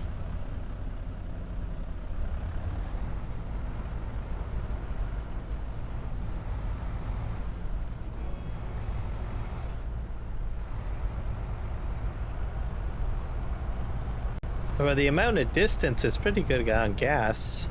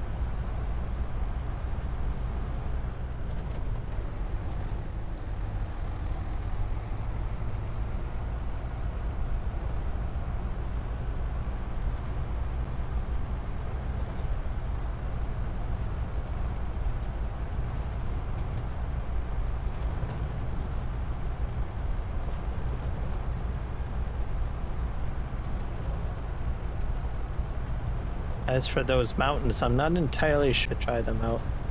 I need to do any more digging.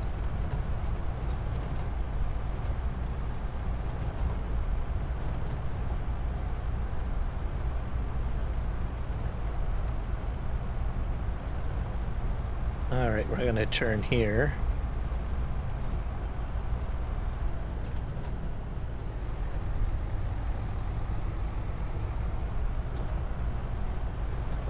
There.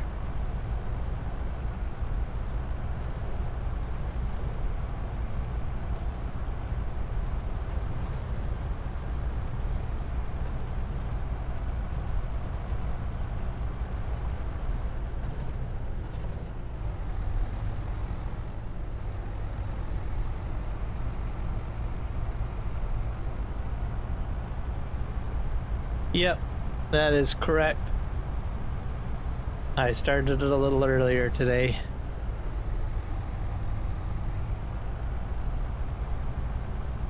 I'm probably going to make this probably my last trip.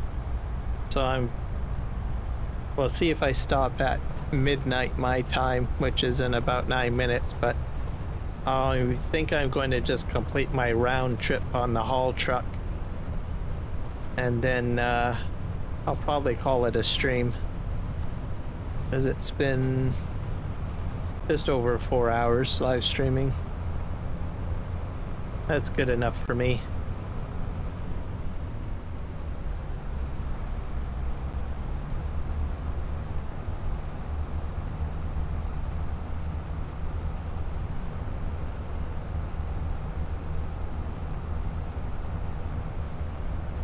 Yeah. And so it'll be first time for a members chat mode. Never used that before. Well,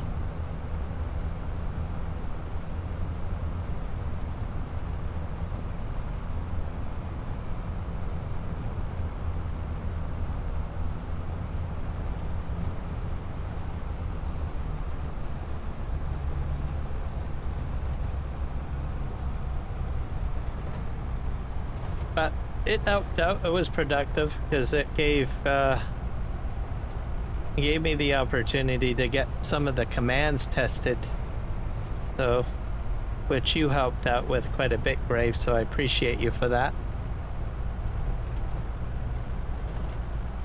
Yeah, 2 or 3 hours, probably a 3-hour difference because you're in New York. So I'm on the West Coast.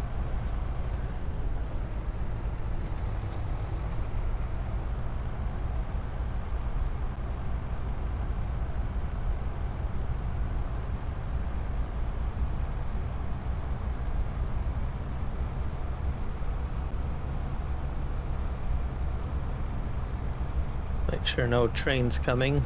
Yep, and clear.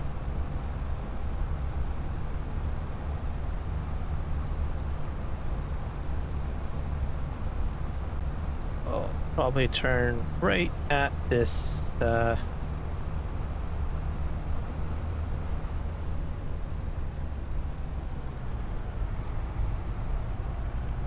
Dig it. There we go. I'll just put this on cruise control.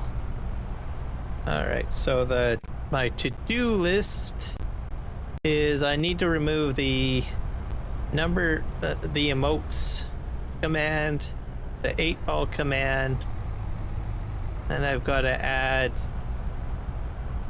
your channel with a command, Nick's channel with a command, and Rocket's channel with a command. So I'll program those in. Wait, did I go the right way?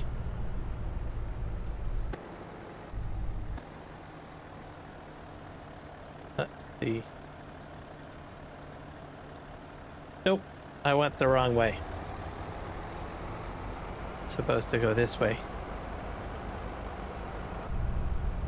There we go.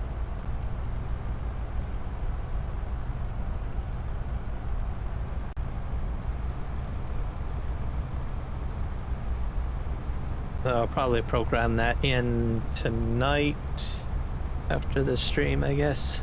Yeah.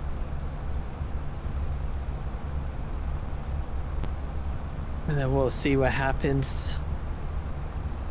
So numbers, I don't think it likes numbers. So if you do a command with a number, I don't think it'll work. Because I removed the 3 out of 3 J's and then it was fine. So that's good to know if anyone does commands for stream elements. For some reason it doesn't like numbers. Or it could be just for me. Just doesn't like me using numbers, maybe.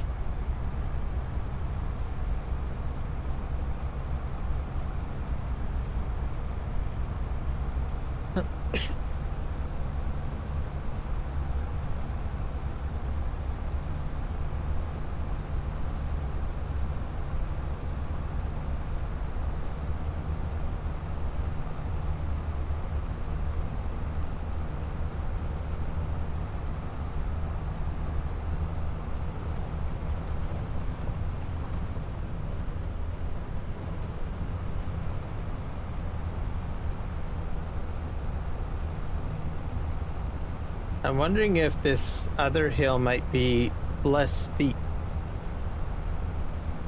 It might be. I think the one further in the distance is steeper. I'm gonna try this hill here. Go up this road. It's bumpier though, but maybe that might help me.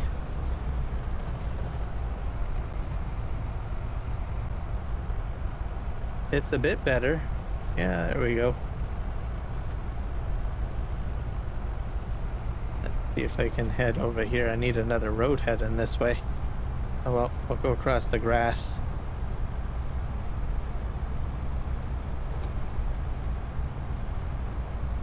We'll haul up another load of rock from below, I think.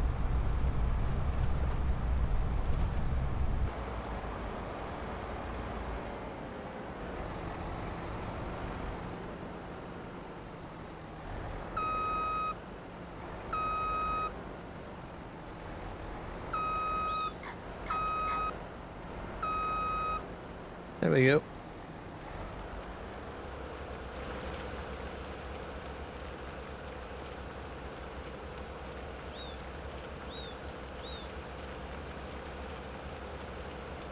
That'll be another 40,000. We'll go down the hill and head to the conveyor belt.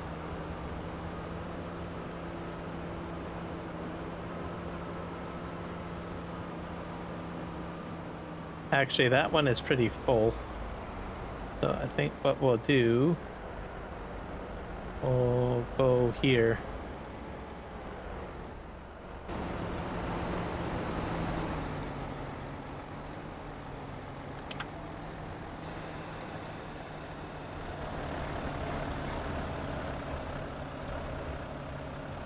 Clean this up. This is a different material, but it's going to go into that over there.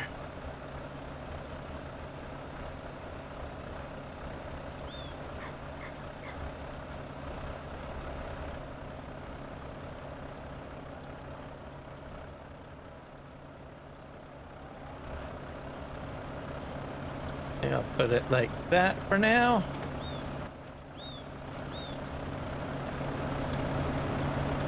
Look at those tires. All right. Gravel. So I think that'll go in here.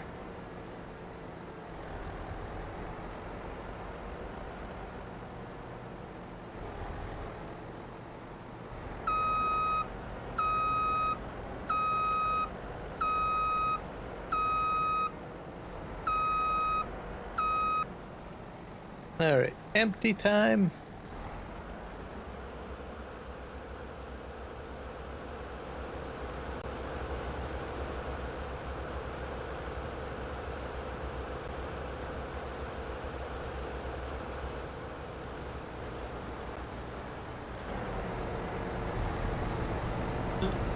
Let's turn here.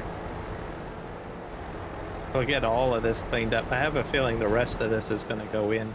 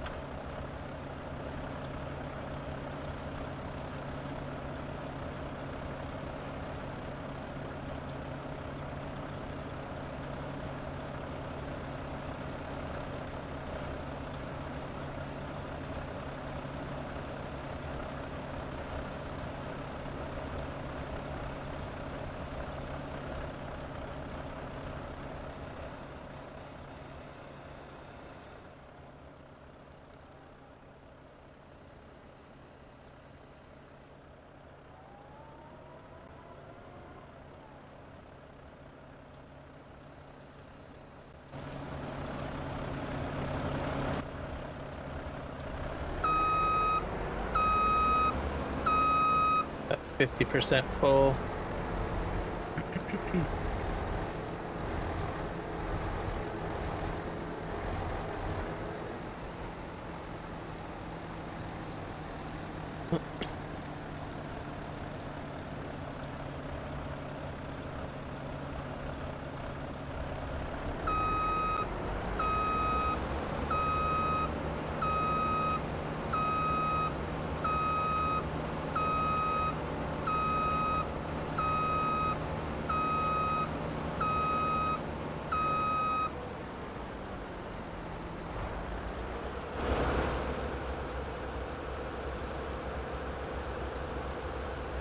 Starting to get filled. I think this might be the last bit.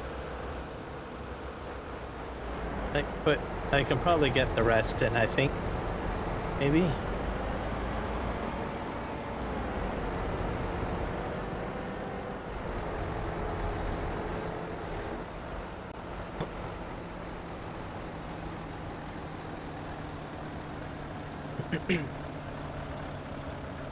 I needed, the reason why the pile's here is that I needed the trailer, so I just dumped it all out here.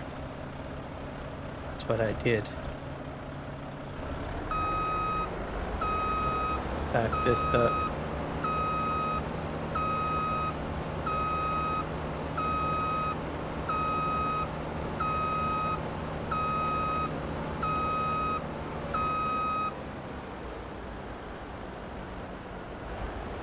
I don't think all of this is going to go in there.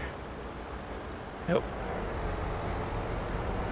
I'll just go over here and fill up the rest, I guess. There we go. All right, next, let's get the gold picked up because they're not spawning here in this state. So I have to get all of that picked up.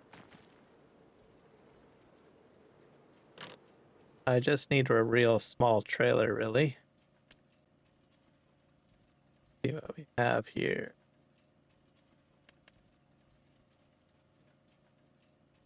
Maybe this one? Does this have auto load? Test the map. Auto load. Yes.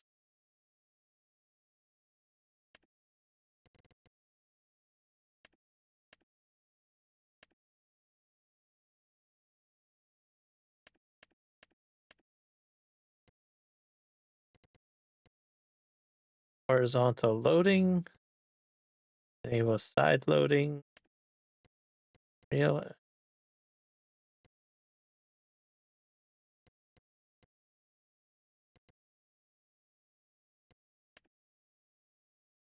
I'll do 3, I guess. Use configuration. I don't know. I'm still new to this new universal auto load. Yeah, we'll bust it by. Let's see if I can hook. Maybe I need. I'm not sure if I can. Can I pull this with that? I don't know.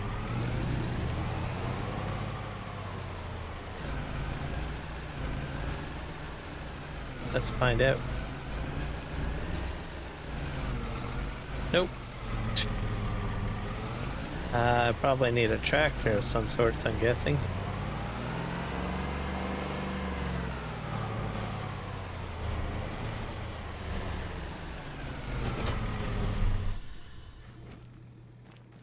Let's find ourselves a tractor, I guess, or something different to haul that. I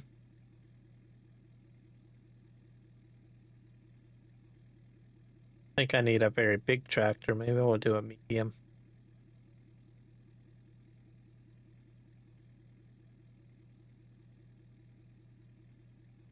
We'll do a black Ultra, maybe? Do that.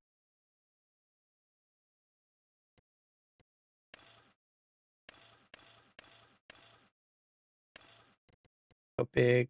Reverse driving. Oh, that's interesting. Roof setup standard.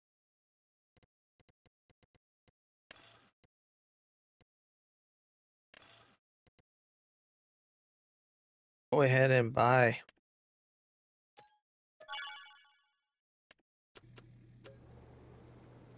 Let's see if this guy should be able to pull it.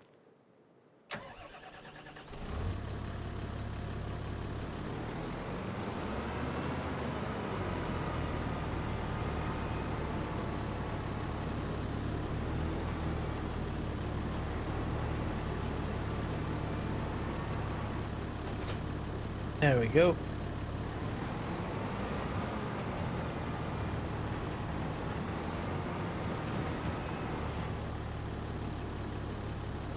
Can I auto load these? How do you?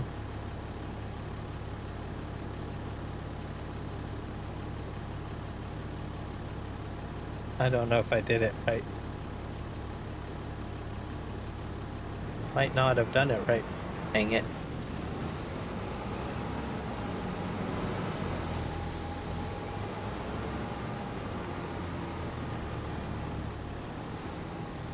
Let's see.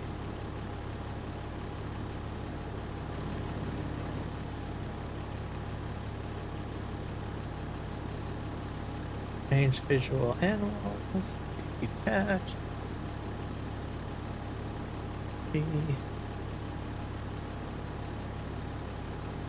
Oh, I don't think I did it right. Oh well. Well, in that case, we will lift them by hand.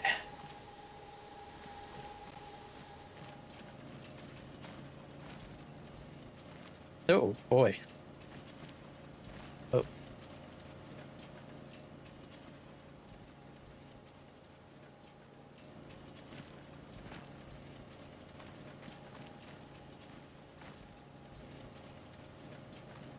They have a bit of a bounce on them. That's interesting.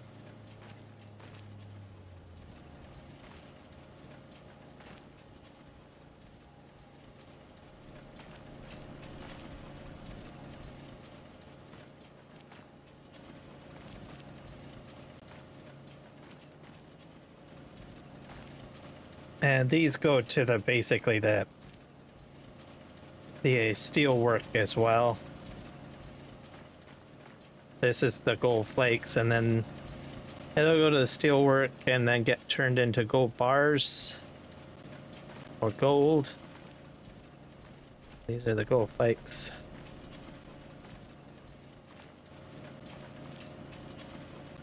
But there's quite a few of them. I figured I better Shoot them out of here.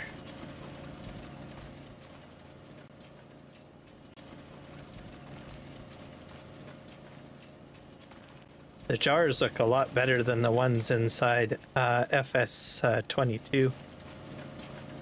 I like the glass look on them. All right.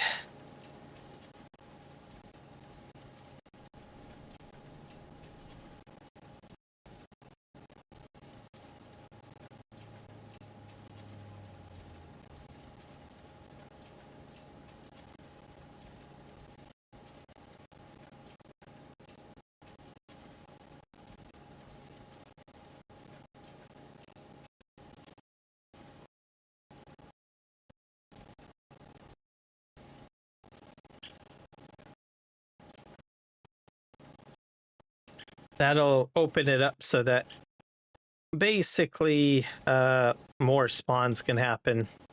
So it'll be a good thing, in my opinion. Overall.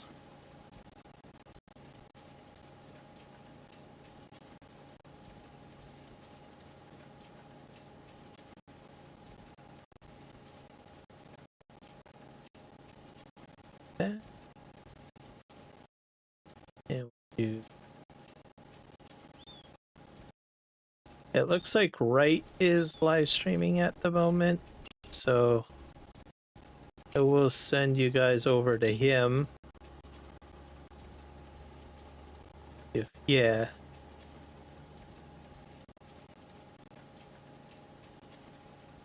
He's got like a rock quarry mine going on, so kind of similar to the same stuff that I've been doing on Farm Sim. So, guys, check him out. And remember to hit the like button, follow, subscribe. We'll see you guys in the next one. Cheerio and happy farming.